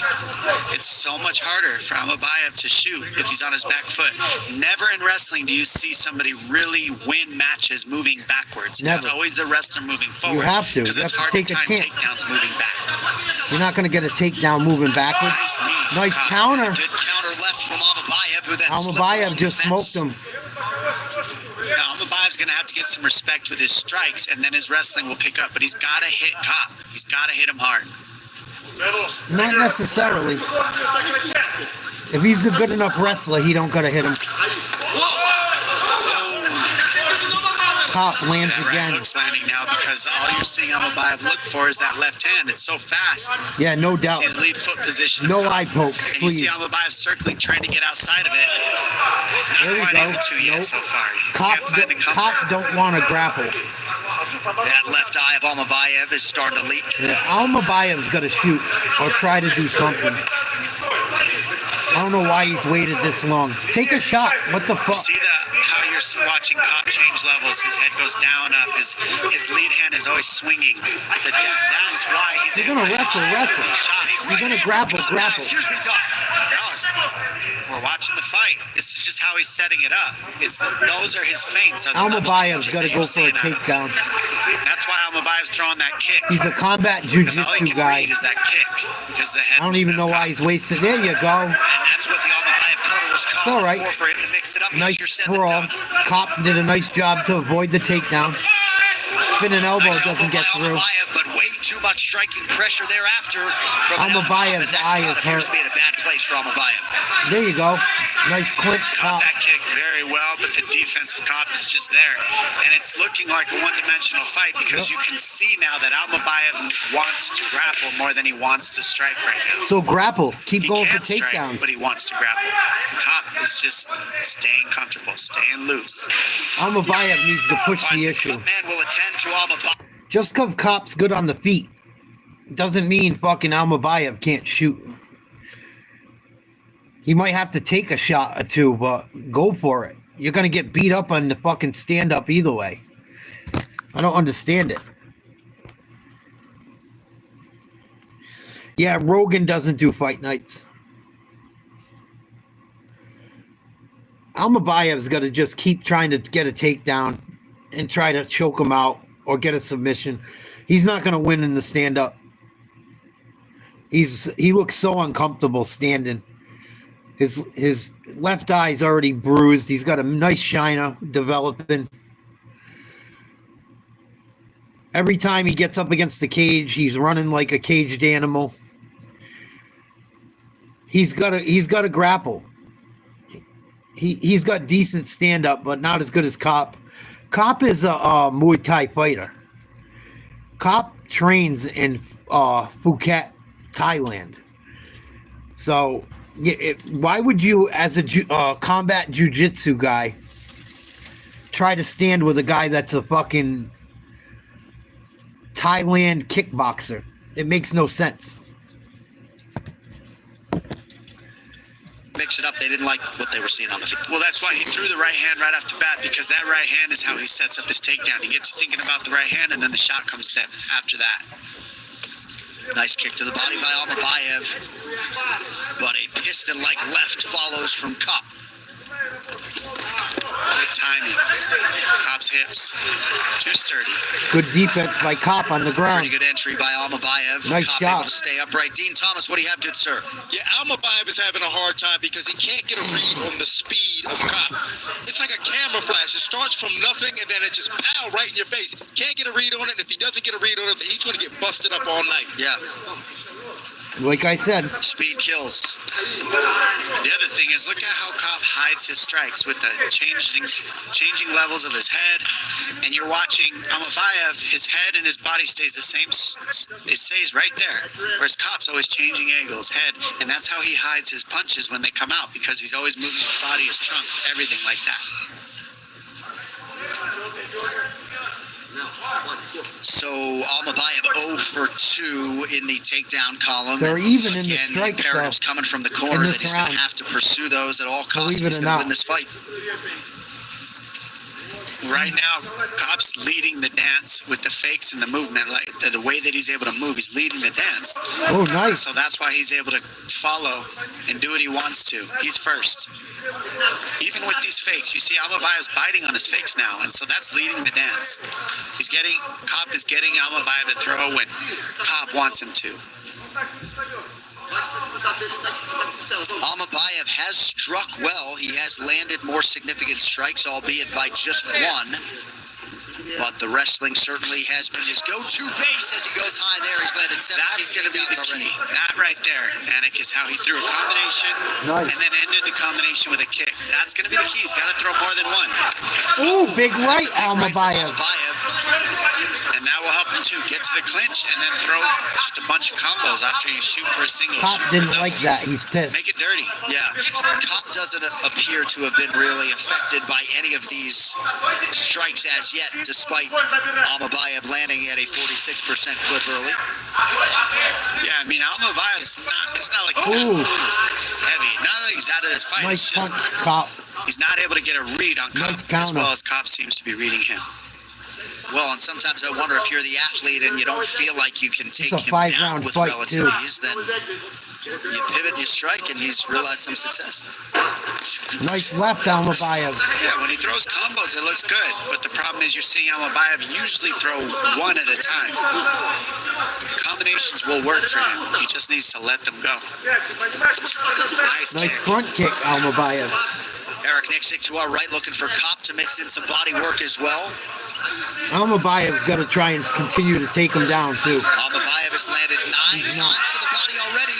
Nice connection by Cop, forces Almabayev to retreat. Make him worry about the takedown a little. Try it. Oh, nice counter. And a follow-up right hand. Awesome knee to the body. Almabayev hit him with a good one See that during that left hand to exchange. the body looks like the left hand to the head, looks like the jump knee, looks like the inside kick. Right. Everything looks similar, but it's always a different finish. And that's what makes Cop so tricky. Cop hit him with a knee, too. Oh, nice rip to the body by Almabayev. The second round's close. Yeah, that is a great point, though. No real tell with Manel Cop, and when you parlay that with the speed, pick your poison. He hides his speed and his tells in the random movements. Almabayev's trying to stay away from like Cops. I mean, they're random movements, but then it flows into his next strike, and it looks like Left his next hand. strike that he's throwing, and everything's Now he's hidden. going towards it. It's just slick feints, slick footwork. There he is, Good back away setups. from it. Pause in the action. Manel Cop thought it was a punch. I think it was. Mike Beltran giving Almabayev the benefit of the doubt. Over here. So we'll have to see. It's not a poke in the didn't eye see if it, you but it get could have been punched. One in. Usually, if a referee doesn't see it, To punch. Legal fight. Hey, legal punch. Let's go. right, they just told him, the review You got official punched told in him the it was eye, you didn't legal, get as Manel poked in Cop the eye. thought, and we are back underway. Waiting seconds of round 2 with Almabayev lands to the body. That's a beautiful body kick. You can tell when Cop hits Almabayev, he's running like a caged dog. And it doesn't look good to me if I was judging. Close All right, 10 round. minutes down, potentially 15 to go. We're going to show you that exchange. That wasn't no eye poke. I don't think. Oh, maybe. Oh, okay. Maybe it was. That was sort of an open-handed Yeah, rake across the eye, so I actually would have argued that Almabayev that should was go close. Get some water. It looked like more of a punch in full speed.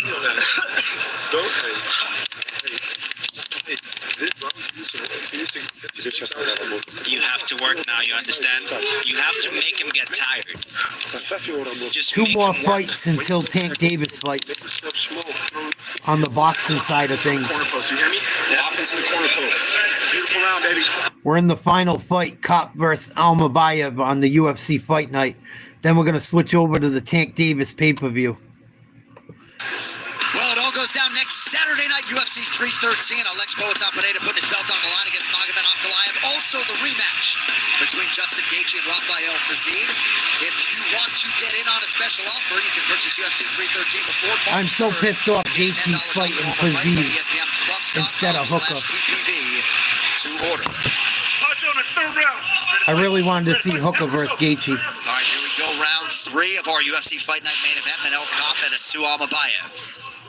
We will be commercial free the rest of the way. Yeah, follow that. Those are the little strikes you're seeing from Almabayev that if he just connects a combination to that, he can have a lot more success on the scorecards and the strikes. He's throwing one at a time and then stops. Follow that up. Right. Those are the little decisions. He's got opportunities. Just got to use them. Almabayev's moving better this round. Last round was close. Cobb really controlling the pace and the dance with the fakes here, and you can see it. Just the way that Almabayev's moving, fighting on stuff. Follow Nice that tap up. kick. Ooh, both of them landed.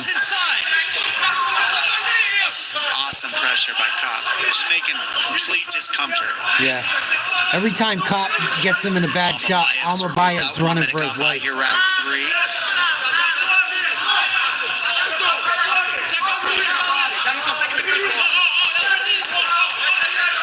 Yeah. He's starting to swarm. Continuing to stalk his prey. Landed a lot of those shots with Almabayev on the retreat. Almabayev wants a timeout. And Asu essentially I don't just know trying why. to call a timeout again. Oh, big elbows from Cobb. Oh, Almabayev's got a He's got to single. make it ugly. It's going to be an ugly fight if he wants to win this. Almabayev, he's got to do this over and over and over, and maybe get stopped, but just keep going. Nice sprawl by Kopp. Very good wrestling by Kopp here. So we are going to show you here in isolation. And again, Oh, he poked him in the eye that time. Mike Beltran did not see That should have been a poke. Almabayev did not get the benefit of the doubt. What the fuck? Wow. That was a bad one. Oh, big left hand and now a knee by Manelka. Almabayev covers up. Almabayev's in trouble. Almabayev stayed safe though. Can he survive this? Almabayev had a real hard time seeing out of that eye. That will do it. That's it. By stoppage in round 3. Almabayev got fucked, but he's running for his life. I don't know about that stoppage. Kopp poked him in the eye twice, too. At least once. Maximizing largely the main event showcase. Twice, maybe. And you gotta think that They his gotta do next something fight about the will eye be pokes. A rematch of his UFC debut, which came against Alexandre Pantoja in 2021. Star boy, star power. UFC's got to do something about these eye pokes. They're out of control. Look, here's the scrape That of was the eye. obvious. It was legit. And then the follow-up, and That's not Almabayev tried right. to stop, but the ref didn't see the eye scrape in the first one or the He second scraped them twice. And you know it's not Cobb's job to Almabayev stop. It's his wasn't job lying. to get in there and get the finish. And you see he keeps pouring it on, and that's good. That job by referee Sloan did a to pump horrible water, job just in this keep match. attacking. It's not easy to do this to Almabayev, even if he's hurt. To keep throwing an onslaught of punches and get the finish. UFC's got to do better. Cobb to do his job. It's up to the ref That's to stop two those situations if there's Two illegal main events in a row end like that. And that is the first time Asu Almabayev has lost a fight since 2017. I'll be right back. I'm using the Manel Kopp restroom. joining Takir Ulanbekov as the only man to finish the Kazakh fighter, who you know is going to come back strong. Tonight, though, belongs to Manel Starboy Kopp. We will give him a microphone. UFC's got to fix that problem. The all-new Little Sportsbook, you get more everything. Sport all in one place. More ways to cook with live betting as it happens. More ways to lock in with player prop tracking. And more ways to celebrate with quick and secure withdrawals. Download FanDuel Sportsbook and get more. Buying a car is pretty daunting. But the price badge on Auto Trader really gave me the confidence that I was putting my money to good use. I think these features definitely boost the confidence. The price badge is awesome. The answer is Auto Trader. Breakthrough action. Phillies, Blue Jays. Sunday on Sportsnet. Warning, the following program contains extreme sports and violence and may not be appropriate for younger viewers.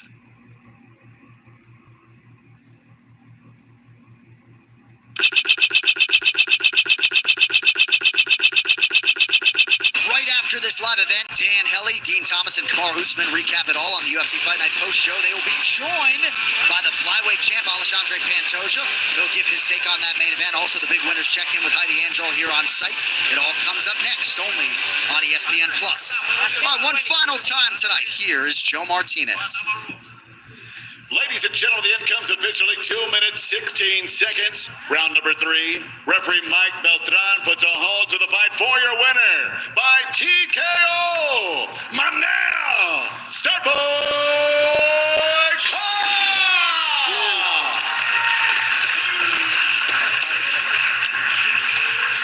And perhaps coming to a title fight near you shortly, ladies and gentlemen, we are now going to grab a minute with the number 6 ranked UFC flyweight contender, Manel Starboy Cop.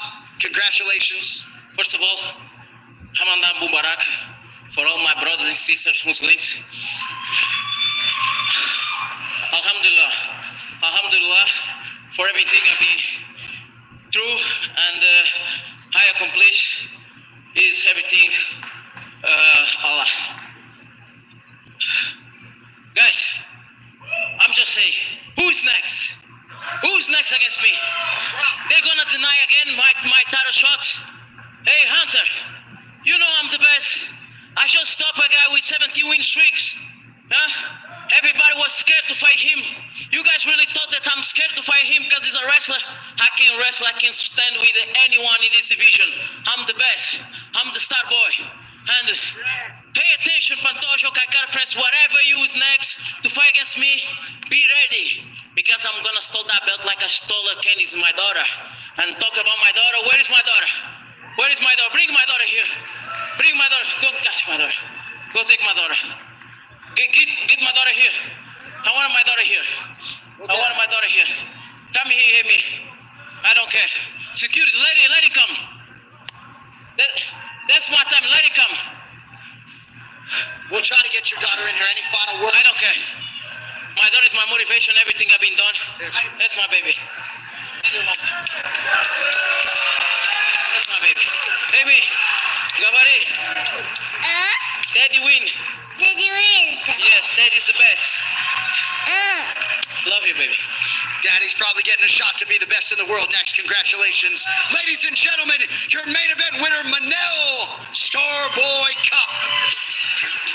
What a job from Cop, showing out there how good he really is. Now he gets to face the only guy early in his career who he wants to face, the title. And you know, you got to believe that's part of what's gotten him here too. Losing to the current champion shows him also how good he really is. And he's gotten himself right back to the top with incredible fashion, picked apart a nasty fighter in Almabayev, stuffed all the takedowns, honestly made it look pretty easy. Incredible job. What a star. Kai Kara France could very well be next, but Alexandre Pantoja could have some interesting comments later tonight on the post show. Plenty more on that later, but for now, 1 week from tonight.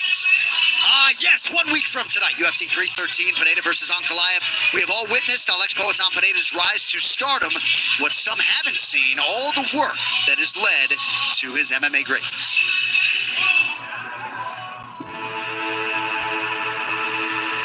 Desde o início, eu venho trabalhando duro. Eu sabia que eu podia fazer um bom trabalho, me tornar campeão. Mas tudo que vem acontecendo hoje, sinceramente, eu não imaginava. It is Poatan's world. No one has risen to the top so quickly. He is the most dangerous and destructive champion in the sport today. Eu quero manter esse título comigo, defender inúmeras vezes. This dude, every time he goes in there with these dangerous guys, he's playing with fire. Oh, that could be the beginning of the end. He is better. Alex Pineda remains on top of the MMA world. His power is just otherworldly. And the consequences of making a mistake against this man are so grave. 3 light heavyweight title defenses in a span of 7 months. How often can this guy fight before he finds himself in trouble? Alex, stop running away. dolga devils आणि не хотел он этого боя, так как он понимает, что это нелегкий бой для него. Он это понимает и чувствует. Enter the credentialed #1 light heavyweight contender Magomed Ankalaev. Алексу не избежать этого боя. Он загнан в угол. His striking is beautiful. The precision, the power, the head kicks, the straight shots. Who you guys want next weekend? I'm rooting for Pereira. I don't really like Ankalaev. I thought Ankalaev lost to fucking the Polak. At least the fight that finished in a no contest or a draw, I don't think he beat that dude. Yeah, I want Gaethje. I want Poton. What a shitty end to another UFC, though. With eye pokes. Like, come on with the fucking eye pokes. When is enough enough? Like, the referee's got to do a better job of handling it. Because Cop was winning that fight and shit. I get it. But 2 eye pokes. The first one didn't look like one, but it was. The second one was definitely one. No fucking calls. I know everyone hates Henry Cejudo for how he handled it the other night, but he got poked in both eyes. He got fucking kicked in the balls and ends up losing. It should have been a no contest.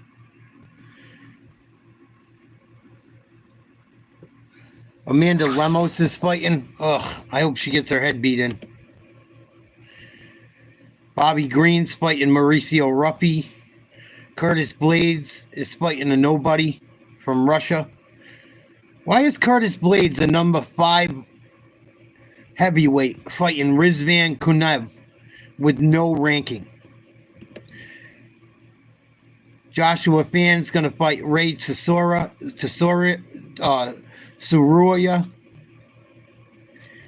I don't like when they have ranked guys fighting unranked guys. Especially if it's like a guy inside the top 5 or top 10. Why is he fighting a nobody? So he can get an easy W and you can keep him around? A little bit bare knuckle. I watch a little bit of bare knuckle, but not a ton. I watched a little bit of it last night, and it was pretty boring.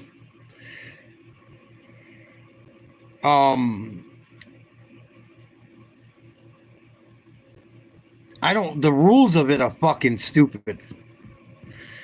In all honesty. I watched one fight where there was like 6 knockdowns in one fight.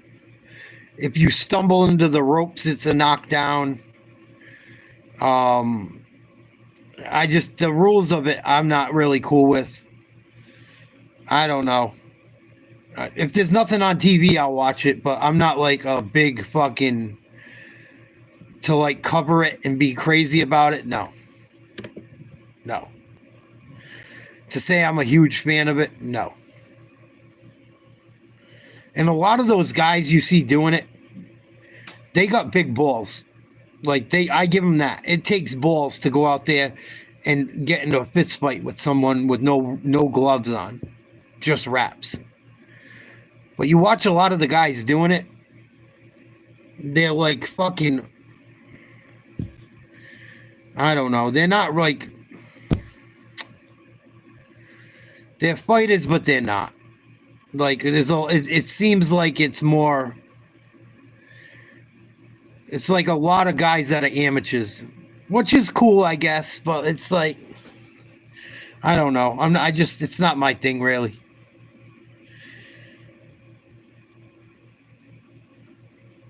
And it only takes one punch with the fucking bare knuckle. Especially when you get in the heavyweights and shit, in the larger weight divisions. Cop won by a TKO, but he poked him in the eyes twice. And they didn't stop the fight for anything.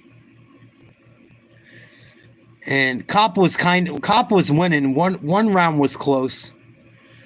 But cop poked him in the eye twice and they got away with it. Pretty much a repeat of fucking what happened with Triple C. But that bare knuckle shit, I could live without, honestly. I don't think it's like, I don't think it's ever going to get huge. You know what I mean?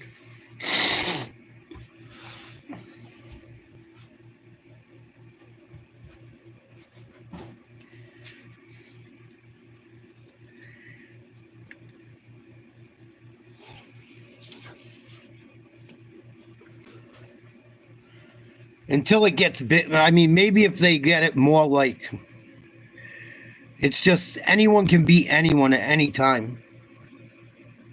Like, there's skill involved, but there's not skill involved. It's like gambling, I guess.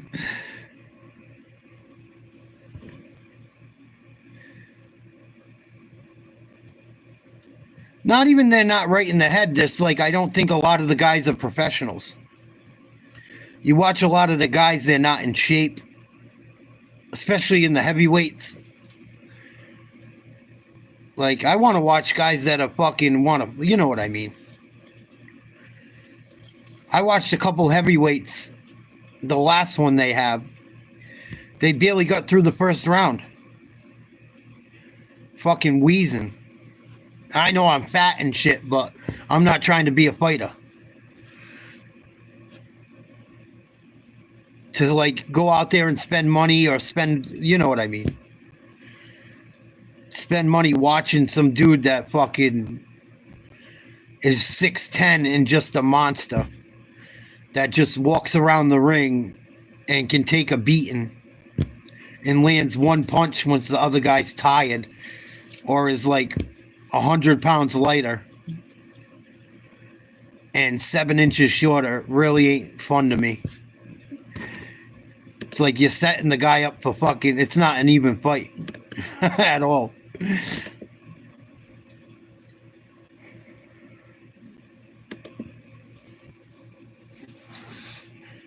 It's just not my thing. To each his own, whatever. But it's not for me. Like I said, I'll watch it here and there. But every time I watch it, I end up turning it off because it's like, yeah. I watched one a little while ago that was good. And the one in Philadelphia was a little bit, there was some good ones and some bad ones, but I could take it or leave it.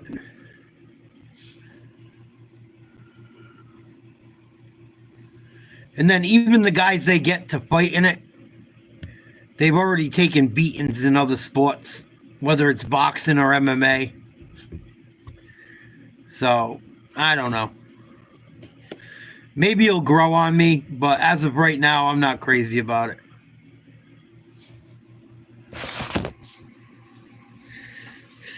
Albert Puello versus Sandor Martin is going on right now. Let me charge up this phone while we wait for the tank fight before I forget. And we'll be fucked.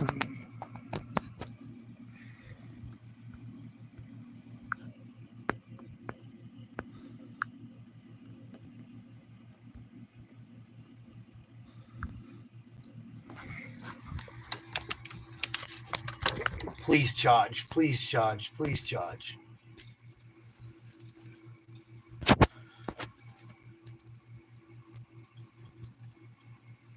All right. Hopefully this phone charges.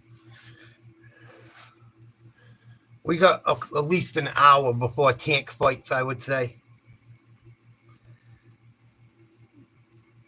But yeah, I want Pereira to win. I want Gaethje to win.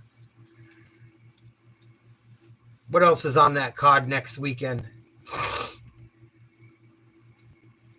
Jalen Turner fighting some dude, Ignacio Bahamondes, I've never heard of. It's negative 110 right now for each of them. So that's a 50-50 fight, supposedly.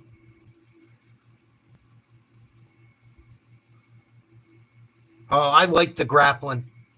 It's mixed martial arts. It's not boxing, SoCal. That's what mixed martial arts is. It's who's the best at all the martial arts combined. Amanda Lemos versus Isman Lucindo for the women's strawweight bout. Lemos is tough. Bobby King Green. He changed his name to King Green. What a fucking idiot. Versus Mauricio Ruffy. Curtis Blades versus Rizvan Kuniev. Joshua Van versus Ray Tsuruya. Bruno Ferreira versus Amin Petrosyan. Alex Moreno versus Carlos Leal. And then you got early prelims. Jordan Santos versus Ozzy Diaz. And Marion Santos versus Francis Marshall. I like the grappling. I like the guys that can do a little bit of everything. Grappling's so important. If you can't grapple in most fights, you will lose. Even being a regular guy. Unless you can land a punch that will knock someone out constantly, you're not going to win too many fights just being a striker.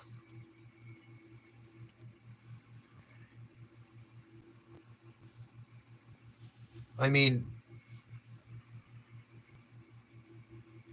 of course he is. Of course he is, SoCal.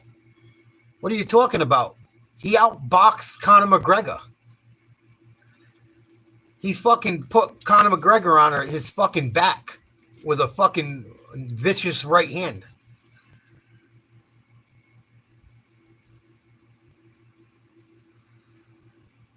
What are you talking about? Yeah, you better get rid of that message.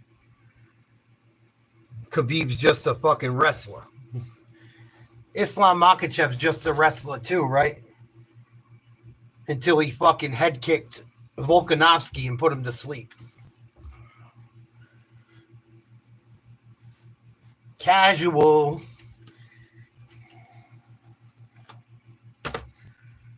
Same thing with Charles Oliveira, right? Just a grappler, just a wrestler. Justin Gaethje's a wrestler. So you can save that shit.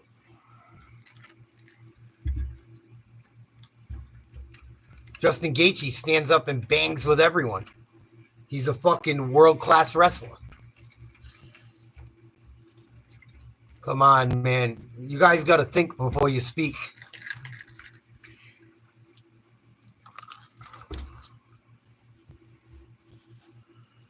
Holy shit. I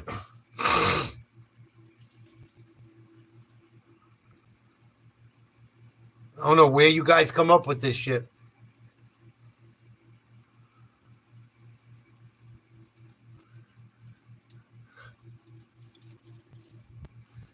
I don't know where you guys come up with this shit sometimes. Thanks for the share. All right, sounds good. Once again, UFC 15. The distance, clinching, disrupting Boyle.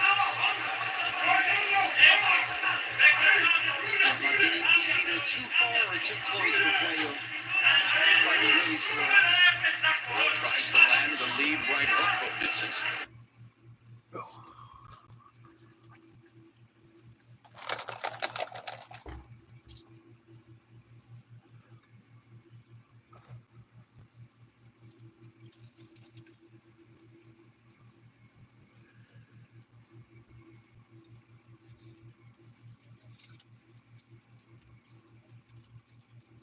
Albert Puello versus Sandor Martin going on right now for Puello's WBC junior welterweight title.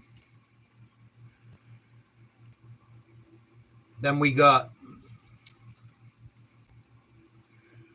Jose Valenzuela versus Gary Russell. That should be a good fight. And then we got Tank Davis versus Lamont Roach. Once my phone's charged up, I'll put it back on, and we'll listen to Jose Valenzuela versus Gary Russell and Gervonta Davis versus Lamont Roach. But I got to charge up quick. The last two fights should be very good. We almost had perfect timing. I'm actually glad we got a little space in between so I can charge this phone.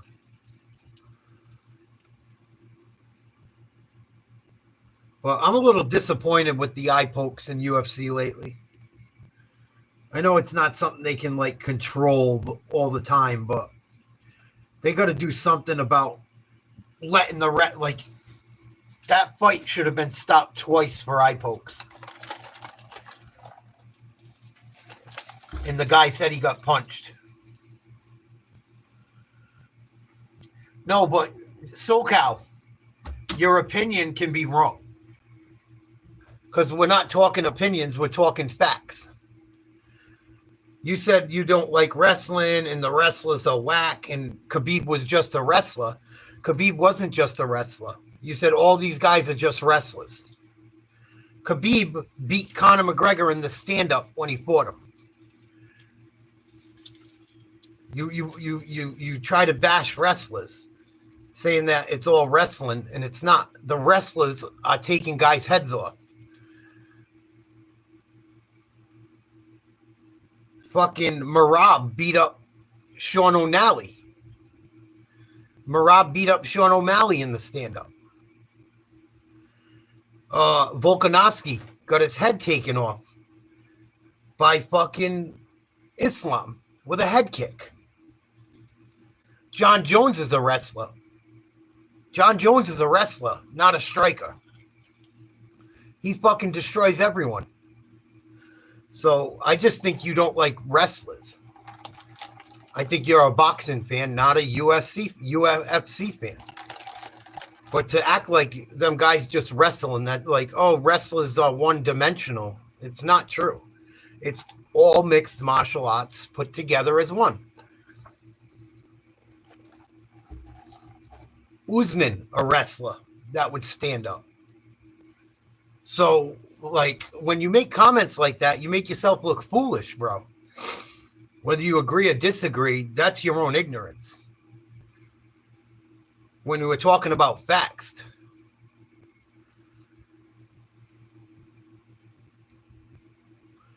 SoCal, you obviously have your opinion already made up. I'm not going to waste my breath anymore. Conor McGregor, you brought up Khabib and said all he does is lay on people. Khabib beat Conor McGregor standing up. Stood up with Poirier. Took him to the ground. Every fight starts standing up. Come on, dude. Come on. You sound like a fucking casual fool. Khabib didn't lay on anyone. Khabib didn't lay on anyone. They couldn't get up. I like when a guy can't get up and the other guy beats the shit out of him or chokes him out. I love it. Absolutely right. Has nothing to do with sexuality. Has to do with the sport. Stop projecting.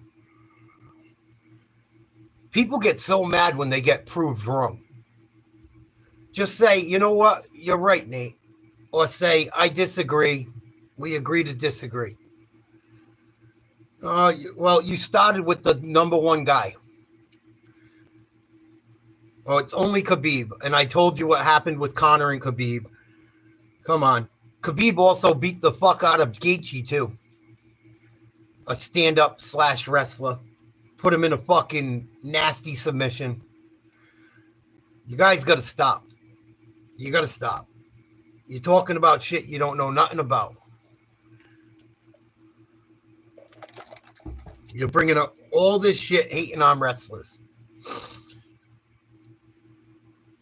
You'd rather watch bare knuckle boxing. Come on. Tells me everything I need to know.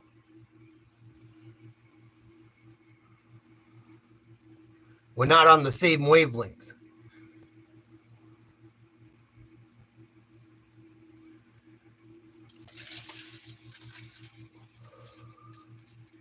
People get mad to disagree. It's okay to disagree.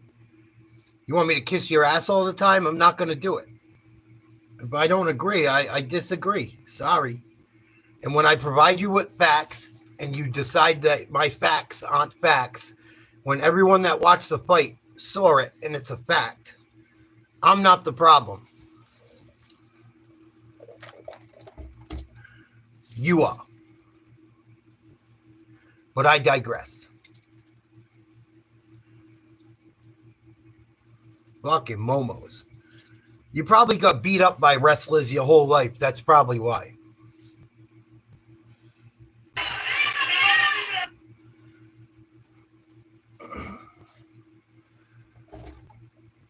I think it's harder to smash someone on their head than throw a punch. Not for nothing.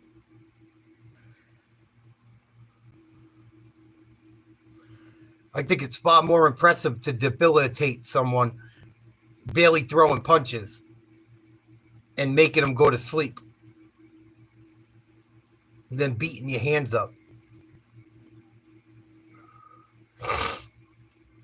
It's funny because every wrestler pretty much ends up beating the stand-up guy. It's probably why you don't like it.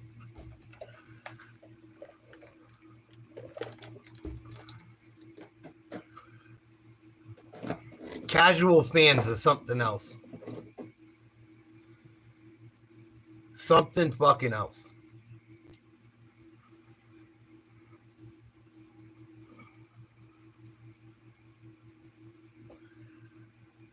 You can't win, Juice Man. Sometimes you just can't win. It is what it is. And you finally admitted, I don't like wrestlers. You call them crotch sniffers, crotch grabbing. It's not crotch grabbing. They grab them by the legs and drop them on their fucking head and beat the shit out of them. Oh, you don't like seeing the bully get bullied? You were probably a bully. You sound pretty casual. You didn't know Khabib finished Conor on the feet almost.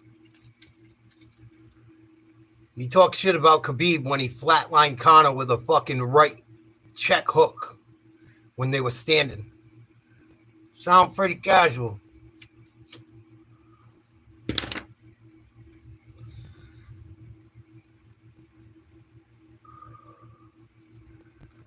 You can't change the facts, SoCal, just to fit your narrative. I hate to be the one to inform you.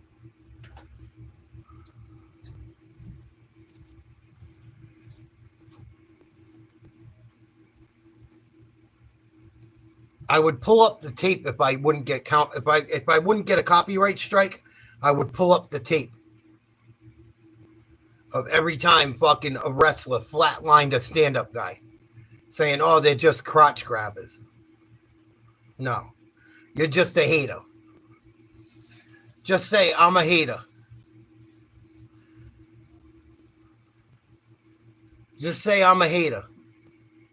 I'm a hater. I hate against wrestlers. I don't like Khabib. I don't like the fact that Khabib, the wrestler, almost flatlined Conor McGregor.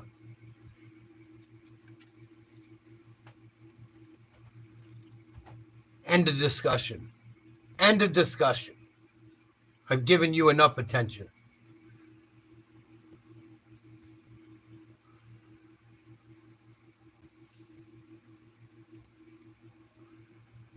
Oh, whatever you say, dog.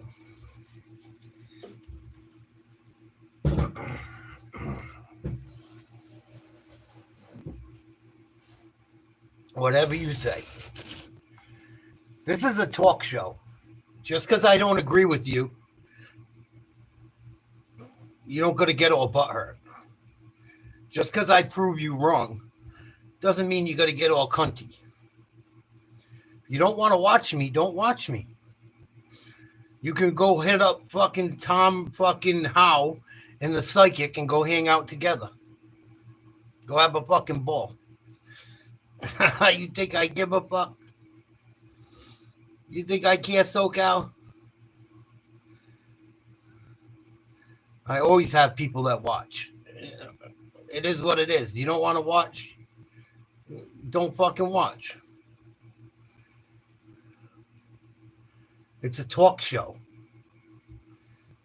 It's a talk show. Everyone thinks I got to be everyone's friend when I have a talk show. It's not how talk shows work. What makes them fun is people don't get around. Like, just because you come on my YouTube, we're buddies? No. No, it's a talk show. Nate's Live Talk. Duh.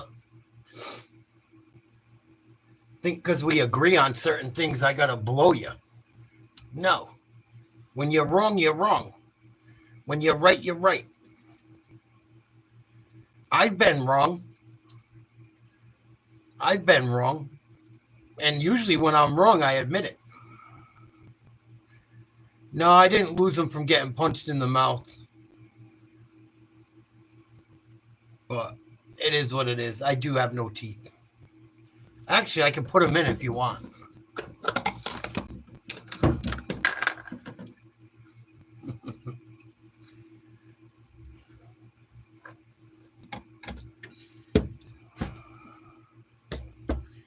And you probably got grappled to the ground and got butt fucked. That's why you don't like wrestlers. You probably fucking went to wrestling practice one time and fucking couldn't make it through it. We can do the insult thing all night long.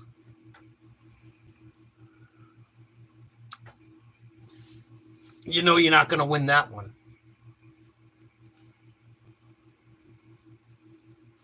We know you're not going to win that one, SoCal. Oh, we know that.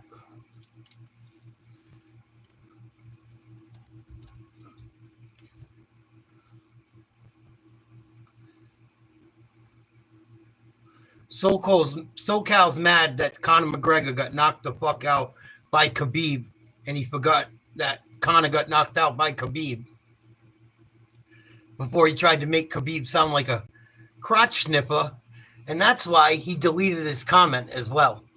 If you go up and see SoCal Fisher, he wrote, I started watching UFC in 96. Loved it for the longest time. Then it became a wrestle fest. I like striking more. And then he retracted his comment in which he talked shit about Khabib. Go look up through the chat. You guys think I'm lying to you. I'm not lying. I wouldn't fucking lie. You said it yourself, and you were wrong. You stupid prick. You're the stupid prick that said it and was wrong. And you're mad at me. Let that sink in.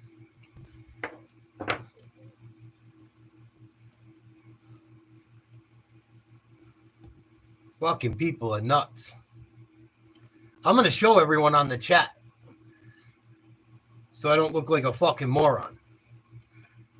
Everyone already knows what really happened because people aren't casual fucking idiots. Oh, he got rid of it. How convenient. It doesn't show it on the YouTube that it was retracted. But if you look in the chat, you might just see it. If you look on your phone or whatever device you're on, he retracted a comment about fucking Khabib. He's just a fucking, all he does is fucking sit on men. Once I brought up Conor getting knocked out almost by Khabib on the feet. But I digress. He knows he's fucking wrong. That's why he's trying to hate on me. That's why he's talking all that shit, saying nasty shit. Trying to talk about my teeth and this and that. Yep, right after he started watching in 96. Correct.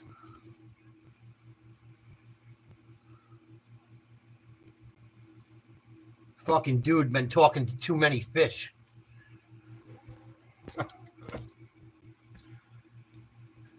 Need to go fishing, take a long walk off a short pier. Fucking ding dong.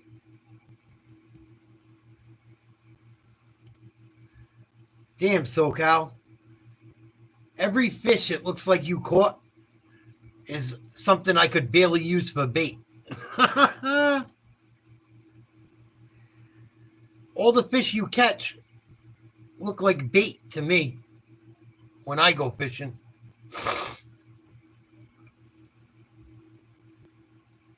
What the fuck?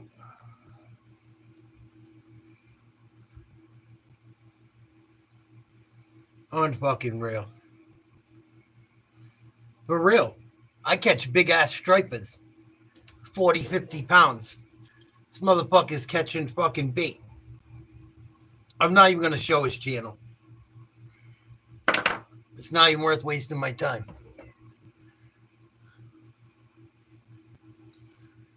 All he catches is widow guys.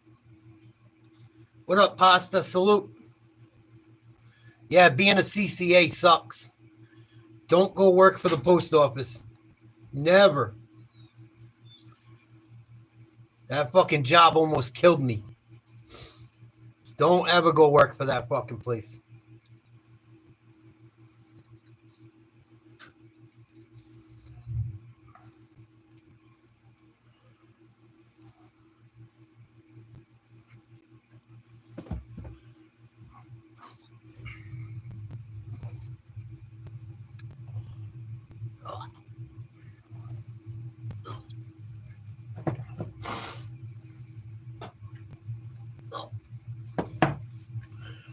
I wouldn't do it.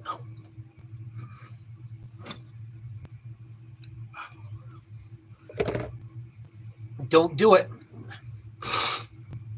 Don't do it. Unless you have no life, don't do it. Unless you have no life, do not go work for the USPS. You will not make any money until you get about 10 years in there. They're going to treat you like shit. They're going to beat the fuck out of you. You're going to get no days off. Don't do it. It ruined my relationship. It took a toll on my health. Run for the fucking hills. Do not be a mail carrier. Don't fucking do it. I worked there for almost 5 years. Don't fucking do it. They lie to you about everything. They will treat you like shit. If you can find a better job, find one. That place is a fucking shithole.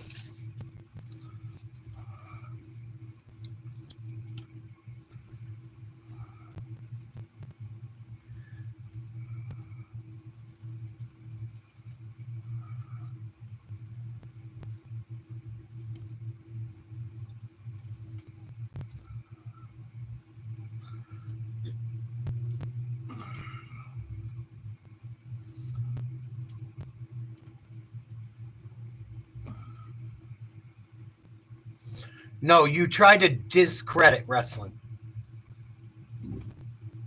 You tried to discredit one of the greatest wrestlers in UFC history, saying that he had no stand-up game, and I proved you wrong, and you keep pushing your fucking bullshit. SoCal. Enough.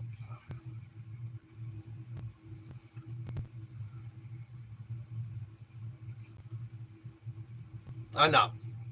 I've said my piece. You're a fucking wrong. You're a Momo. Enough. Everyone in the chat agreed. Call it a fucking night.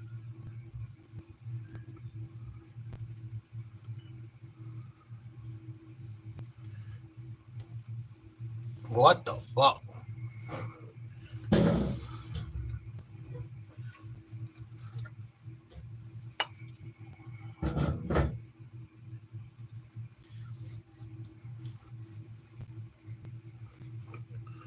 You can have your preference, but you're wrong and you sound like a moron. And you're on my talk show, and that's how I feel, and I'm not going to kiss your ass.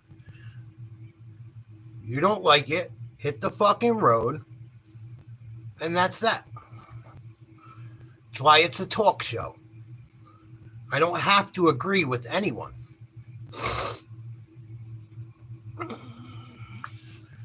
Every single male carrier out where I am starts out super happy and pleasant. Slowly but surely, every goddamn one of them turns cranky, bitter, and run down. Yeah. That job's a death sentence. I don't know how people do it for 20 years. They must have no life. They must have no fucking wife. Or barely see them. It's fucking terrible. I hated it. By the time I was done, I was done. They give all the easy work to all the pieces of shit. It's super clicky. You got a bunch of rats. Everyone trying to tell on everyone on. Oh, he's fucked. If you're young and you have no life, it's one thing, but I was getting ready to get married. I had 2 stepkids I took care of. I should have never done it. My relationship was fucking great before I started that job. Okay, SoCal. You can keep talking all your bullshit. I've given you all your attention for the night. You look like a fool. You said what you said. Everyone in the chat said you were fucking nuts. You don't like it. Now you want to try to insult me. It has no bearing on the fact your comment was retarded.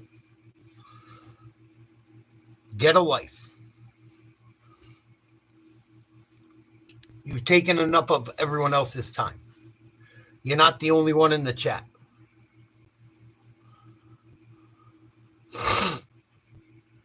You're not the only one in the chat. Yeah, he can suck a dick up till he hiccups right now.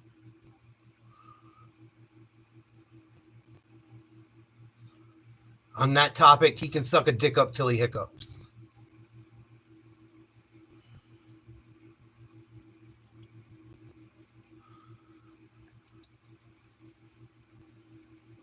The guy that can barely catch a guppy gonna talk shit about me.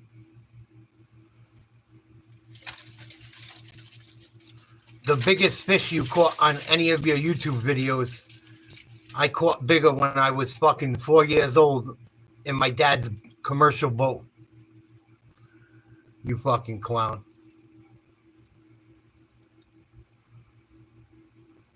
You fucking guppy.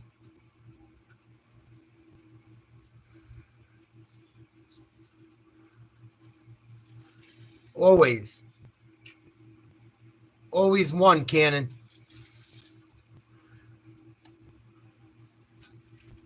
Never fails.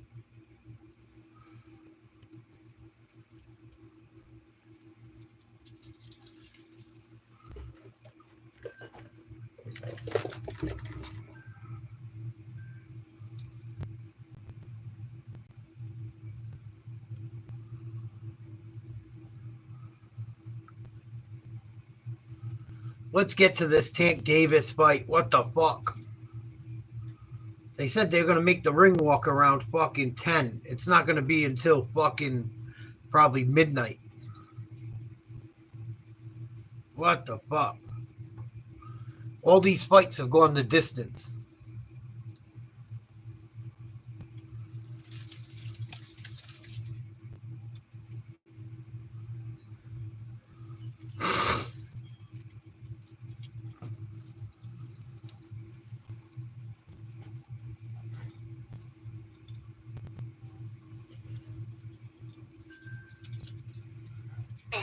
Bread and butter, but again, power punches stand out to me. No question about it. You see Puello, the busier fighter overall.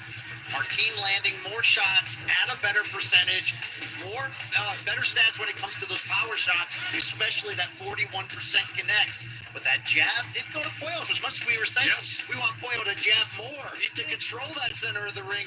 He did double up the total jabs. This fight feels even.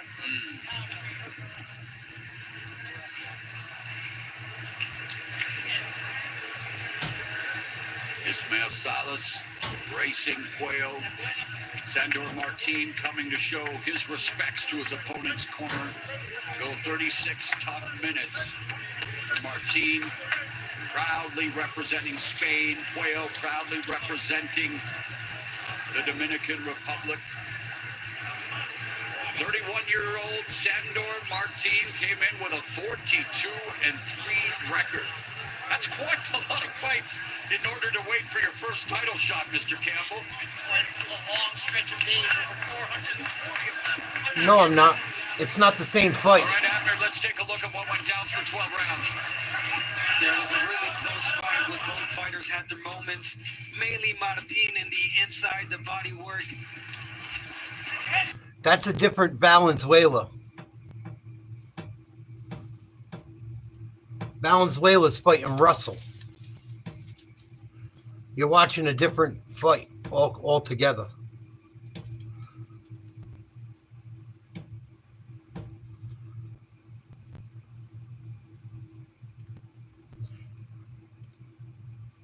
You're not on the right pay-per-view on him.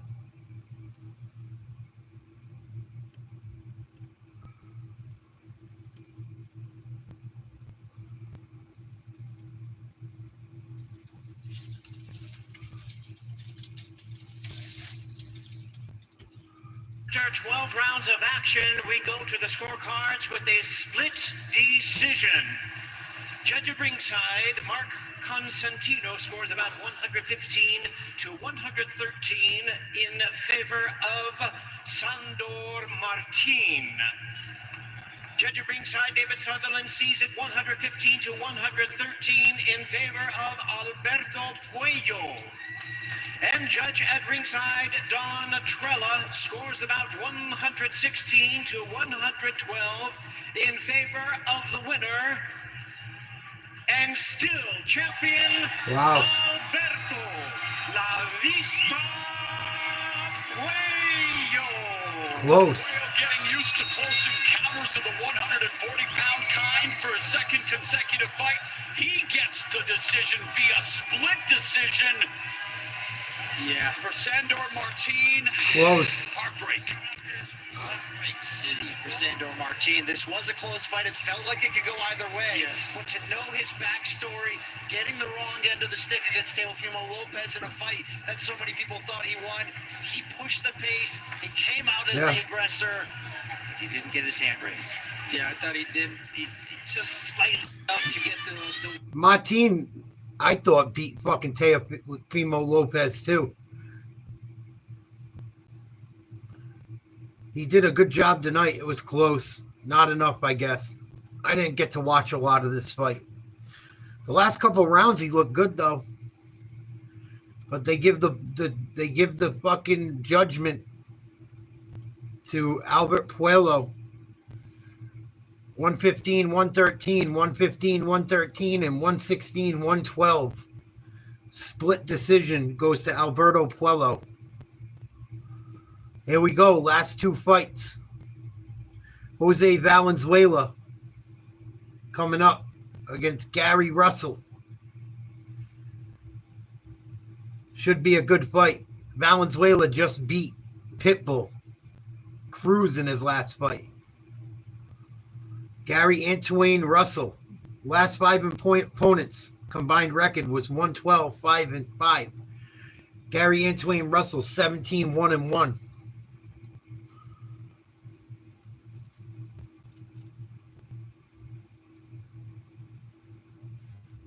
This one is for a belt. I know at least one. I believe this is for the super lightweight belt, if I'm not mistaken.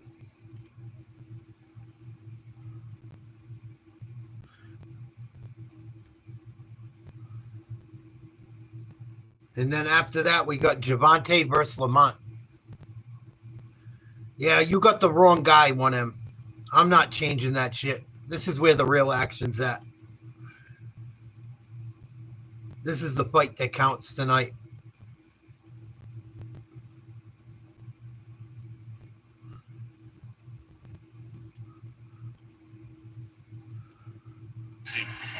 Well, I mean, look, it's all perception.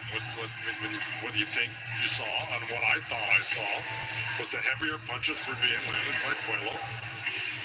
The guy that was bleeding at the end of the day was Martin. I thought he landed the solid right hooks all night long, especially down the stretch. I thought he pulled away in the stretch. And I said he was going to win. Two of the three judges had Puello winning the last 3 rounds. All of them had him winning those last 3 rounds. He just about to pull away. Yeah, and I thought it might have even been more than just 3 rounds. But look, it's that's why they have 3 judges, difference of opinions. I thought Puello won it. I thought it went to the right guy, and that's the way it is. Let me just say this. This arena is really starting to fill up. And I was just given some information here from the Barclays Center. This fight is tracking to be the biggest event Barclays has ever seen from an attendance standpoint. 19,250 right now. Oh, to everyone that told me that Tank wasn't a big enough fighter, he doesn't draw enough people. Someone said something earlier tonight. Oh, the fucking Middle East is drawing more fighters. Barclays Center is going to have a record attendance tonight for the Tank Davis fight. Learn what you're talking about before you talk about it, people. You fucking guys hop on this channel and talk reckless and don't know what the fuck you're talking about. Barclays is going to sell out tonight. Biggest attendance ever. 19,250 for a boxing match. Give it a fucking break with the hate. You guys sound uneducated and dumb as a motherfucker. Oorah, you still in here, baby?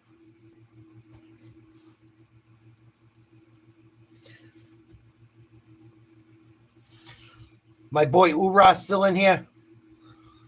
I got to ask him a question.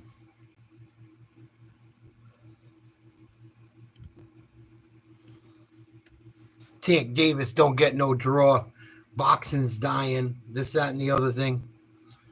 Boxing is dying, but the fighters that are solid are doing well. And Tank Davis is one of them.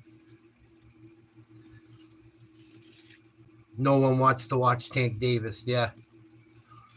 Almost 20,000 in the Barclays tonight. They can't get 20,000 in there to watch a basketball game on any night.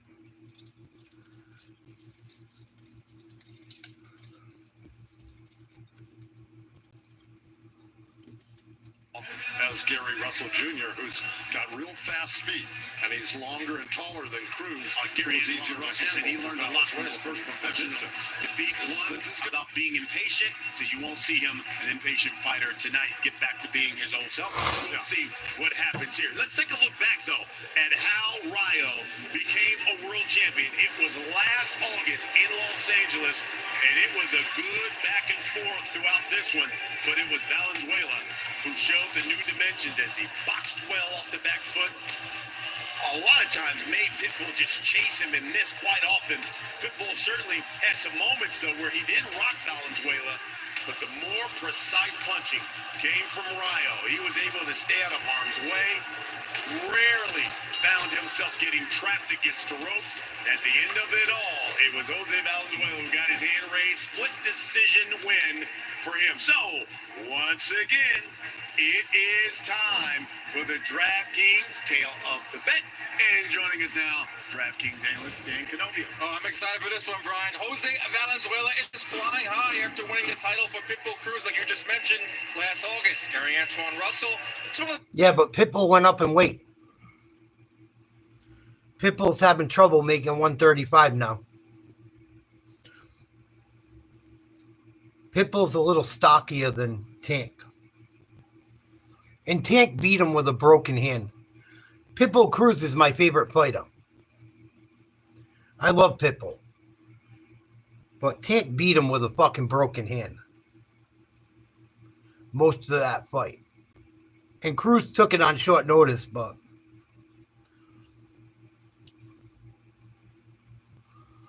I think Cruz is the only one that's probably got a shot to beat him. Everyone keeps saying Shakur Stevenson. Shakur Stevenson will get knocked the fuck out. He don't even want to engage. Shakur Stevenson took 10 rounds to get a fucking...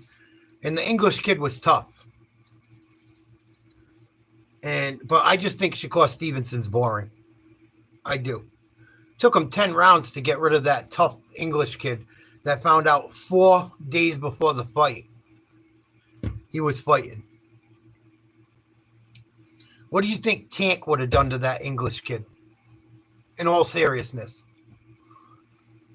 You think it would have took 10 rounds for Tank to finish that kid Shakur fought the other night? Hell no. Hell no. Shakur's fought nobody. People like to rag on Tank. Who's he fought? He's fought way more competition than Shakur. We're going to talk about fighting nobody. Take a long look at Shakur Stevenson. Keyshawn Davis as well. Hasn't really fought anybody. The dude Keyshawn Davis fought the other night was a midget. He didn't even look like he knew how to box. It was fucking pathetic. Gary Russell on his way to the ring. I hope one of these guys knocked the other out quickly. The patriarch trained all of his sons. There is Gary Antoine Russell's older brother, Gary Russell Jr., longtime featherweight champion. But Gary Russell's dad said there are 3 types of fighters. Those who choose boxing, those in which the sport chooses them, and those who like boxing. Russell says, I'm all 3, but I love it. Someone else who also loves boxing is the current champ, Jose Leo Valenzuela.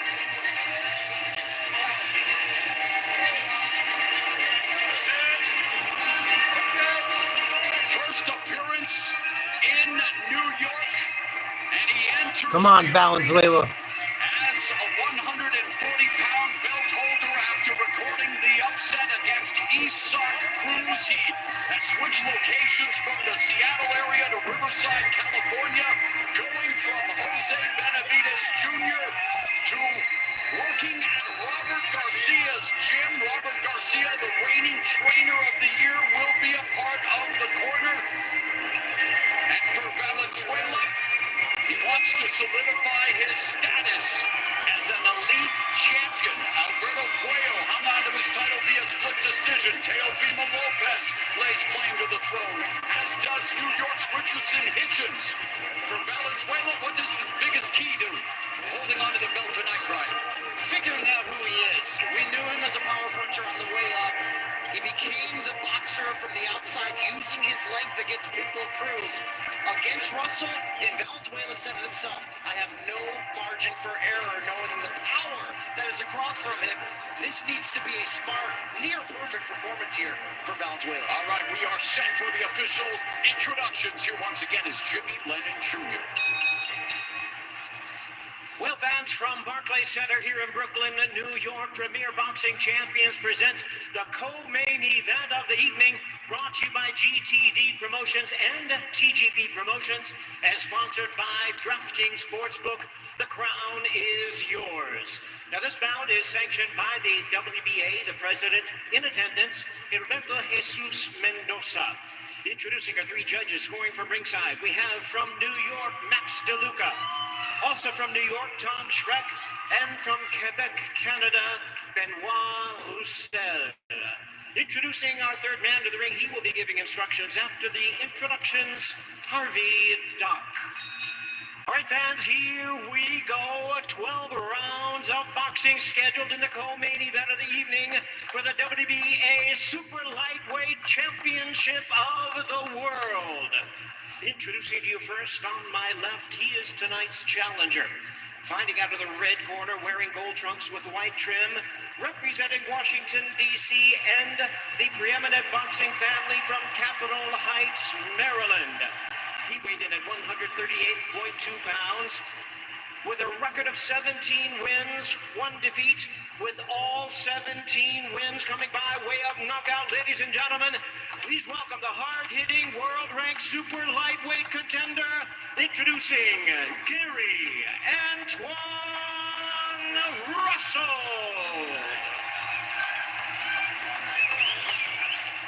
And his opponent across the ring is the defending champion. Fighting out of the blue corner, wearing white trunks with red and green trim.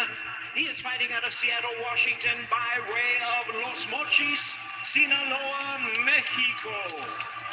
He weighed in at 138.8 pounds with a record of 14 Come on, Jose. 2 losses. He has 9 wins coming by way of knockout.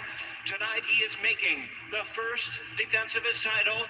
Please welcome the newly crowned all-action defending WBA super lightweight champion of the world, Jose El Rayo Venezuela. Once again, a referee in charge is Harvey Dock. Now to give instructions.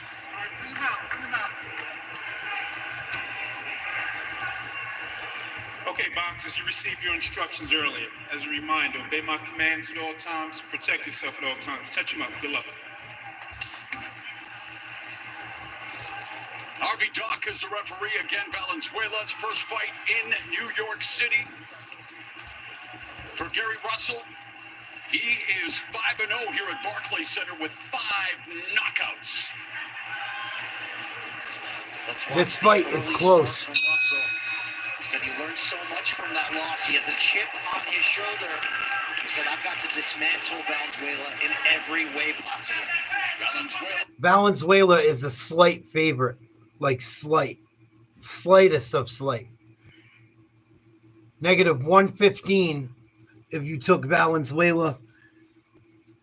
-105 if you took Russell. So pretty much a 50-50 fight. Audience ever to see boxing over 132,000 when he beat Greg Haugen. I want to wish our condolences and sympathies to the family of Greg Haugen, who lost his battle with cancer last weekend. Oh, it's sad. True warrior. There's the pressure right away from Russell. But not getting in too close. He's being cautious as well because he knows that Valenzuela is a great counter. There's a great jab from Russell. Oh, nice, Russell. He's putting the pressure on early. Nice right hook. Virtual hiccup on the betting line. You're already seeing it early. It's tense. Both players coil. Nice D by Russell. They're operating at close range here. 8 first-round KOs for Russell. Last one against Ken Cruz in August of 2023. 14 of his 17 KOs have come in the first 4 rounds. He's never been knocked down in his career. Russell got a good high guard. And Russell throwing punches and bunches. He's already thrown 35 punches compared to just 17 for Valenzuela. Ooh, nice shot, Valenzuela. Another one. Russell ties up. Valenzuela's not getting comfortable right now. Valenzuela bringing that versatility to the ring we saw against Cruz. Valenzuela looks good the last few flurries. Minute left now. Ooh, Russell bringing it. I really like the pressure from Russell. Bringing the fight to the boxer. Trying to pull off maybe the brawler, the puncher in Valenzuela. Back and forth match so far. Valenzuela tried to sneak me up with that landed, but again, Russell took it well. Sneaky body shot by Valenzuela that goes upstairs. Ooh, Russell almost took his head off. Misses with the right hook. Lucky he missed. As Brian mentioned before our last fight. Ooh, nice left, Valenzuela. Fights all southpaws here tonight. Another lefty versus lefty matchup. Nice D, Valenzuela. Wow. Lost the fight against the southpaw against Edwin Good head Santos, movement. Man, lost the fight to Chris Colbert, who switched stances a lot, but he said, I was a different fighter then. I'm much more patient. I'm much more mature. And don't call it a comeback. Ooh. Talk about redemption destroyed by universally beaten by Chris Colbert and then emphatically stops Colbert in the rematch and then goes on to become champion. Good first round. Great opening round for Russell. 73 punches thrown. Landed 15 compared to 10 of 35 for Valenzuela. Y tocando con ese jab, ¿ok? Bien inteligente. Intelligent. Really intelligent.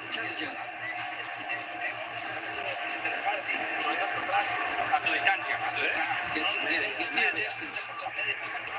Good distance. Little step back and you're gonna find him. How do you feel? No, he's good. Legs. Move your legs. Come on, hands up. Bend your knees. Close round. I don't know who I give the first one to. Russell threw a lot of punches. John Cena Elimination Chamber, Brian Campbell. All of us are seeing this great title match here between Valenzuela and Russell. And Russell off to a scintillating start, my friend. They say it never happened. Yeah, Russell started exactly how he said he was. Fast, strong, pushing Valenzuela back, and not letting Valenzuela get comfortable. Your reaction to these prices, by the way. Some charged up yet, almost. Reaction of Russell here after the first loss. You got to be pleased with his start out here. Yes, really pleased. Again, Valenzuela's not letting that jab. Ooh, Russell, big left. Well, you want to talk about motivation. Russell told us first and foremost, this is a title fight I have plenty to be motivated for.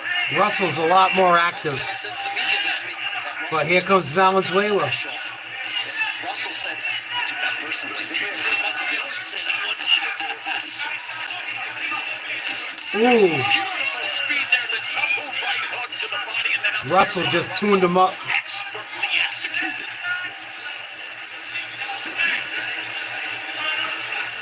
And it's all Gary Antoine Russell here in the early stages of this fight.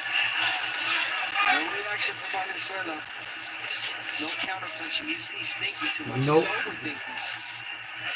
Russell getting outworked. Yes. Meanwhile, Russell going to the body. Russell is outworking him bad. Downstairs, utilizing that fast jab. There's a good counter by Valenzuela. But Russell staying on top of him. Corralling him in the corner. Has him on the ropes. Great punching. Placement. Variety. It's all on display here from Gary Antoine Russell. Yeah, Valenzuela definitely never seen this style of aggression. We know that he fought People's Cruz in his last fight, but different style, smaller, right-handed. And the jab just Ooh. leads with the right hook, left hand. Right hook came up big. Valenzuela led the dance against Pitbull. He dictated the turns. He controlled the Russell distance. looks really good early. Not giving him that opportunity this fight. Ooh, little uppercut. Valenzuela. Knowing his autocorrect there, Abner, just continues to bother Valenzuela with the jab. Yeah, Russell's got Valenzuela on his back foot. Valenzuela unable to get on track. He's beating him to every punch. Just pumping that right jab. Already. Ooh, big left hand, Russell. Russell through 2 rounds has thrown a combined 100. Russell, nice double shots to the body. Valenzuela's hurt. Or he didn't like what happened. But again, not as accurate, but throwing a lot of punches. Let's listen to it. Take it off a little bit in the inside. Too fucking much. Take your left hand out the holster. Don't keep it down. When you get Gary Antoine Russell looks good so far. keep your motherfucking hands up. You understand? I got it 2 rounds to none, Russell. 2 rounds to none, Russell. Easily. He's not even giving Valenzuela any room to breathe. Yeah, it's not landing, but he's keeping Valenzuela entertained and uncomfortable. Hey guys, groundswell, by the way, in Russell's corner that Mike Tyson should have had on that fateful night in February in Japan against Buster Douglas. You mean a World Legends? Round number 3. Shout out to Aaron Snow. Amen. Although I don't think he'd appreciate the sound. Round 3. As Russell, you have to appreciate his work with the jab. Foundation. Come on, I want to see a knockout. Just continues to pour on the Nice, Russell. on the ropes again early in round 3. Well, through 2 rounds, Russell has thrown more than twice the amount of punches as Valenzuela. That has been the story of this fight. The jab is killing Valenzuela. Russell, his brother, in his corner, told him, work the body when you get in close. Nice body shot, Russell. I like to swear now. I was going to say, do you want me to? The body work is definitely on display, but also total punches landed. Russell looks good. Gary Antoine Russell and has kept Valenzuela on the back foot after. Yeah, really on the back foot. Right now, Valenzuela trying to push him back, trying to get comfortable in the center of the ring. But again, Valenzuela not letting his punches go. Oh, he's just... too much. But the speed advantage for Russell. Russell's so quick. It's the speed, it's the power, it's the pressure, the angles. A very impressive start. The question becomes, can Valenzuela land the type of punches? Yeah, I don't think Valenzuela can land a big punch. Russell don't stop. Valenzuela trying to push him back. Oh. Russell looks phenomenal. Hitting him with fucking 6 pieces.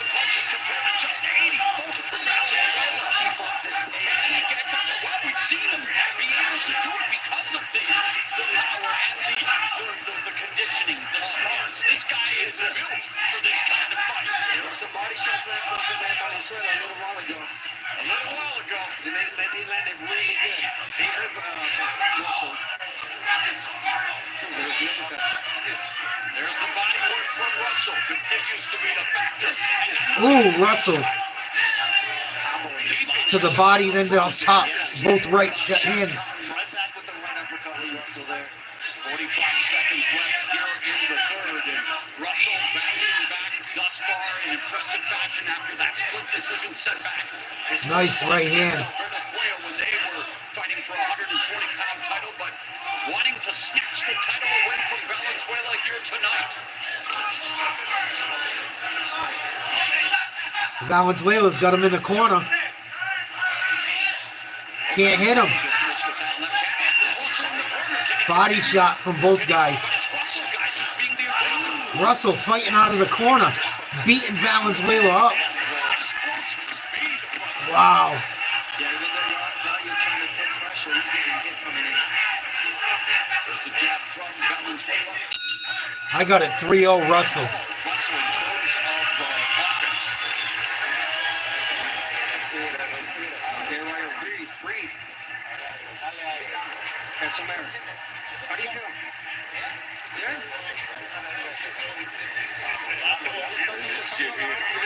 They're trying to catch it up a lot more. Don't let him get big. Don't let him get comfortable. Take that straight around. No, I haven't done anything with Kai. And these are the body shots that I was talking about. That Kai went and did his own thing. In the inside. He's working with someone I don't get along with. But here it is, the straight right to the body. And the overhand left. And there's another body shot from Valenzuela. Good shots there. But Yeah, I tried to do a political show today, Ralph, but no one showed up. Russell's averaging 80 punches thrown per round. Valenzuela just 33. Fucking dry weather's killing me. Russell's game was, he said, look, he's consistent, but I think he's too consistent with the same patterns. We've seen variety at Russell to start this fight. Overwhelming Valenzuela at times. There's a 1-2. Valenzuela trying just to defend, unable to turn it into offense. I think Valenzuela, the camp, and everyone knew that this fight. How did this dude beat Pitbull? What the fuck? Pitbull must have been hurt. Push up, now let him box. There it is. Yeah, so far this is proving to be as comfortable as a rookie now without Novocaine from Just someone off YouTube I interviewed, and someone I interviewed off YouTube that people got mad that because I told her off because she talked about things I told her not to talk about, and she pretty much didn't let me conduct the interview how I fucking wanted it conducted, and she talked about things in my personal life I didn't want to talk about, and she wasted hours of my time waiting for her to do the live. So when I told her off, certain people hopped on her side. And Kai still supports the channel and shit, but he does shit with her, so I don't really have much to say. And she said, like, I don't know if she's the real deal or not. She said some things that are kind of hard to not make me think she's the real deal. But she can be a real asshole. And, you know, she didn't keep her word. So when people don't keep their word, I can't fuck with them no more. Valenzuela puts together a combination. Good defense there from Valenzuela. Yeah, but he's not making him pay. You make him miss, you make him pay. See, having a Morris way. Along with a great I only get burnt once. That is for sure. And I like Russell's aggression, and it's a smart aggression. He's not just going in there and throwing punches. And it's, yeah, you're right. It's a different kind of pressure. It is. And now Valenzuela on the front foot trying back again. You never know. Is he backing Russell up, or is Russell trying to lure him into a trap? But Valenzuela putting on some pressure. And now this is the area that concerned you. Interesting to get involved in an exchange with Gary Russell Jr. You wonder how that will play out. Gary Henchman Russell, thank you. With Gary Russell Jr., man, he had Meldrick Taylor type hand speed. Of course, Meldrick Taylor, big name at 140. But yeah, Gary, I guess I should just say Gary. Another good round for Russell. And another thing that pissed me off about that reading with the psychic, I asked her not to give anyone a reading. I wanted to interview her and see if she was real or not. And she started giving people readings on the channel right then and there. And some people might have fell for some shit. Maybe she told the truth. I don't know. But there's certain things that we agreed to going into that interview. And between that, wasting my time, her not respecting the certain boundaries I put up, I told her off. And now I'm the bad guy with certain people. So if they want to link up with her and do whatever they do, that's fine. But I want no part of it. And if they think I'm the bad guy for it, then they're entitled to their opinion.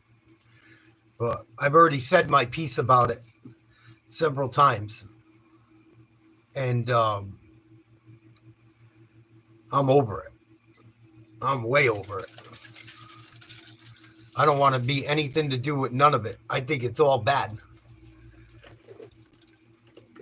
I think it's all demonic, honestly, at this point. 5th round judges scorecard on Amazon has Russell up 4 rounds to none. Yeah, Ura, I learned a valuable lesson from that shit.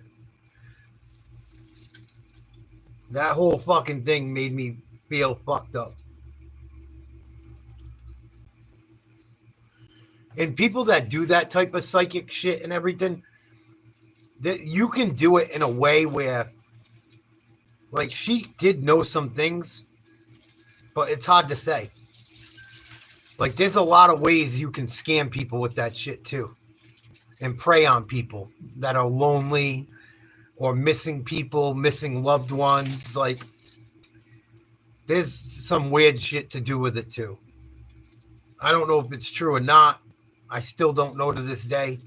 I just know I don't want nothing to do with it at this point. Oh, no doubt. No doubt, Ura.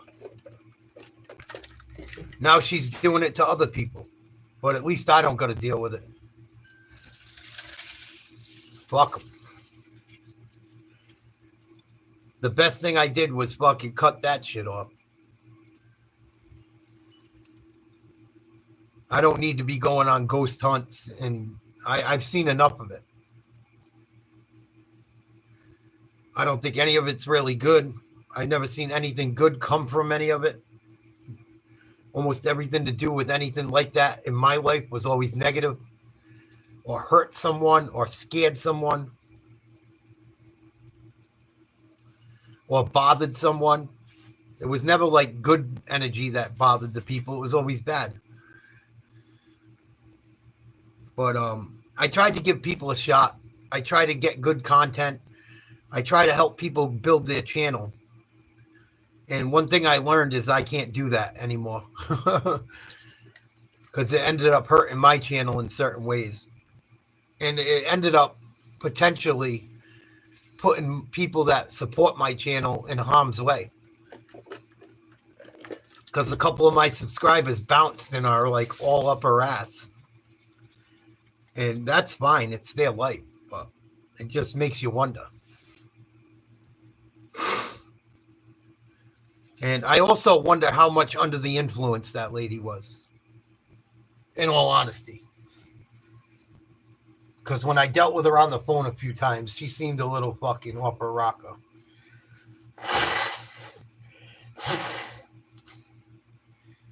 Like, I kind of get some vibes that maybe there was some fucking extracurricular activities going on. But I'm just glad to be free of it. I believe in Jesus Christ. I believe in fucking the good, not the evil. And I find my life's gotten much better the more I fucking keep it that way.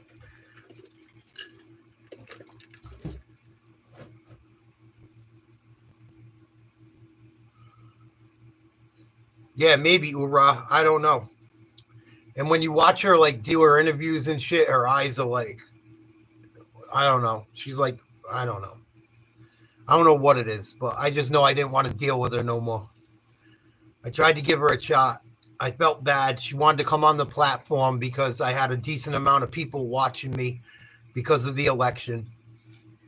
And I tried to help her out and other people out and get a good interview, and it turned into a shit show quickly. And she didn't listen to anything I asked her to do. She honestly tried to take over. And I'm like, nah, you're not taking over my channel.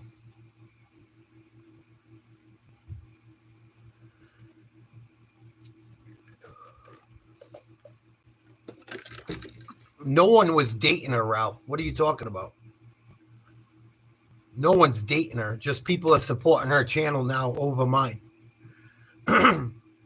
Like I had a subscriber email me today. I will no longer be watching your show because you were mean to the psychic. I support her show now, not yours. Okay. Have a good life. Take care. Hope it works out well for you. I didn't think it was that fucking serious. Anyway.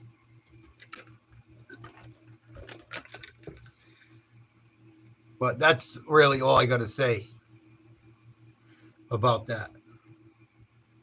Ralph, you're making no sense. Making no sense. You make no sense, the things you say. I don't know what you're trying to say. No one dated anyone. It was a YouTube creator that I interviewed. No one's dating anyone. What are you talking? You lose me almost every time, Ralph. What are you talking about?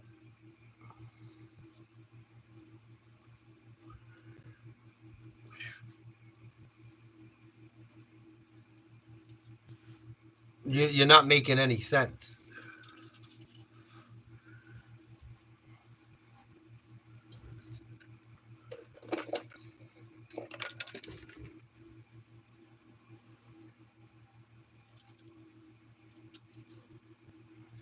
Well, you're talking crazy, dude. Your comments don't even go together.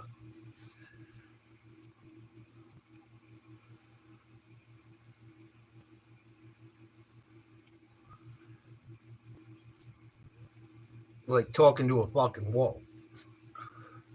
Here we go. Things starting to heat up. Russell, nice exchange at the end of that round.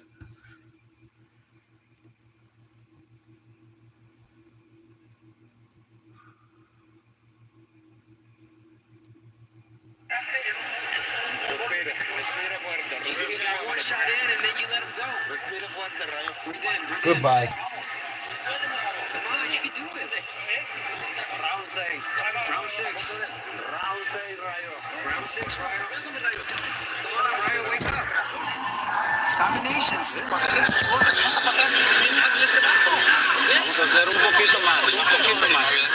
Hey, Ura, what happened to Marshawn today?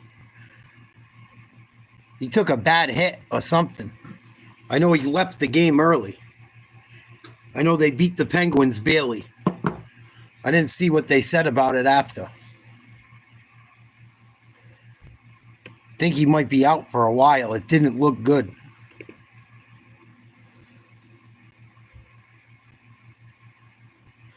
I know Pasternak had a goal and an assist.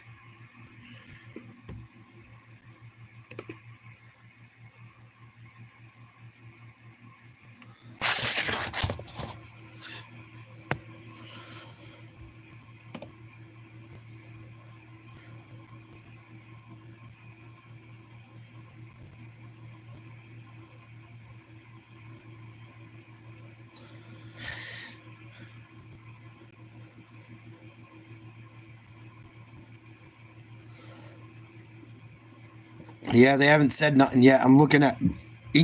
Excuse me, I'm looking at it right now. They didn't say nothing. Way more.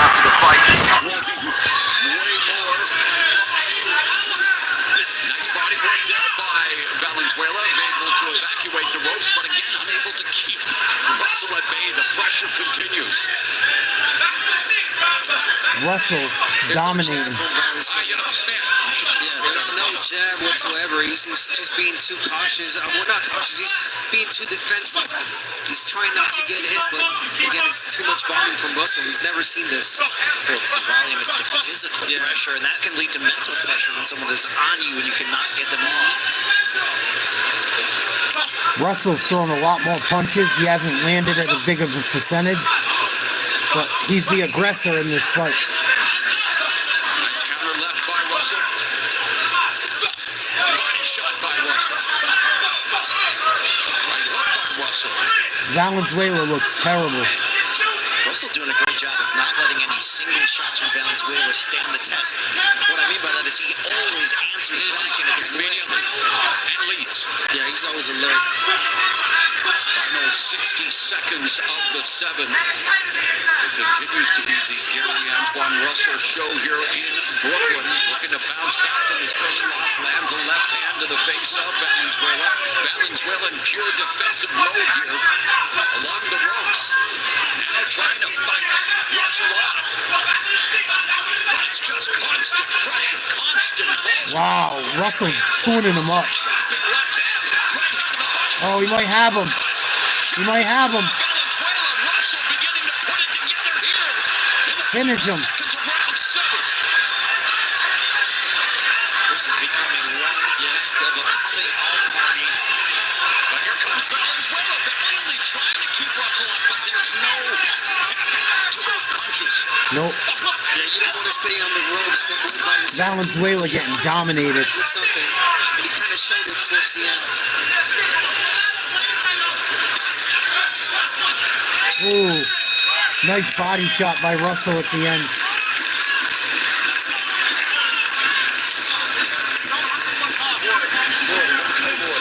Hold on, I got it. Listen, you don't have to force it. I don't think Valenzuela's won a round yet. You can keep chopping just like that. You gotta start touching downstairs. You gotta touch downstairs some more. He cannot fuck with you on the outside. You in the inside, when you in the inside, you gotta fire from your ship. You understand? Beautiful. Get the fucking hands up in there for a second.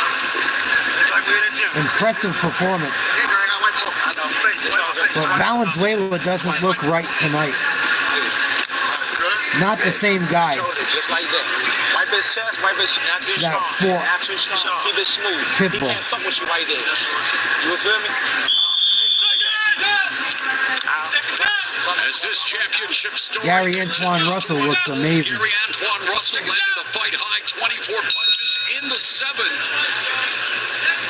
And Russell has now landed 132 total punches. That's more than any previous Valenzuela opponent, breaking Chris Colbert's mark of 124 punches landed in their first meeting. That's impressive. Impressive performance. Valenzuela needs a knockout to win. Finish the job. He did expend a lot of energy in getting here. We do know the shape that the Russell boys are in. But I like what Gary Russell, his brother, told him, don't force it.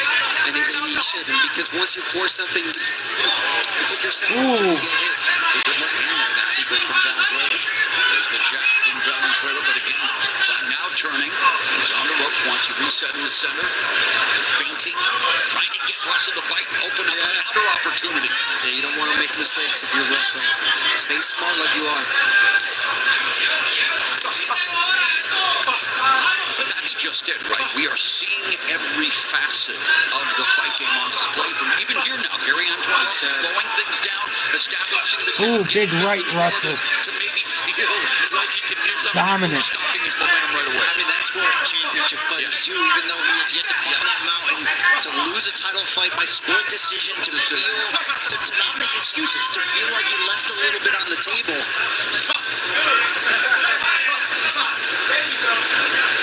Yeah, he said, I let that fight against Puello slip between my fingers because I let things get in the way of the game plan. I deviated a little bit. I feel like he still didn't win the fight. But he says once he gets the title tonight, he looks forward to a rematch with Puello. And, well, Puello upheld his end. That could be a unification fight. And win over Sandor Martin. But you're right, it could be. Just over a minute left here in the 8th. Nice body shot by Russell. Doesn't waste any opportunity at it. Whatsoever. I mean, just brilliance right now from Russell. I'm loving every single round. This is round 8, and I like what I'm seeing. The changes he's made. Control with the jab, upstairs, downstairs, the accuracy with the left. And it's always about making those subtle adjustments. Always about adapting. And for Valenzuela, Brian, hard to do here tonight, but anything, I mean, what is a potential adjustment that he needs to make as this fight continues? It's hard to say. Every time he lands a big shot, I'm just cleaning him. He's had some success to the body, which we thought could be an avenue for him. It's just that Russell is always there with an answer, always there to fill in a dull moment. Remember, time to get behind the jab. Start boxing him. Another defense left hand from Russell on Valenzuela. So even if he wanted to try to box, he's not being allowed to do so. An incredible display of offense from Gary Antoine Russell. 26 of 88 in round 8 compared to 12 of 34 for the defending belt holder as this sold-out crowd here at Barclays Center continues to fill up and get ready for the main event. Keep your fucking hands up. He can't handle your speed with your stick. You gotta start bringing your hooks behind your jab. Whenever you shoot your motherfucking your left hand, bro, you gotta touch downstairs to the body or bring your fucking hook behind it. He's a southpaw. Your hook gonna beat his all day. You fucking hit me? Put your stick on him. He's too fucking slow on the outside. Feint, stick. When you get in the inside, you gotta eat and fire from your shit. Keep this fucking jab hand up. Do you understand? Come on, speed, bro. Stop thinking so strong, Here, take this. Take this. If Gary Antoine Russell delivered his punches like his older brothers delivering F-bombs, this fight would already be over. Oh, yeah, and this is another left that landed by Gary Antoine Russell. Cleanly, there's many more throughout the whole fight that have landed like that. Great chin by Valenzuela, he's showing. Incredible chin, but this could be a shutout at this point on the scorecard, so there's still time left for Valenzuela, but he's going to have to get dramatic quickly. On 9, our unofficial score, Larry Hazard has Gary Antoine Russell winning every single round. I do too. According to him, Valenzuela's going to have to record his 10th knockout at this stage in order to retain the title. Meanwhile, it's Gary Antoine Russell looking for his 18th knockout. He's more than doubled the output and more than doubled the connect side. He's double trouble here tonight for Jose Valenzuela. you're going to have to try and do something with your guys. And when I say that, no. I mean, I know he's probably concerned that he's going to get hit, you know, in counters. I think that's what's Nice counter left uppercut on the inside by Valenzuela. but I think that's what's taken away Valenzuela's jab, the speed of Russell's counter hooks. But it's not even the jab that I'm looking for. I'm looking for punches in general. I mean, throw anything. The counters are there for Russell, too. Everything is there for Russell. Nice counter right hook by Russell. Another right hand lands for the challenger. And now the mouse below the left eye of Valenzuela. So these punches beginning to exact their toll. A minute and a half left in the ninth. Valenzuela along the ropes. And it is definitely trouble. Well, that just illustrated the issue for Valenzuela. He did land a left hand in that sequence. They landed punches at the same time, but Russell not only landed the better of the two shots, he followed it up with clean counters. Nice double jab and then the curling lead right hook. I mean, beautiful skill. Yeah, beautiful skills. His matches from punches, a variety of punches, combinations from Gervonta Russell. Now he's thinking he's boxing.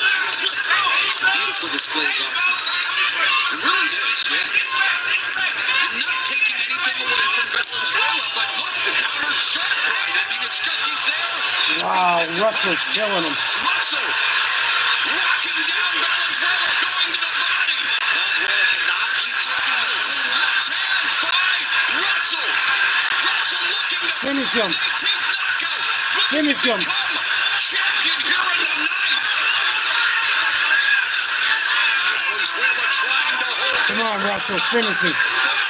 I want to watch Tank. Ooh. pressure. Creates diamonds. Well, Come on, Russell, finish him. like a diamond right now, and you wonder when the pipes for Valenzuela are going to burst because the pressure is proving to be insurmountable here for Valenzuela. Wow, big shot again. Antoine Russell is one. Gary Antoine Russell has dominated this fight. It's not even fucking close. He's won every round by a landslide, in my opinion. Every round by a landslide. It's not even a close fight. That's why I was cleaning my flip-flops.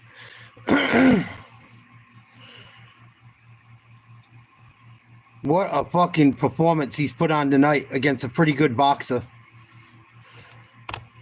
He ready to check, Sean. It's your motherfucking time. It's time to take your throne, Sean. And just when Valenzuela was getting a momentum going, a rhythm, here it is, the uppercut landed by him. Good shot. I thought that was going to be a change, but no. The left hand. Yet another dispiriting round for the champion. Gary Antoine Russell coming back with his own. I mean, he's got an answer for everything that Valenzuela's thrown. Round, the worst round of the fight for Valenzuela. 29 punches thrown, only 6 landed compared to 25. Russell just bringing it again. Using that jab as a paintbrush and looking to continue to paint this masterpiece of his skills in his second championship opportunity. Russell looks good. Flawless. Another of those clean crosses last round. Great chin by Valenzuela. Oh, another fucking... that kind of punishment against this type of opponent. Another combo. It's 17 knockouts. I mean, the power's there. And look at the power. Counter punching like an animal. Guys, just incredible. Every time Valenzuela throws a punch, he pays for it. How about public school math right there? Talk about timing, precision, clean every department. Here comes Russell again. Jabs, the speed, the combinations, his body work. Yeah. Anyone watching at home right now, they're, wow, that's boxing. He's leaving Valenzuela discombobulated. How many syllables was that? A lot. 5.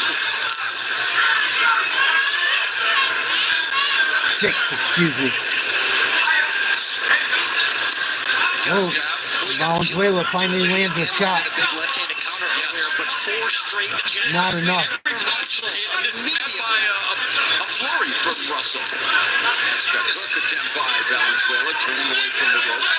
And I almost This feel is a like fucking Valenzuela's trying to massacre. hit him because he's going to get Russell angry, and he doesn't want to get hit. And Russell only letting one shot. Russell wants to turn that mouse under Valenzuela's eyes into a New York sewer rat.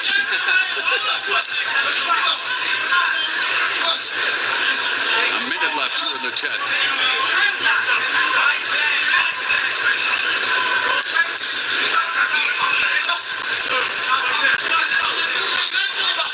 You can see Russell really listening to his older brother, Gary Jr.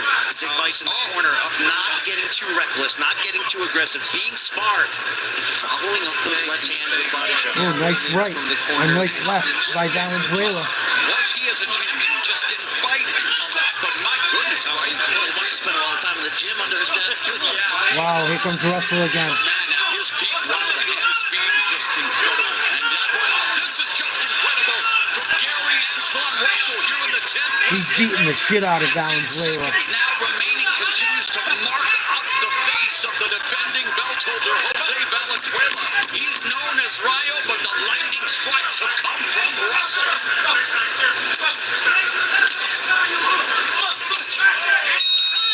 Wow.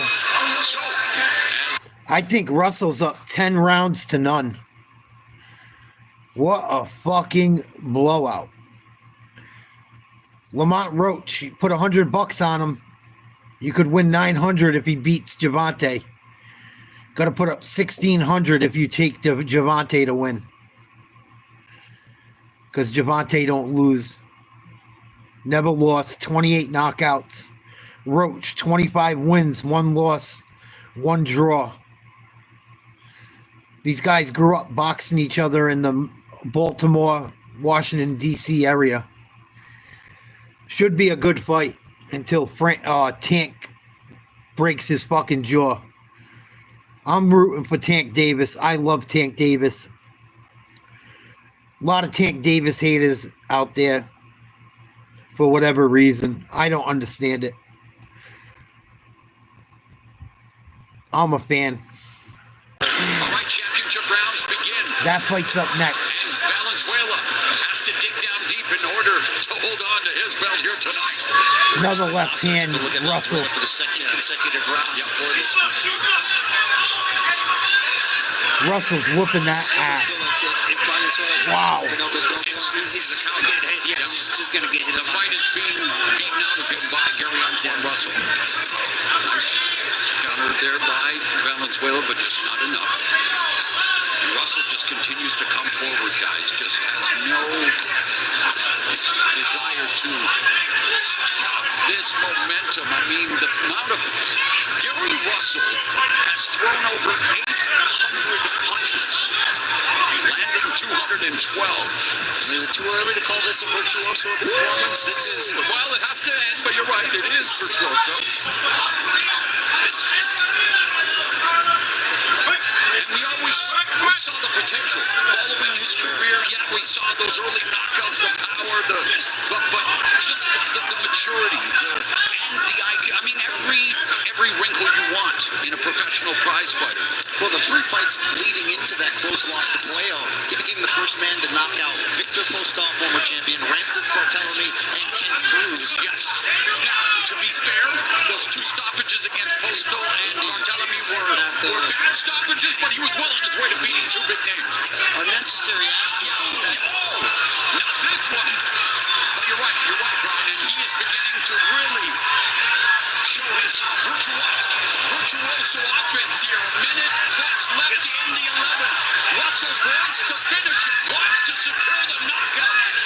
And he wants to crown Valenzuela in order to be crowned champion here tonight. Valenzuela looking to punch his way out here with his back to the ropes. Yeah, he needs to do something. He's getting in too much in this round, Valenzuela. That's a good point.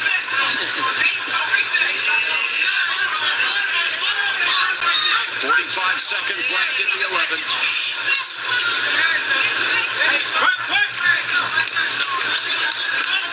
You have to maintain laser focus every single second.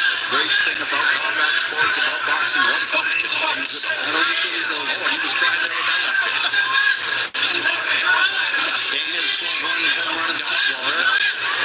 I like the Yogi Berra reference, though, by Mr. Mr. Namazi.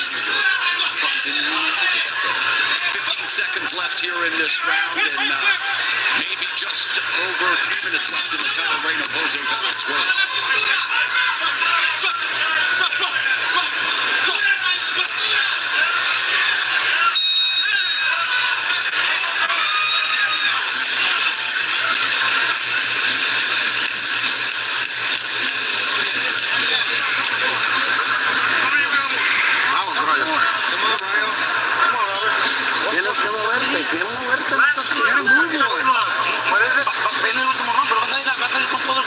This is the last round. He's gonna come out with everything. Why?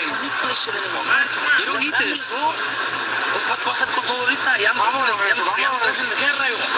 He's gonna come out and he's gonna go out for the kill. I don't see the energy. Hail Murray shit. Keep your hands tight when you inside. Fire from the shit. Keep it fucking smooth. Keep it sharp. We got 3 minutes, bro. You the new motherfucking WBA world champion. DNA, bam. Hard to believe that this is the same Gary Antoine Russell that lost via split decision to Alberto Puello in his last fight. In round 11, Gary Antoine Russell threw 98 punches, landing 28. The referee, the doctor looking again at Valenzuela. They're going to run. Yeah, but the corner, Robert Garcia was telling him, why come out? Why come out? This is the last one, and he's going to come out with everything. He's going to hit you too much. Well, 28 of 98 in round 11 for Russell compared to just 14 of 39 for Valenzuela. 12th and final round is here. Gary Antoine Russell on the verge of joining his older brother and quarterman as a champion. And their late father, Gary Russell, who taught all of his sons the art of boxing. It's just it's a complete daughter domination here Wow. by Gary Antoine Russell. And all that's missing is Russell hasn't lost a round He is making on the Amazon scorecard. They being Teofimo Lopez, Richardson Hitchens, and Alberto Puello. You know he would love to avenge that loss, and hey, making it a unification fight makes it that much sweeter. This thing stays the way it's going. Be smart. Yeah, Russell definitely making a lot more advance tonight because he showcased too much. I mean, he's known by relentless pressure, aggression, but not today was just smart boxing. And yes, aggression. everything. It was everything. Everything. Where's the kitchen sink? Uppercut on the inside by Valenzuela. What a dominating performance. To get anything going due to the pressure, the craft of Gary Antoine Russell. And here he is now at the age of 28 in his physical prime. How do you erase the bitter defeat of your first loss? You want a title in the next fight. He's well on his way to doing just that. The mouse under the left eye, and thankfully it is under the left. Wow, Russell beating him up some more. Both eyes swollen. Look at this outlook from Russell there, trying to finish with an exclamation point. Yes, in the championship round. A minute left.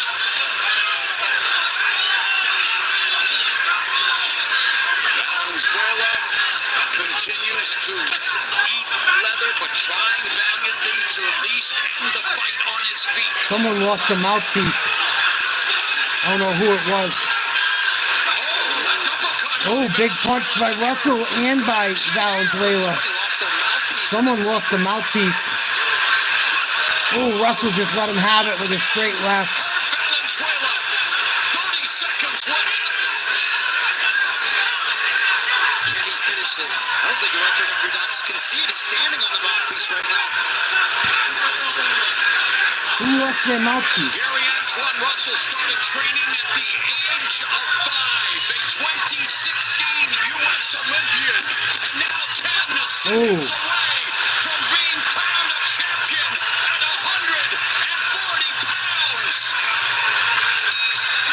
Russell wiped the floor with him. Virtuoso performance Wow. by Mr. Russell, Mr. Campbell. He won at least 11 rounds, maybe 12. Let me tell you that. This might have been a shutout. Wow. Champion his first defeat. That's He took his first defeat his last fight. What a way to bounce back. Holy smokes. Russell 43 punches away from 1,000 in this fight, landing 252 compared to just 127 What a performance. for Valenzuela. And we talked about Valenzuela's beat the how we shit. closed the show, you guys. Round 11, 28 of 98. Round 12, 20 of 78 for Russell. Yeah, I think he was trying to finish him. He was trying to go. Great performance by Gary Antoine Russell. All right, Abner, it was all Gary Antoine Russell. Yeah, that Gary Antoine Russell all night. He beat him to every punch. Of everything. He uppercut, he overhand, the combo. Right, left, uppercut again. Combinations, left from a distance. You like how he threw that decoy right hand to land the left? Just brilliance. Good box from the outside. Landed at will. I don't think Valenzuela won a round. I mean, just we saw everything tonight about Gary Antoine Russell just dominated him. Beat the piss out of him. Russell Muscle on display here Wow. tonight. And you know he's thinking about his dad right now and how proud. He looked right up there, right on cue. How proud he would be. And again, we await the official scores, but come on. Gary Antoine Russell's walking out of Brooklyn a champion. A proud belt holder tonight. No doubt, no doubt. I mean, there's no other way. All right, well, the numbers back it up, Abner. Let's see what screams, what jumps out at you here as we go to the CompuBox totals. And, I mean, again, look at the total amount of punches thrown for Gary Antoine Russell. Wow, just a lot of volume, all right, accuracy, the power, just everything. This announcement should be academic, but let's get it from Jimmy Lennon Jr. Ladies and gentlemen, after 12 rounds of action, we go to the scorecards. Judges at ringside, Max DeLuca and Benoit Roussel both scored about 119 to 109.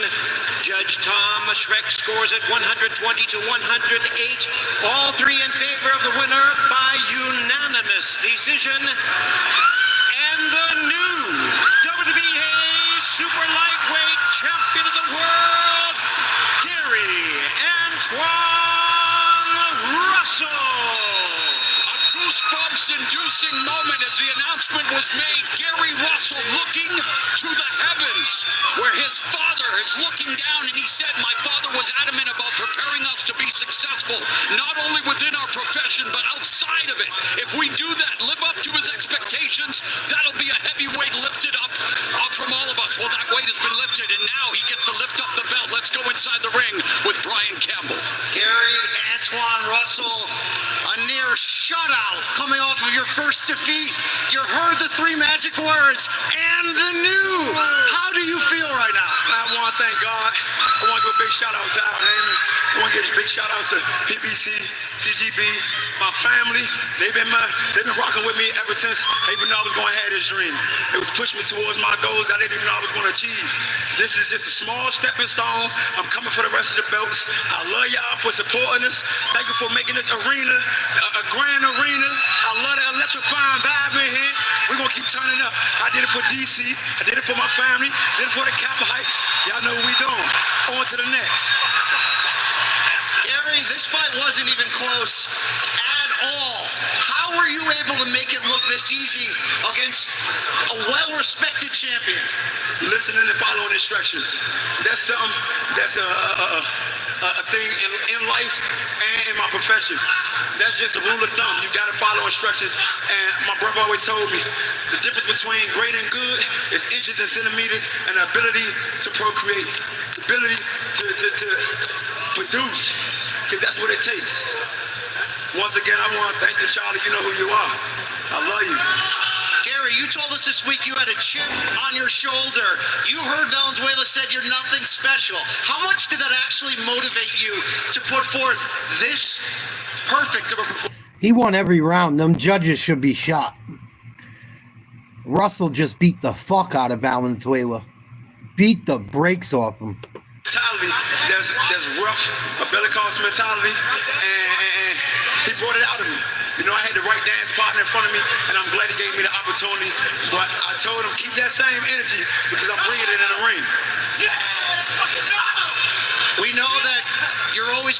a heavy-hearted tribute of your late father. What would your father be saying to you right now, at this moment? He's proud of me. And like I said before, this is a stepping stone. Shut up, you This is a retard. marathon. In a marathon, you come across a table with some water, but that's just a pit stop so you can keep going to the next. I'm coming. Congratulations, Gary, to you and your family on a breakthrough performance on this night. Thank you. Let's throw it back to ringside. Moro Ranallo. And in the words of the late great Nipsey Hussle, that marathon continues. Those are tears of joy from all members of the Russell family.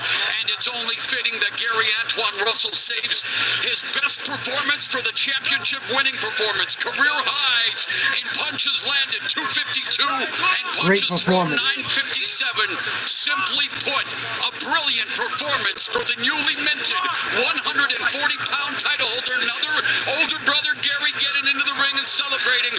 But Gary Antoine Russell is a champion, and the Russells will be celebrating all the way back to Capitol Heights, Maryland, where the capital city has a new champion. And speaking of champions, speaking of Capitol Heights, from the Capitol Heights to the bright lights, Lamon Roach Jr. Here we go. is looking to The become fight I've been waiting for. Division champion. Final All night. preparations, warming up in the locker room for the biggest fight of his life. He takes on the biggest box office attraction in America. Come on, Tank. Let's fucking go. Davis looking to go 4-0 here at Barclays Center with his championship career began at the tender age of 22.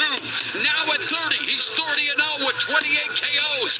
Davis versus Roach is the main event. Brian Custer will be the next voice you hear after this word from DraftKings. It's showtime, and there's no better way to win on boxing than with DraftKings Sportsbook. Right now, you can get this knockout offer and take your shot at victory during the big bout. Feel the boxing action from the opening bell to the final blow with DraftKings Sportsbook. Download the app, enter the promo code, and get in on this great offer before the first punch. Life's more fun when you're in on the action. The crown is yours. And the new 140-pound champion, Gary Antoine Russell, walking out with the strap around his waist. I'm sure his father is smiling, looking proud down at him from heaven. Fighting family. And this was a one-sided affair, Joe Goosen. The performance he put on was masterful. Before I say anything else, I just want to say, Mr. Russell, you raised classy kids. They're a great family. That being said, I kind of said it at the top that Ryo trying to box and move away from Gary Russell was a mistake. It's too new to him to try to beat an accomplished southpaw like Gary Russell. What he should have actually done, to tell you the truth, was follow his instincts that he started out in boxing, which was a pressure fighter, an inside fighter, and they should have perfected that, and he may have had a better chance in this fight than moving backwards and just getting lambasted for 12 rounds. You heard him say this is just the beginning for me, talking about Gary Antoine Russell at 140. Man, here could be some big fights ahead for that young man. Well, we had some big fights. He's gonna fight Teo soon. And we cleared the air. We eliminated two guys, Ryo and Martin. We left with Cuello and Gary Antoine Russell. How about that rematch? That's what I was kind of getting. But that would be something else. And I gotta tell you, I think it would be a different story this time around if Russell goes head-to-head with Cuello again. Well, listen, we're just really Let's get to the Tank fight. from our main event. It is Baltimore against DC here on the world stage. Folks, over 19,000 have packed this place. Largest attendance for an event here at Barclays. It's funny. Everyone was talking shit about Gervonta Davis earlier when we were watching UFC. They all bounced. They all left. All you big mouth motherfuckers all left before the fight. Talking all that shit about him. You guys are a bunch of cowards.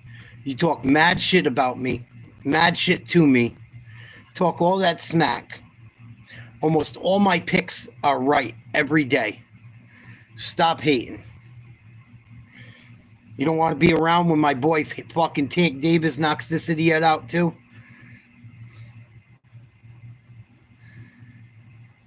It's fucking hilarious. Watch my show all the time. We have a disagreement and you don't want to fucking watch anymore. When it's time to put up or shut up. Fucking unreal. I love it because they'll all be back tomorrow. Oh, you were right. Or trying to talk some shit. Can't wait for Tank Davis to flatline this kid. They're all going to say, oh, he didn't fight anyone tough. It's fucking hilarious. See, back to that rope right there. Nearly knocked Rolly through the ropes, and that was it. Talk to me about the timing and the precision of Gervonta Tank Davis. Just like Lil Santa Cruz went to the well one too many times, Rolly Romero went back to the same combination that landed once or twice, and he... Oh, Tank Davis is boring. Nobody wants to watch him fight. How come they have the biggest crowd ever at the Barclays tonight? Biggest crowd ever to see Tank Davis fight tonight out of anything they've ever put on. Y'all are just a bunch of fucking haters. And I'm going to continue to tell you it. I keep receipts. I got a very good memory. I'm going to call all you motherfuckers out next time I see you in the chat. They all disappeared right before the fight.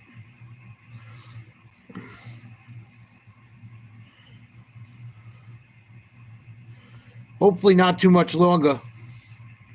We're already like an hour and a half behind where we were supposed to be. Fucking ridiculous. They put too many fights on this card, Mark. That's the problem.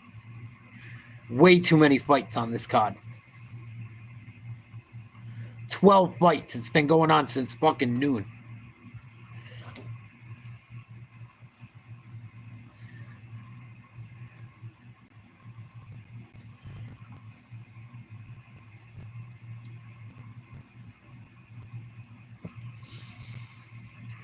Jake Paul's there. Ugh. Fucking fraud. Tank Davis, big old smile. Looking cool as a cucumber. I fucking love Tank Davis. Everyone thinks he's this hood rat type of kid. He's a funny, good... Tank Davis means well. I really believe it. Everyone likes to talk shit. Oh, he got into an argument. He went to jail because him and his girl got in a fight. No one ever says maybe Tank Davis's girl was a cunt. Maybe she put hands on him first.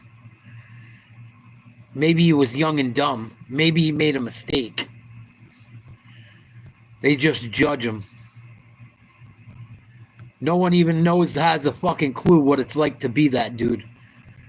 Coming out of poverty to being a fucking millionaire with no guidance.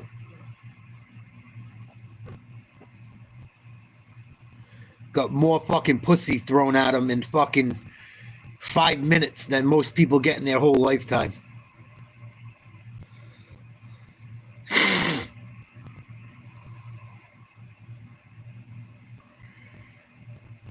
It's so funny, man. And this people I hate on too, but I'm honest about it. I'll be like, I'm a hater. I say it straight up.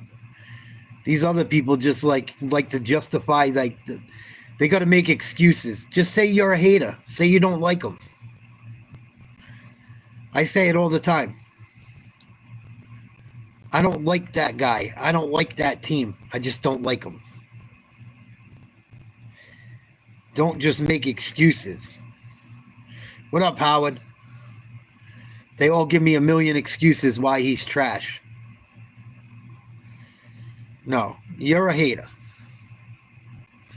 Come on.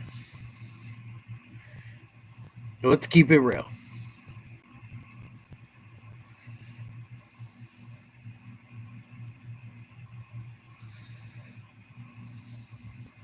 These two grew up fighting each other in gyms in D.C. and Maryland. Gervonta Davis beat him twice in the amateurs, and it really doesn't matter. Amateurs are the amateurs. But these guys came up together. They came up from nothing.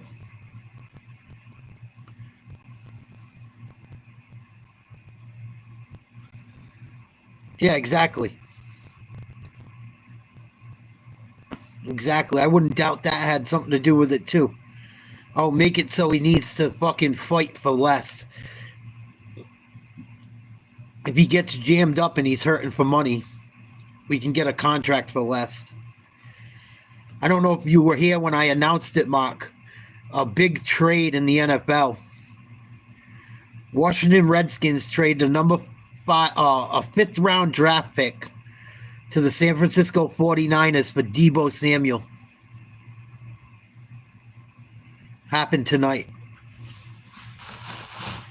I don't know who's picking up what parts of the salary, how that works. All I know is the Redskins just got a lot better as long as he's healthy. NFC West, NFC, the whole NFC better watch out. Because Jaden Daniels got a real wide receiver now.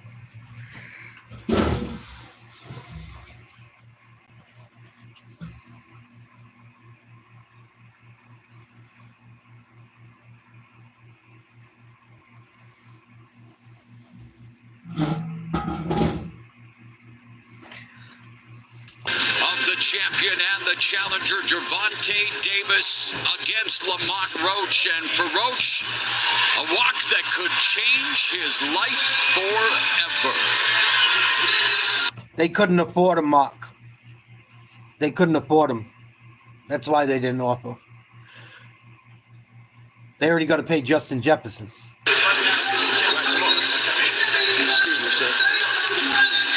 And they got to get a quarterback. First here tonight, the first time that fighters from neighboring cities, Baltimore and Washington, D.C.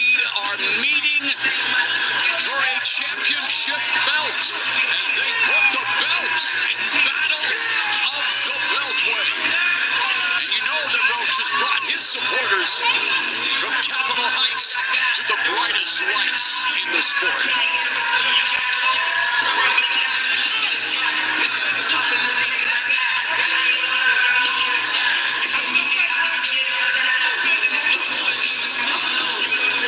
Roach looking to become a simultaneous two-division champ, a feat first accomplished by the legendary Barney Ross back in 1933 when he won a lightweight and light welterweight titles against none other than Tony Canzoneri.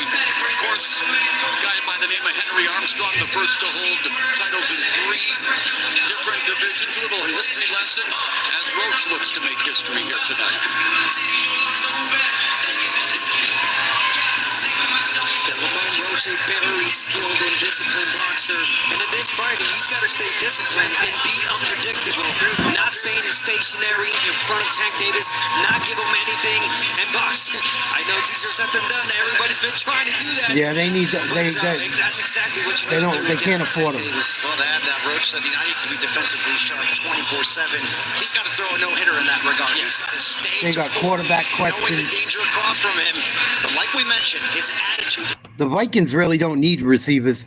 I think the Vikings have the best 3 receivers in the NFL. I really do. Like out of you put the Vikings 3 best receivers up against anyone, they're right there.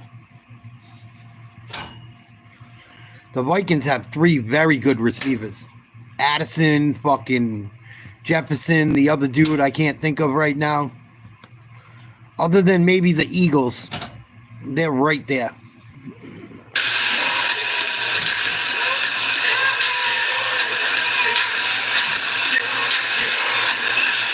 Oh, he's coming out to Dipset.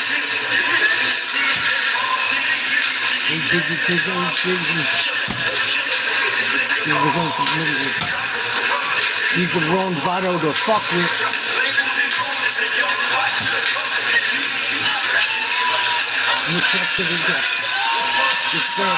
Spectacular, yes. We got Jim Jones with him. and Joel Santana in a pool full of shit.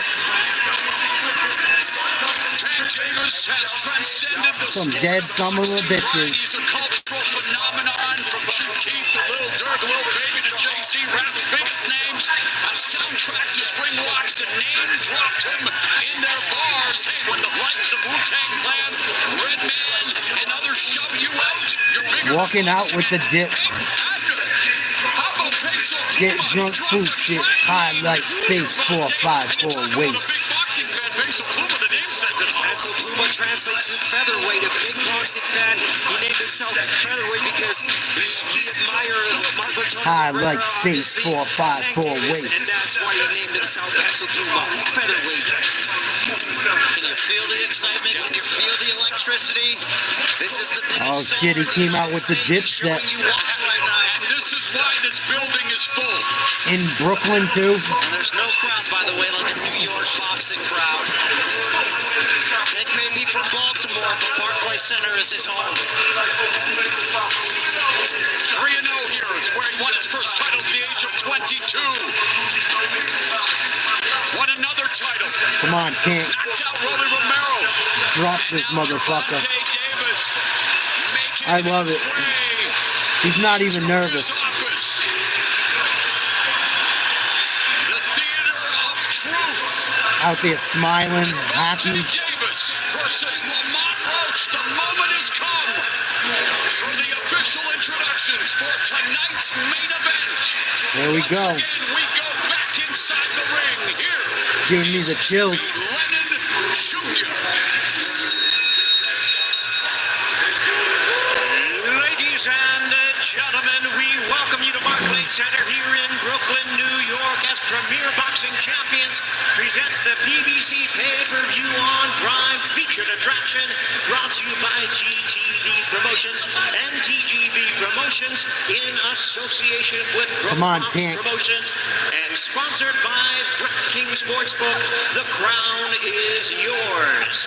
This bout is sanctioned by the WBA. President in attendance, Gilberto Jesus Mendoza, along with the New York State Athletic Commission. The executive director is Matthew Lamont looks tight.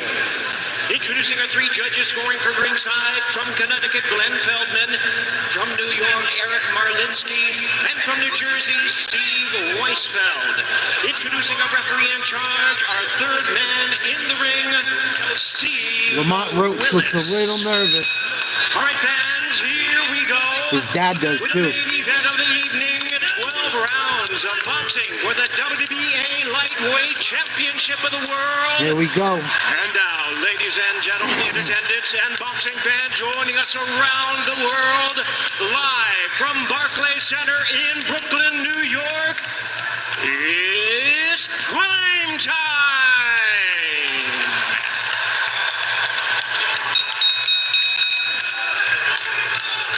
Introducing to you first the challenger on my left, hiding out of the red corner, wearing green trunks, hailing from and representing our nation's capital of Tank Washington, Davis. D.C. Knockout. He weighed in at the lightweight limit of 130. Tank Davis knockout before the 10th round. I think Tank finishes it in between like 6 and 10.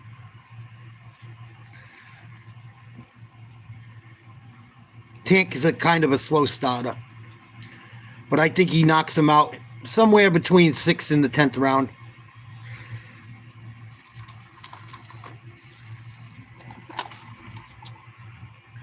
I like Tank Davis a lot. I'm kind of biased. I like Tank Davis. A lot of people don't like him. I like him.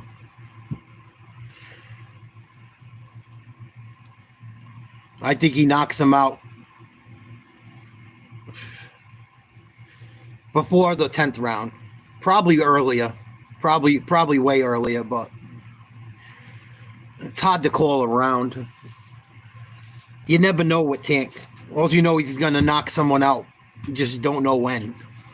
Knockout. Here is the popular superstar of boxing. Ladies and gentlemen, please welcome the hard-hitting, 5-time, 3-division world champion and the current undefeated, reigning and defending WBA lightweight champion of the world, introducing Gervonta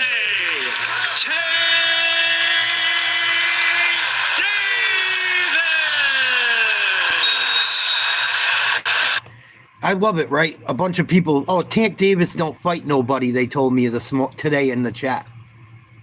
He hasn't fought nobody. His last 7 fights, the combined opponent's record is 146, 5-2. Come on. He don't fight nobody. Oh, they already started today, Mark. So many people are Tank haters. I think I'm the only one that liked him in the whole, out of all my viewers. These instructions in the dressing room. I want you to obey the commands, protect yourselves at all times. Right now, we're going on the low, on the green. They all said he's fighting a nobody tonight. Lamont Roach is nice, man. Lamont Roach is solid. Oh, because he has 1 loss? That doesn't mean he's a fucking horrible fighter. Come on. That science, but for Lamont Roach, he knows that when it comes to beating Davis, it's not about just skill. It's about flawless execution under constant pressure. Roach Jr. believes his IQ is sharper than the number 2 pencil, but he'll need more than wit to withstand Here we go. precision and power. Round number 1. Question here, Mo, and I think we all want to see is if Tank Davis is going to start fast. We know the answer. I know. If you want to look for some areas Roach thinks he has advantage, one thing he said is fighting on the inside. His quote was, we're going to see if Tank is really an inside guy in this fight. Been well chronicled. First 3-4 rounds. Davis downloads that data like an AI-generated knockout artist, and for Roach, it's going to be up to him to... Both guys just judging distance, jabbing. Davis, does he wait for Davis to come to him? One thing you can say about Roach, he has never looked in better shape coming in. Both guys in good shape. Confident, and we talked about it, Brian Custer, all of us saying, you know, for most opponents, it's like that Mike Tyson effect. You walk to the ring, dead man walking. For Roach, though, familiarity. They've sparred a lot. Yes, they faced each other in the amateurs, and Roach is a champion. He holds a title. He may not have been on this stage before, but he knows what it takes to be a champion, and tonight he wants to make history. Well, when you come back from defeat like he did in his first title bout against Jamel Herring, which he said created this persona of the Reaper, and you come back and put together the run that he has, that is a champion in form right there. Let's see, though. Familiarity has brought confidence to Roach, but too much confidence against Tank is a recipe for disaster. Knowing Tank Davis, I doubt he listened to Blue Oyster. Both guys just jabbing, feeling each other out. Sentiment that I'm sure he has going into this fight. A minute 15 left here in the opening round, and yes, a cautious start. Gauging distance. Right now from Roach, you know he's really smart, taking in data right now, trying to read Tank Roach Davis. not rushing in. Let Davis read him. Neither is Tank. Might not be surprised that with 2 minutes gone, Davis is left. Yes. Davis looks quick. Well, this is Roach kind of forcing Davis to take the lead, which is an interesting strategy.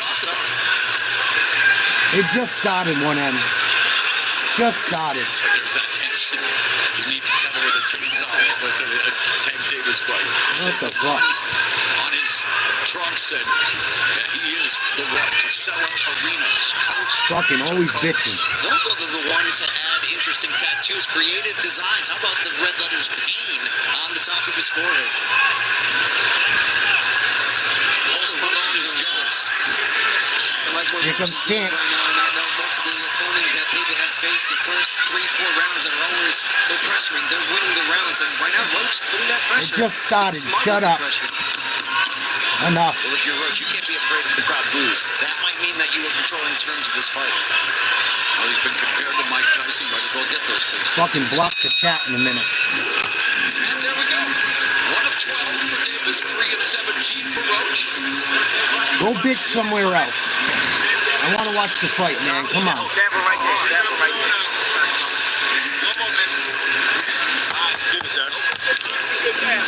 I want to watch the fight. I don't want to hear you bitch. Just stand in front of him like a deer with a headlight, all right? Head side to side. Make sure you pop that jab. And if you're toe to toe, if you're not Stop working, get the fuck out of there, all right? Keep him in the circle, okay? How you feel? Good. Deep breath in. Coming out one more time. Touch something. Just touch something. Just move around. Always cry. Okay. Head off the line there, all right? New voice in the corner for Gervonta Davis, that being Barry Hunter. Calvin Ford still part of the camp. Meanwhile, in Round Roach's 2. corner is Dad telling him to feint. Not much in round 1. Trying to lure Davis into a counter opportunity. Of course, Davis knows all about making counters count. Well, this does align with what Roach was saying regarding his strategy. He wanted to really make Tank think. He thinks that could be the difference in his performance, obviously, compared to the others Tanks have had. So many of those fights ending by knockout, by the way. Here's a rarity in round 1. All punches were landed to the body, albeit there were 3 for Roach, 1 for Davis, but still. Come on, Tank. Yeah, we talked about the reach and making Tank Davis think. And there's those feints that Roach is using right now. Trying to make a mistake and make him pay. But again, I'm liking how Roach is walking Tank Davis back.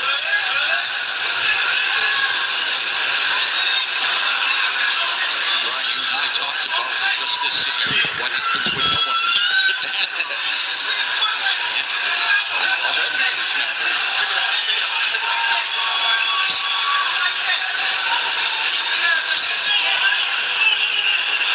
Obviously, this fight can turn at any point. Do you want to land something big to set a certain tone and precedent? Well, he's not known to be that guy early in the early Tank's rounds. trying to suck him in. Yes, his power is just that. Fly was going up against the rope. Come on in. Always go back, watch tape. Come on, Those come early forward. days, my goodness, was he See? a beast in those first rounds. Tank's not stupid. He's going to counterpunch. Come on in. Maximum damage. Come on in. I'm going to knock you out. How about those shoes on tape, by the way? You can put on your makeup in the reflection of that more. Both of them are styling and profiling with their ring fits. Nice left by Tank. His championship glory. Up the grabs. Roach Nice gives jab by special Roach. permission to move 5 pounds up for this huge Body shot opportunity. Tank. Jab. There's a jab by Davis. Southpaw against orthodox. Roach in the center of the ring. Again, very cautious. He's building the tension. You know, we've said it many times. You watch Roach Tank afraid Davis to fight, it's engage. like sitting on the edge of your seat during a blockbuster thriller. You know that a twist Tank is waiting coming, it out. but the suspense is half the fun. Oh, Roach covered up quick. Yeah, it's just a matter of when, really. And again, Roach in smart round, he's not throwing a lot, but being cautious, being smart. He knows he cannot make Tank mistakes just against getting his Tank. timing down. And you look at this lightweight division, of course, a new star on the rise. Another Davis added to the championship mix. Keyshawn Davis, Shakur Stevenson, Vasily Lomachenko. Tank talking some So shit. much talent, and, you know, there's hope that they can start to mix it Tank's up. going to catch him. It's a matter of time. Matter of time. He's trying to get him to come forward. It's starting to work. It's going to take a couple rounds. Typical Tank fight. He's playing the game. That's what makes him great. Everyone goes, oh, boring fight. No, Tank's just waiting. Tank's just fucking waiting. Tank's waiting to see how he moves, how he's going to attack. And when he gets aggressive and gets a little too overconfident, Tank will put him to sleep.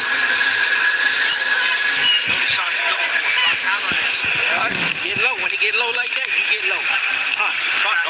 Push down on his ass, right?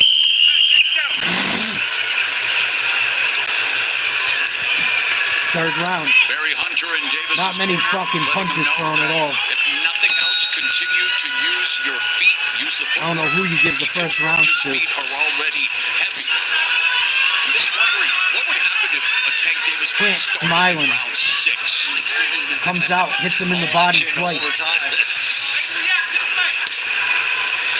not alone in that. Let's talk about some of the great ones. Every time Tank makes a motion, Roach covers up. Yeah, all about that low output, high accuracy. Yeah, but you gotta give it to Tank. I mean, yes, we would love for him to start fast and be exciting, but this is a smart fighter. He knows when to go in. He's reading the fighter right now. He's taking it. He's downloading He info doesn't want to make a mistake. like a motherfucker. Mentally, physically, and otherwise. He's setting He's traps. gonna make the other fighter Oh, almost caught him. do something. Almost caught him already. It's coming. Yeah, Tank, I mean, what fighter, but Tank does not like It's to coming. get hit, and that's why he doesn't start. Nice body shot, Tank. He's waiting for the right moment.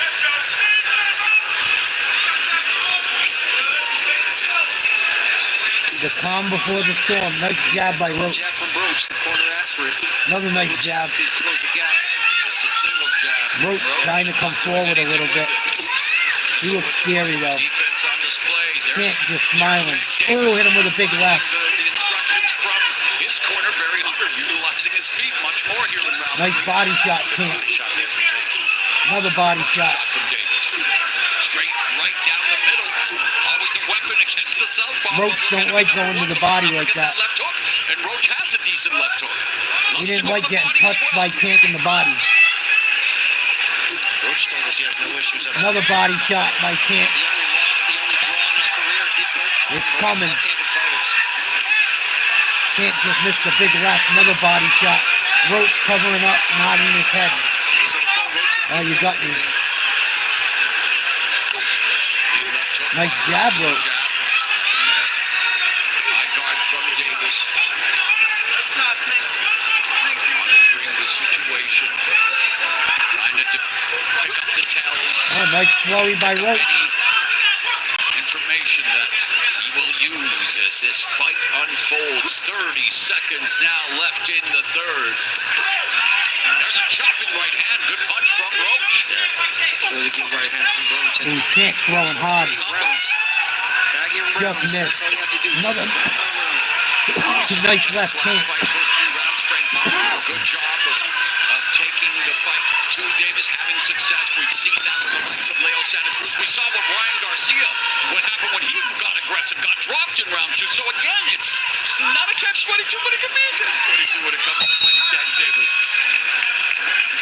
He's just not getting greedy. Yeah.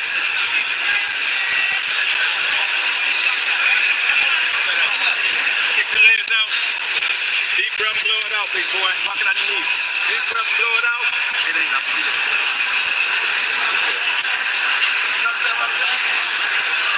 All right, listen. Set him up with that left hook. Set it up with the left hook, okay? Keep going right, and then when you step, bring the left hook, then the right hook. You got it? How you feeling? All right, good. Head off the line, behind the jab, okay? And do not fall in.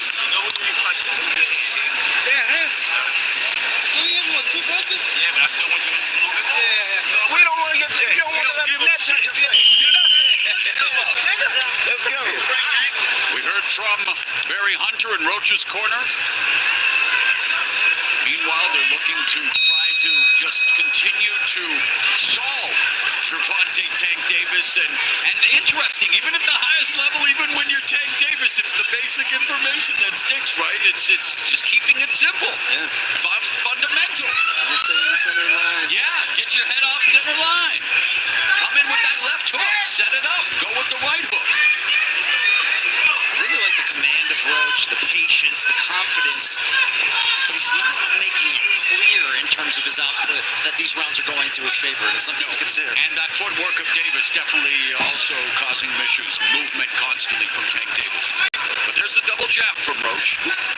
There's that lead left hook just clipped to Davis. Yeah, just as well, Roach not giving Tank Davis anything. Tank Very not giving Roach. close. And you see round two where Roach outlanded Davis. Well, the first two rounds, in fact, their unofficial score. Nice ref by Tank. Did actually give round two to Roach. So there it is. I mean, again, Oh, nice left hand Tank. He's got Roach all fucking worried. He's ducking already. Even when he flinches.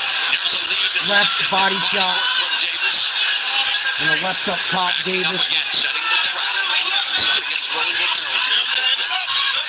Led him to the ropes and then sent him crashing into the ropes. It's such a dangerous proposition. position for Roach with that high guard. Roach starting to come forward. Body shots to a big puncher in Davis, or you're going to bring down that guard and set up an opportunity for him to end the fight. Roach is on the hunt. Nice left down the middle, Tank. Another one. Really low with his high guard, and he got in. But Roach is standing too straight. Straight right, Tank. This also had a good start. That was at 140. Again, but how do those fights all end, guys? Davis victories usually a knockout. You saw Cruz, one of two fighters to go the distance, the first to go 12 rounds, and not to take away from the win, but halfway through the fight, Davis injured his most effective weapon, his left hand. Left hand against Pico, yes he did.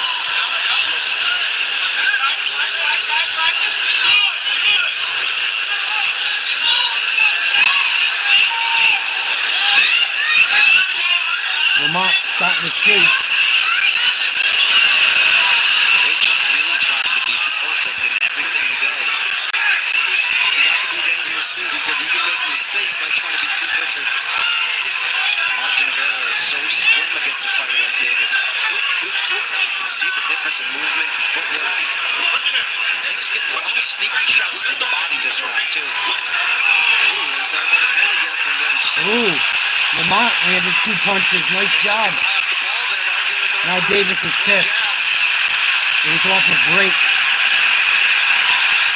Davis is like, I don't think I'm playing nice no more.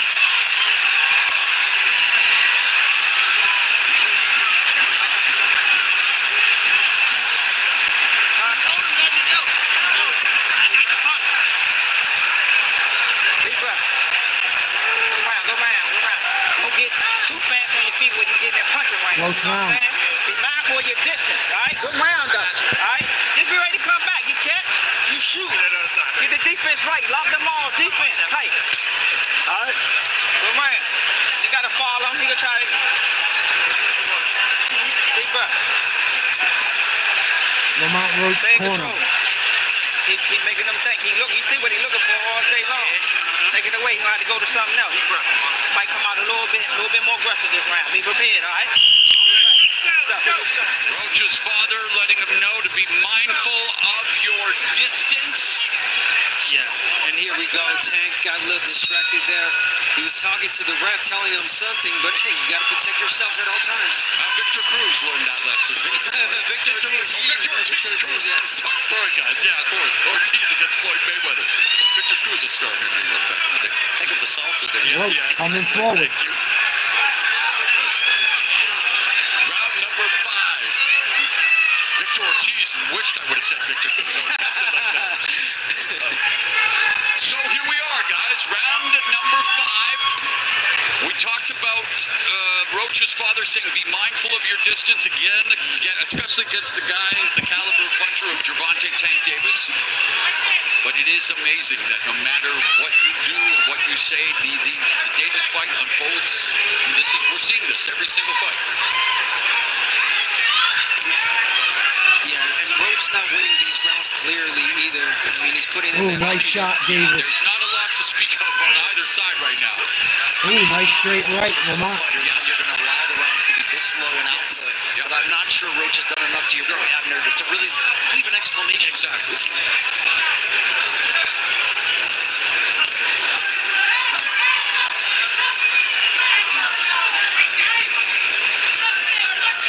Come on, Tank. Nice shot, Roach. Chess still being played between these two at close range. Body shot. Good body shot. Davis. Sit there. Davis is smiling. It's a tactical fight so far. Now there's a combination for Roach. Davis. Another body shot, Davis. Continuing to pound to that body with the left. Another one, and another one. And another one. Flashing some of his speed. Final 60 seconds. Lead left hand splits the guard of Roach. Roach, though, with the uppercut in the right hand, trying to score on Davis. But Davis defending and sticking his tongue out. Under a minute left here in the 5th. Davis ducked that one punch so well, he got hit in the back as he was bending over. Another body shot. And he's talking. Davis talking shit. Ooh, 2-3 shots, Davis. Talking shit. Just talking back, okay. to his head already. By him answering. Roach talking shit now. Davis is in his head. Trash talking in the ring. Referee wanting to maintain law and order. Steve Willis, the man in charge. Davis playing the mind game, setting a trap, evacuating. And Roach continues to talk to Davis, and you're right. Davis is taking Roach out of his game plan here. It's gonna get good. A lot of shit talking in that round. I give that round to Davis. I think we're going into the 6th. What up, Crispy? There you go. You take chances, but you got to bait it in, all right? Talk about combinations together this round and then with a boom, man. Touch, boom, boom, man. So in the corner, we saw times, though, all right? in that round. Tank's gonna get him soon. He's starting to get in his head. Thrusts like that. Starting to get in his head. Including against Floyd Mayweather, and there was a page right out of that playbook by Gervonta Davis. Not exactly Marcus of Queensberry rules, guys. A little mental warfare though. Tank returned the favor for the cheap shot the round before. Just by talking, we got him out of his game plan. Here we go. I think he also went to the body effectively, and that's going to add up over time. Round 6. We are now in round 6, and according to the stats, very close. So not really the start Roach wanted. Lamont Roach talking a lot of shit. Coming forward, jabbing. Come on, Tank. Shut him the fuck up. Let's see what happens, because the words are being Body shots, Davis. Oh, Davis might have hurt him. Davis might have got woken up there. Why is he staring him down after eating a big shot? I don't think Lamont liked that one too much. Tank's talking to him. He's talking to the referee. Talking to him, maybe going to talk to us.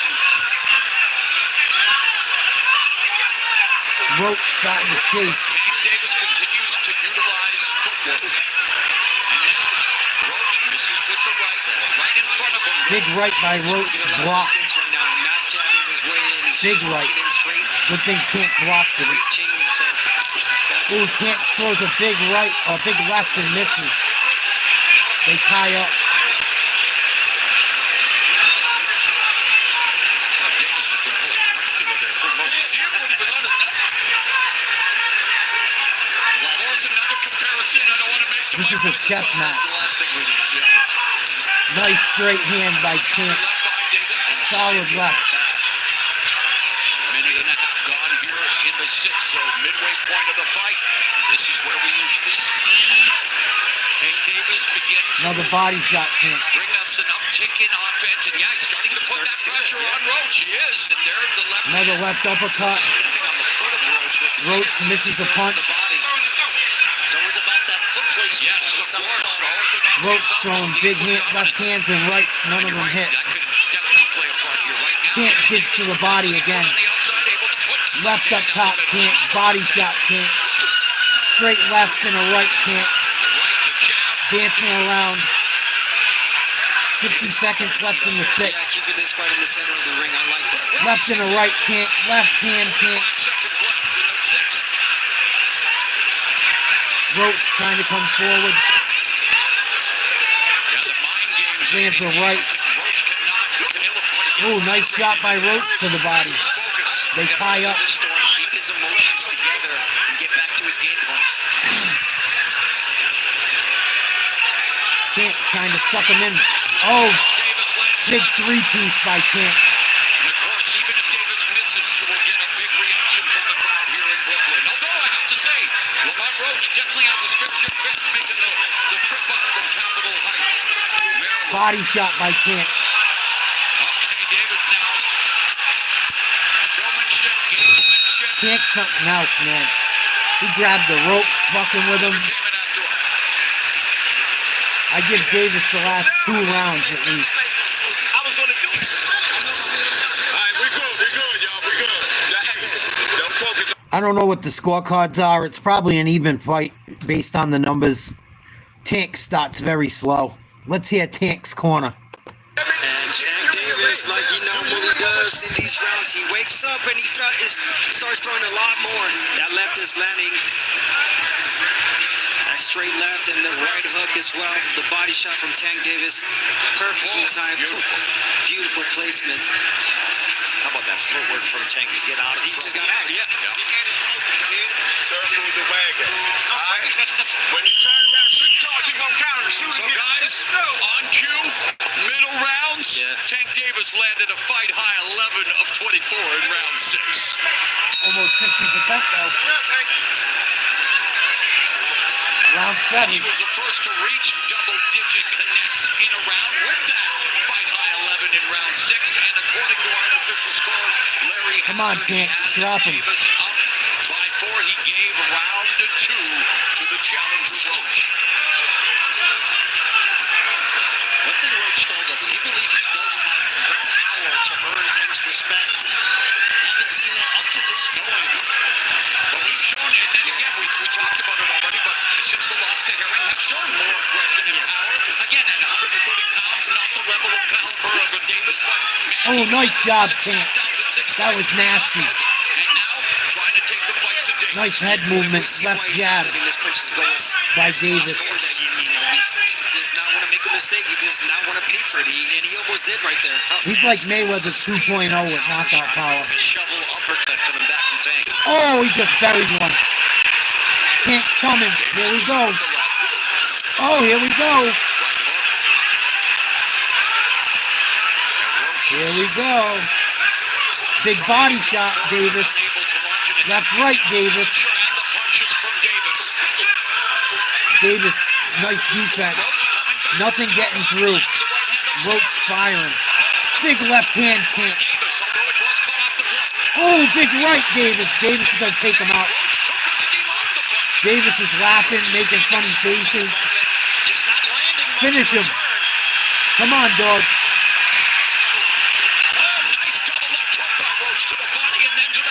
Oh, Roach coming back with some fire. He might have hurt him.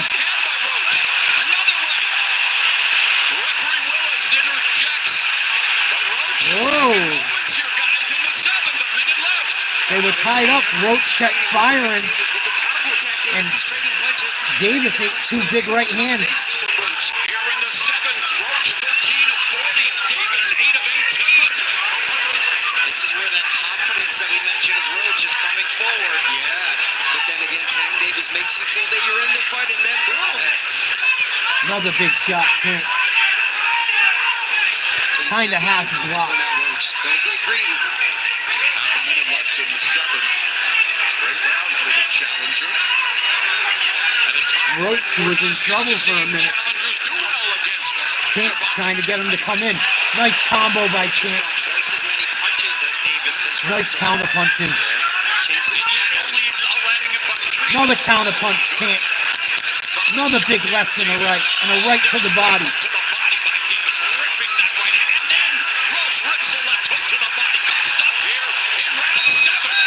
Oh, he hit him on the back of the head. It's all good. Tank don't give a fuck. Good 7th round, both guys.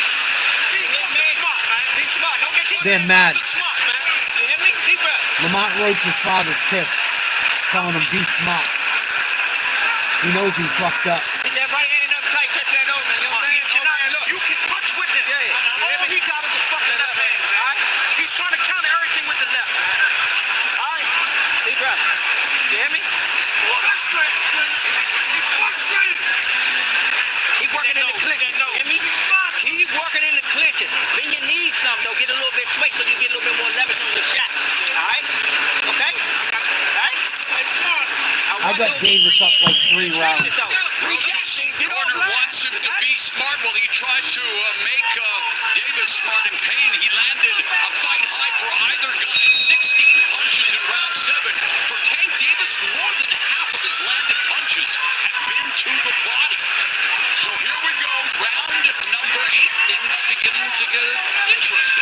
Davis is landing at a higher percentage. That was him thriving, letting his punches speak for themselves here. He feels Even like in he's that back round, in the fight. His corner believes it. by a You're always walking big that tightrope margin. against Tank's power.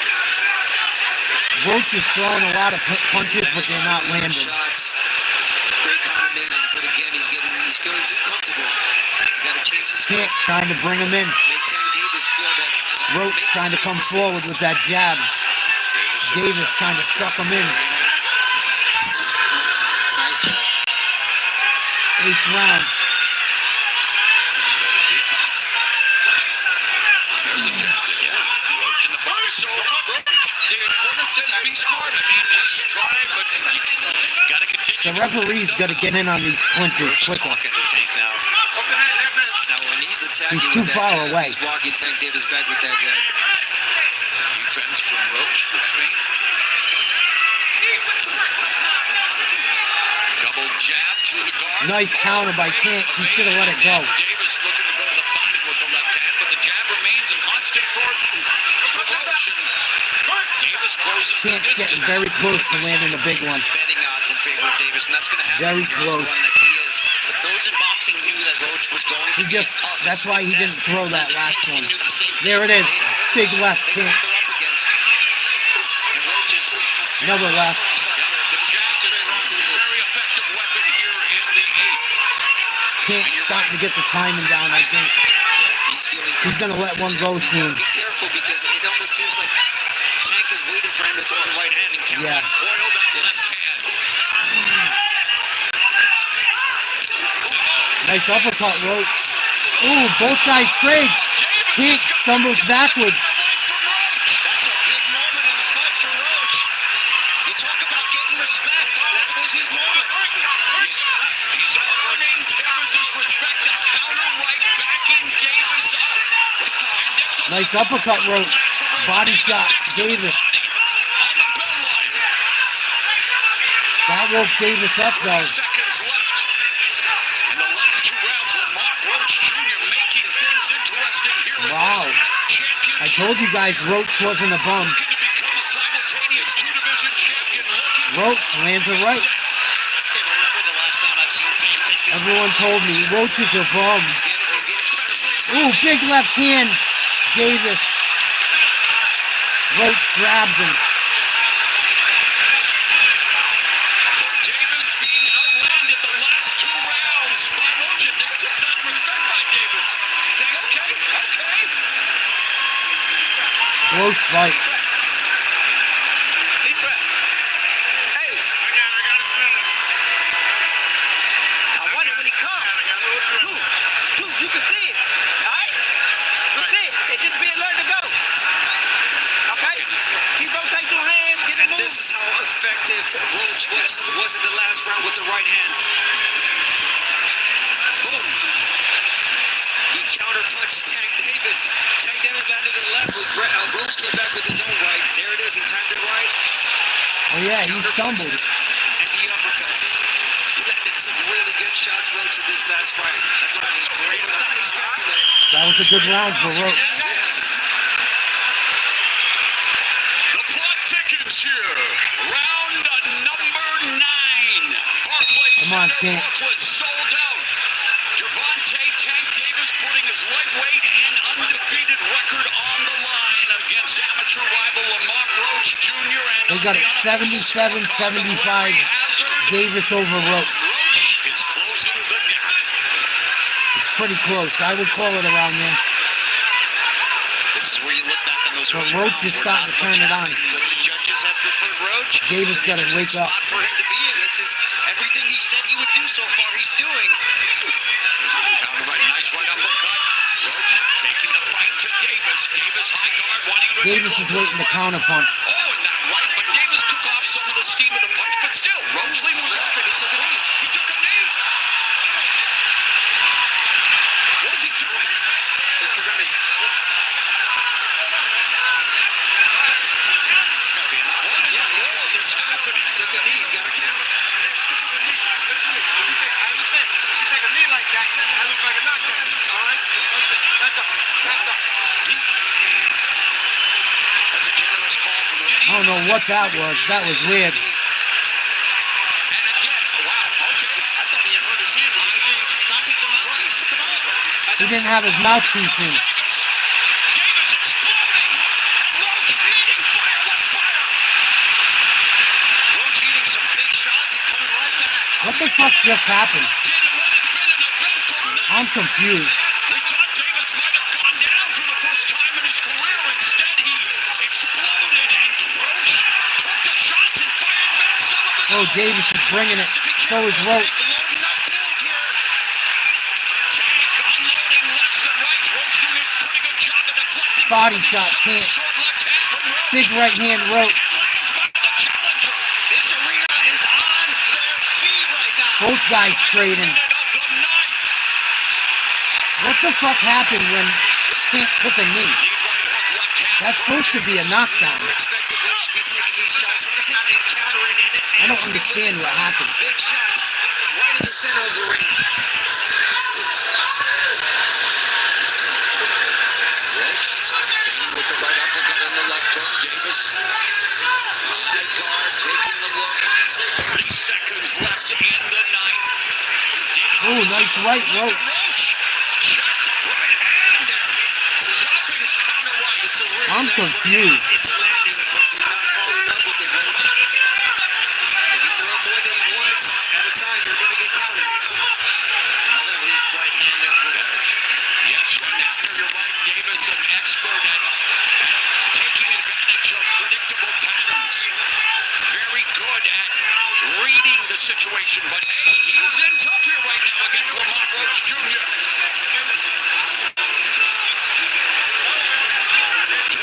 What the fuck happened there?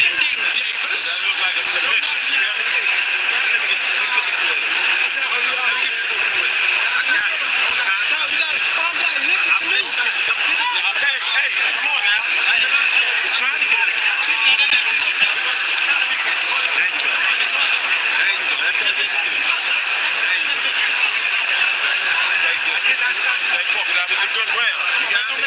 Turn it up now. I want all three of these. Abner, let's take a look at what we thought was taking a knee. Did his brain hit him in the eye? Mighty jab. Yeah, what's Took a wrong? breath. Something is wrong. He took a knee. That's a knockdown. Knockdown. Supposed to be a knockdown. You cannot take. Yeah. What? I don't get that. Never ceases to amaze me. There's the replay official said no knockdown, guys. Well, it certainly did not come as a result of a clean punch, but it was voluntary. It was challenged to the face, but you're right. Exactly. It wasn't the power. It wasn't the knockdown punch. How about the only time Floyd Mayweather was down in his career when he broke his hand? Yeah, right. And took it exactly. Touched it. Exactly. Interesting. Wow. But why did he go to I don't get that. That should be a knockdown. It seemed like it. Yeah. But again, not allowed to take a timeout. There's no timeout in boxing unless the ref calls it. I don't get that. Davis lowers his hands and saying, yeah, come on. That's fucked up. I'm a Tank fan. That's not right. I want to know what happened. How good he's looking in this fight so far. Ooh, big left by Tank. And he's pushing Tank Davis back. The right hand is landing. The odds makers 10th may not round, 2 believe that minutes Roach to would go. still be here, but he never doubted it. He never did. You're seeing that confidence show through. How is Davis winning the last round? He took a knee. Thus far, here, less than 2 minutes left in the 10th. Tank Davis has failed to throw 30 or more punches. 12:30 almost. Roach has thrown an average of 44 in the last 3 rounds. And to go back to the situation Come on, involving Tank, Davis, finish him. the commission looked at the replay.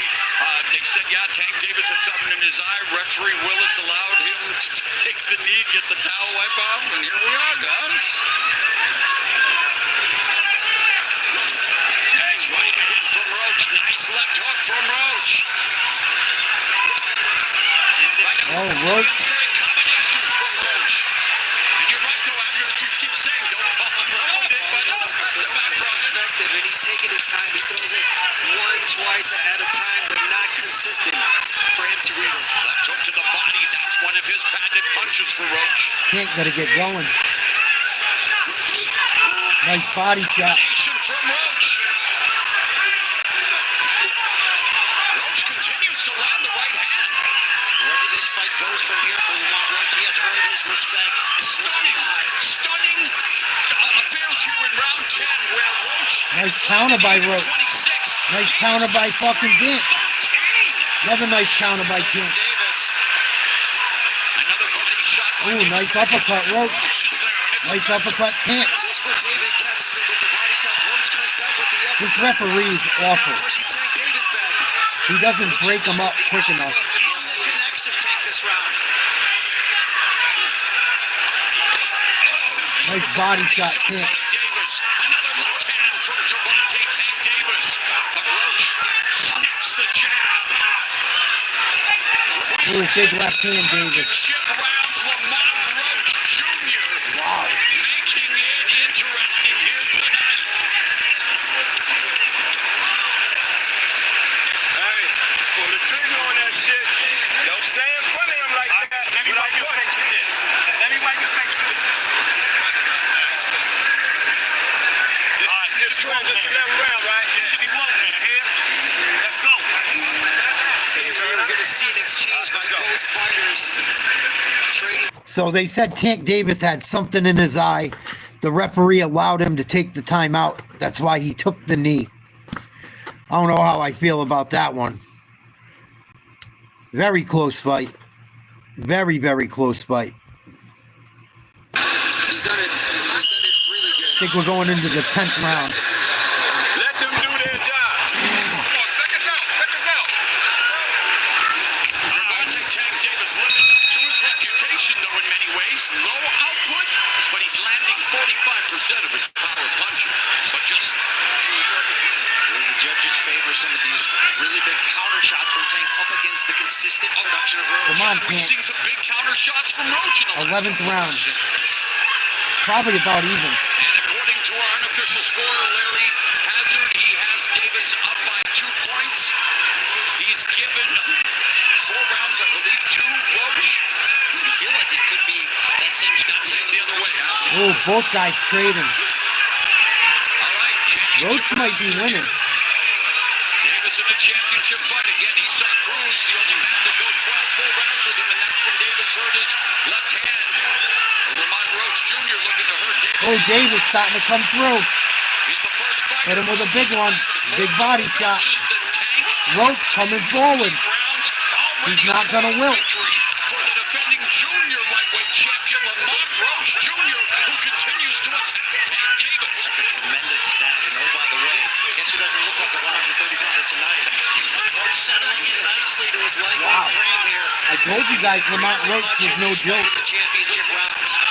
He just hit Tank with a big left. Lands for Roach. Davis missing. Yeah, he's missing. He's starting to push his Mixing you now. Says you can take one, I can take one. Won't be a knockdown. Close fight. Because this game of Thrones is getting interesting here. Oh, another right hand, Oh, Roach bringing it. exchanging fire with Davis and having success after Mondays. He had a right hand, and then he's waiting to bid him down and get not let Tank Davis land that left. Nice combination from Davis. Another.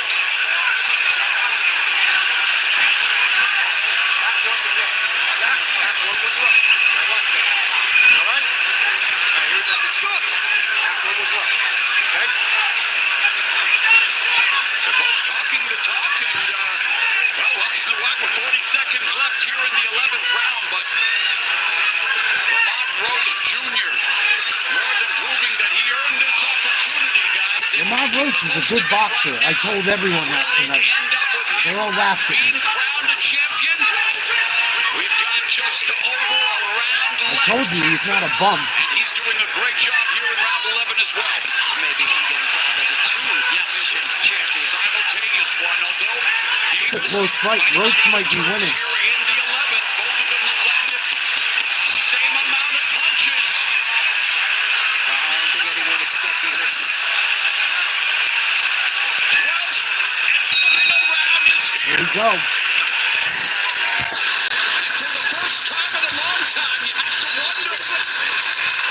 I had about 10 people earlier today tell me how garbage Lamont Roach was. I told you he wasn't. You fucking guys don't watch nothing. He ain't 25-1-1 for nothing. You guys got to stop being morons. Listen.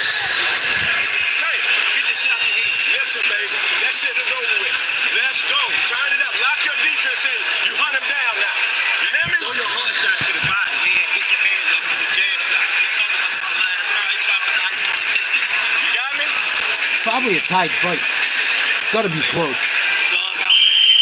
Got to be close. 12th and final round. The Isak Cruz saw the final bell after 12 rounds for Lamon Roach Jr. He's not just surviving, he's thriving. He's fighting really similar to Tank Davis. Can't watch the crowd to get into it. Say Davis is up by a round on the scorecard by Larry Hazard. And it could very well be the other way on the official scorecards. Okay, Roach just taking the fight to Tank here to open the 12th. And yet, you still feel the you never know, but here we go. 2+ minutes left in the fight. Oh, the pressure on those ringside judges in this one. Nice shot by Roach and Tank. Mental focus, the focus. A lot of talking going on in that ring. Jab by Roach splits Davis's guard, and Davis misses with the lead left. Roach still talking to Tank. Davis keeps the body shot. Roach looks good. He might pull this out.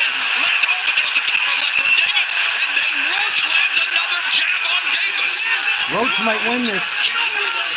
Another gun. Roach coming forward, so is Tank. Break them up. What is the ref doing? Break them up.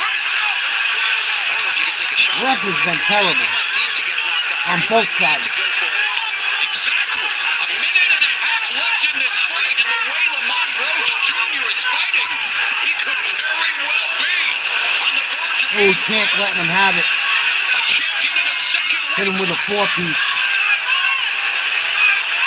Talk about flipping the script. Davis has landed just slightly more power shots. Roach very much controlling the jab department. Davis has landed more body shots. So again, these scorecards could be all over the place. Less than a minute remaining. You can cut this tension. Someone got to throw. Come on. Oh, but Davis looking for that left hand. 40 seconds left. And this is how closing fights as Another big left, Davis. Roach said the familiarity. He knows Tank's tells. He knows his weaknesses. It's one thing to stand. It's another thing to execute. Roach is executing tonight. Davis hands are low. Roach on the hunt. Let him go, Roach. Close fight. In Brooklyn, where Gervonta Davis became a champion for the first time. Is his championship reign in jeopardy? It comes down Close fight. to the judges at ringside. Wow. Lamon Roach Jr. moving up in weight. Close. Proving that he belonged in the ring with Gervonta Davis. Might be a draw. You look strong, you look accurate, you look great tonight, Lamon Roach. Davis didn't look good tonight. Roach looked really good. Box office attraction. Roach might have done it. This sport here in America, 3-0 here at Barclays. His knockout streak has ended for four. But will his championship reign end? Let's take a look at some of the action, Abner. Well, as predicted, Tank Davis started Tank slow. landed at a higher percentage, but he didn't throw nearly as many punches. Back to back, but Roach was always Roach in the threw fight. so many more punches. Tank took a knee, He too. always felt comfortable, never uncomfortable, always pushing Tank Davis back. I don't know. He always had a response to what Tank I Davis wish there were 3 more rounds. uppercuts, beautiful combinations. Pushing him I back won't be with the mad jab, if and that's fucking the Roach replay beat him. when he took It was the knee. close. Again, Landed a punch. yeah, and he took a knee. I don't think Davis wants to fight anymore. Roach just had a response for everything that Tank Davis was throwing at him. And yet fight, as competitive as it gets, Abner. They were separated by 3 or fewer landed punches in 9 of the 12 rounds. It's you close. see the total punches landed favor Lamont Roach just by a bit. Power punches, that belongs to Davis. The Davis outlanded him in higher percentages. decision Over belongs 10% to the 3 and judges 20%. at ringside. Tank's probably going to squeak it out. How often do we Just on the percentage numbers. waiting a decision for a Gervonta Tank Davis fight, but here they are showing respect to each other. And Roach, I told you guys Roach wasn't a bum. for Davis again, Everyone said Roach was trash. He's better than all them big name fighters you guys like. you know, not to say there was a rust or a lack of sharpness. Like I told you he was. Lamont Roach came to not only fight, but came to become Roach might have won. We'll see. our unofficial scorer. Larry Hazard has I wouldn't be mad if they gave Roach the fight and fought his ass off. 113. Let's see what the judges. Those first rounds were really close. Yes. And in rounds where you expect Davis to separate himself, that's where Roach was at his best. At the very end, I think Roach was just feeling comfortable. He was feeling himself. Talk about 12th round, Tank had a better 12th round. Roach had a better 11th. No Tank, we fought many times. I know what he brings, and I think that's why he felt so comfortable in there. We'll see. Talk about the chin. He got hit by Tank Davis many shots, and he took them. People need to respect Roach after this fight. I told you guys tonight earlier, Roach was a good fighter.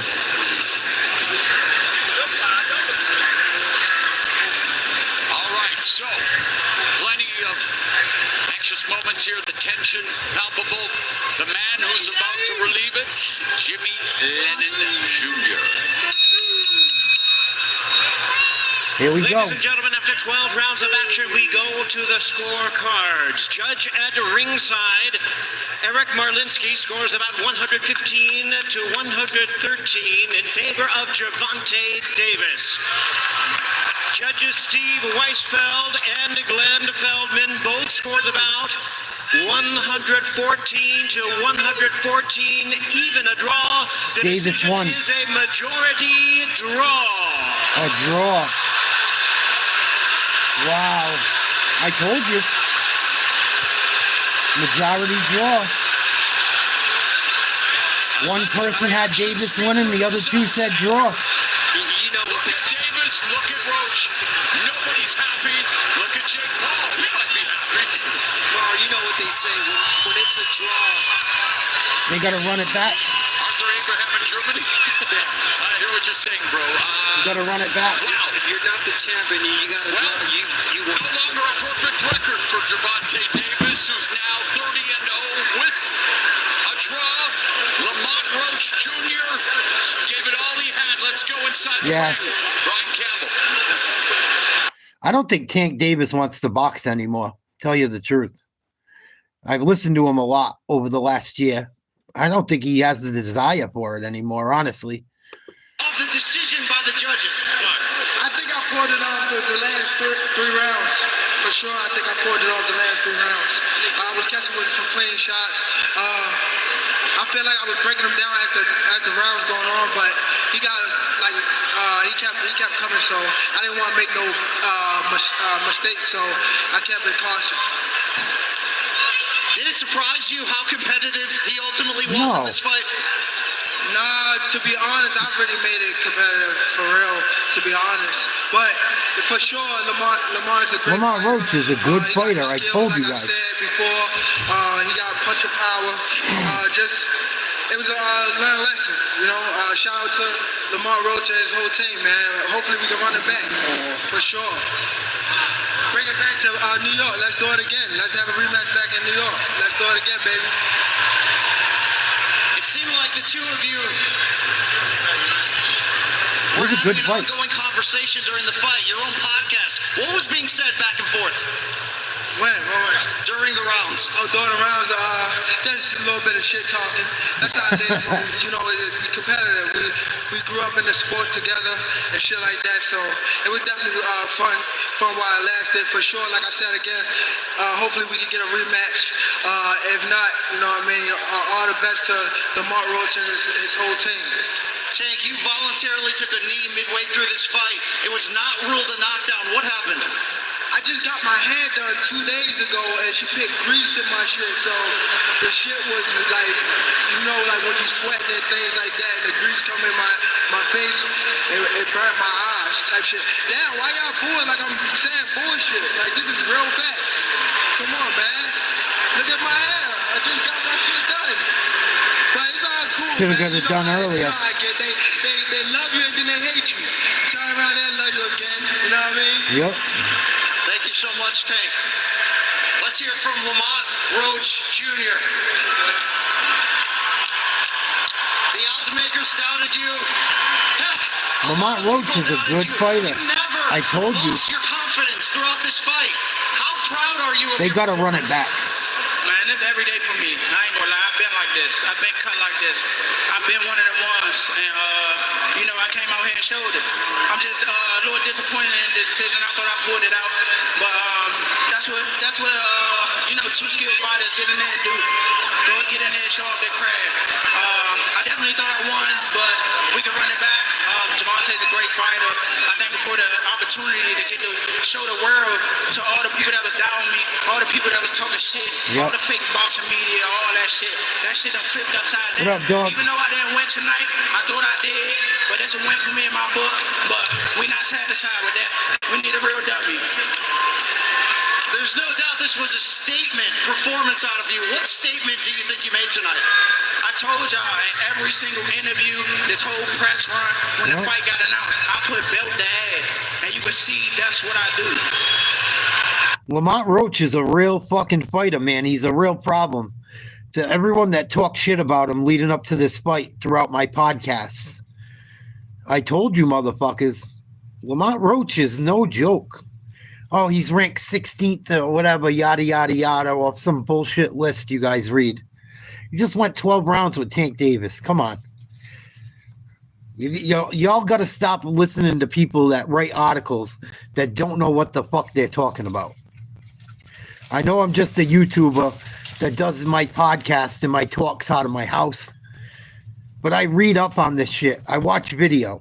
I told you guys, Lamont Roach is a fucking world-class fighter. He showed it tonight. Very close fight.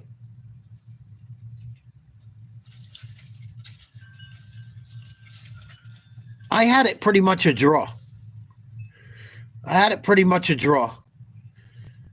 wouldn't have been mad if they let Roach win. He brought the fucking pain. He fought well. Davis fought okay. Not as well as he has in the past. Maybe because Lamont Roach is really good. But because everyone hates on Tank so much, they don't respect anyone he fights. You guys need to stop respecting these guys. They're pro fighters. They work their ass off. They might not be as good as the guys back in the day or as tough or do the same type of workouts. And you might think they're bitches, but you can't take them out of their generation. They're fighting against who they're fighting. Lamont Roach is a fucking real deal fighter, man. And I tip my cap to him. And I think Tank Davis got out of there by the skin of his teeth tonight. And I love Tank Davis. I was not impressed with him tonight. At times he looked great. Other times not so much. Maybe that's because Lamont Roach is fucking scary. Lamont Roach hit him with some shots. Maybe he didn't want to take the chances he normally takes because Lamont Roach fucking cracks. These guys grew up fighting each other for years and years and years. They've been side by side ever since the amateurs. But I don't know. We'll have to talk about it more tomorrow because it's late where I live and I'm going to fucking bed. Decent night of fights. Not the best, not the worst. UFC was fucked up kind of again. This last fight was okay. Not the best, not the worst. I'm not mad with how they called it. But But I told you guys Lamont Roach was fucking better than you thought he was. You got to stop thinking everyone Tank Davis fights as a bum, because it's not true. And it doesn't make Tank Davis look bad either. Like, you guys, Tank Davis is garbage. He had a draw with Lamont Roach. Like, Lamont Roach is a piece of dog shit. You guys got to stop. Do some due diligence. Read a book. Watch my podcast. Watch some information about what's really going on. Don't just fucking get all in your feelings thinking you know what you know, because you don't know shit. Love you guys. Sweet dreams. Hasta mañana.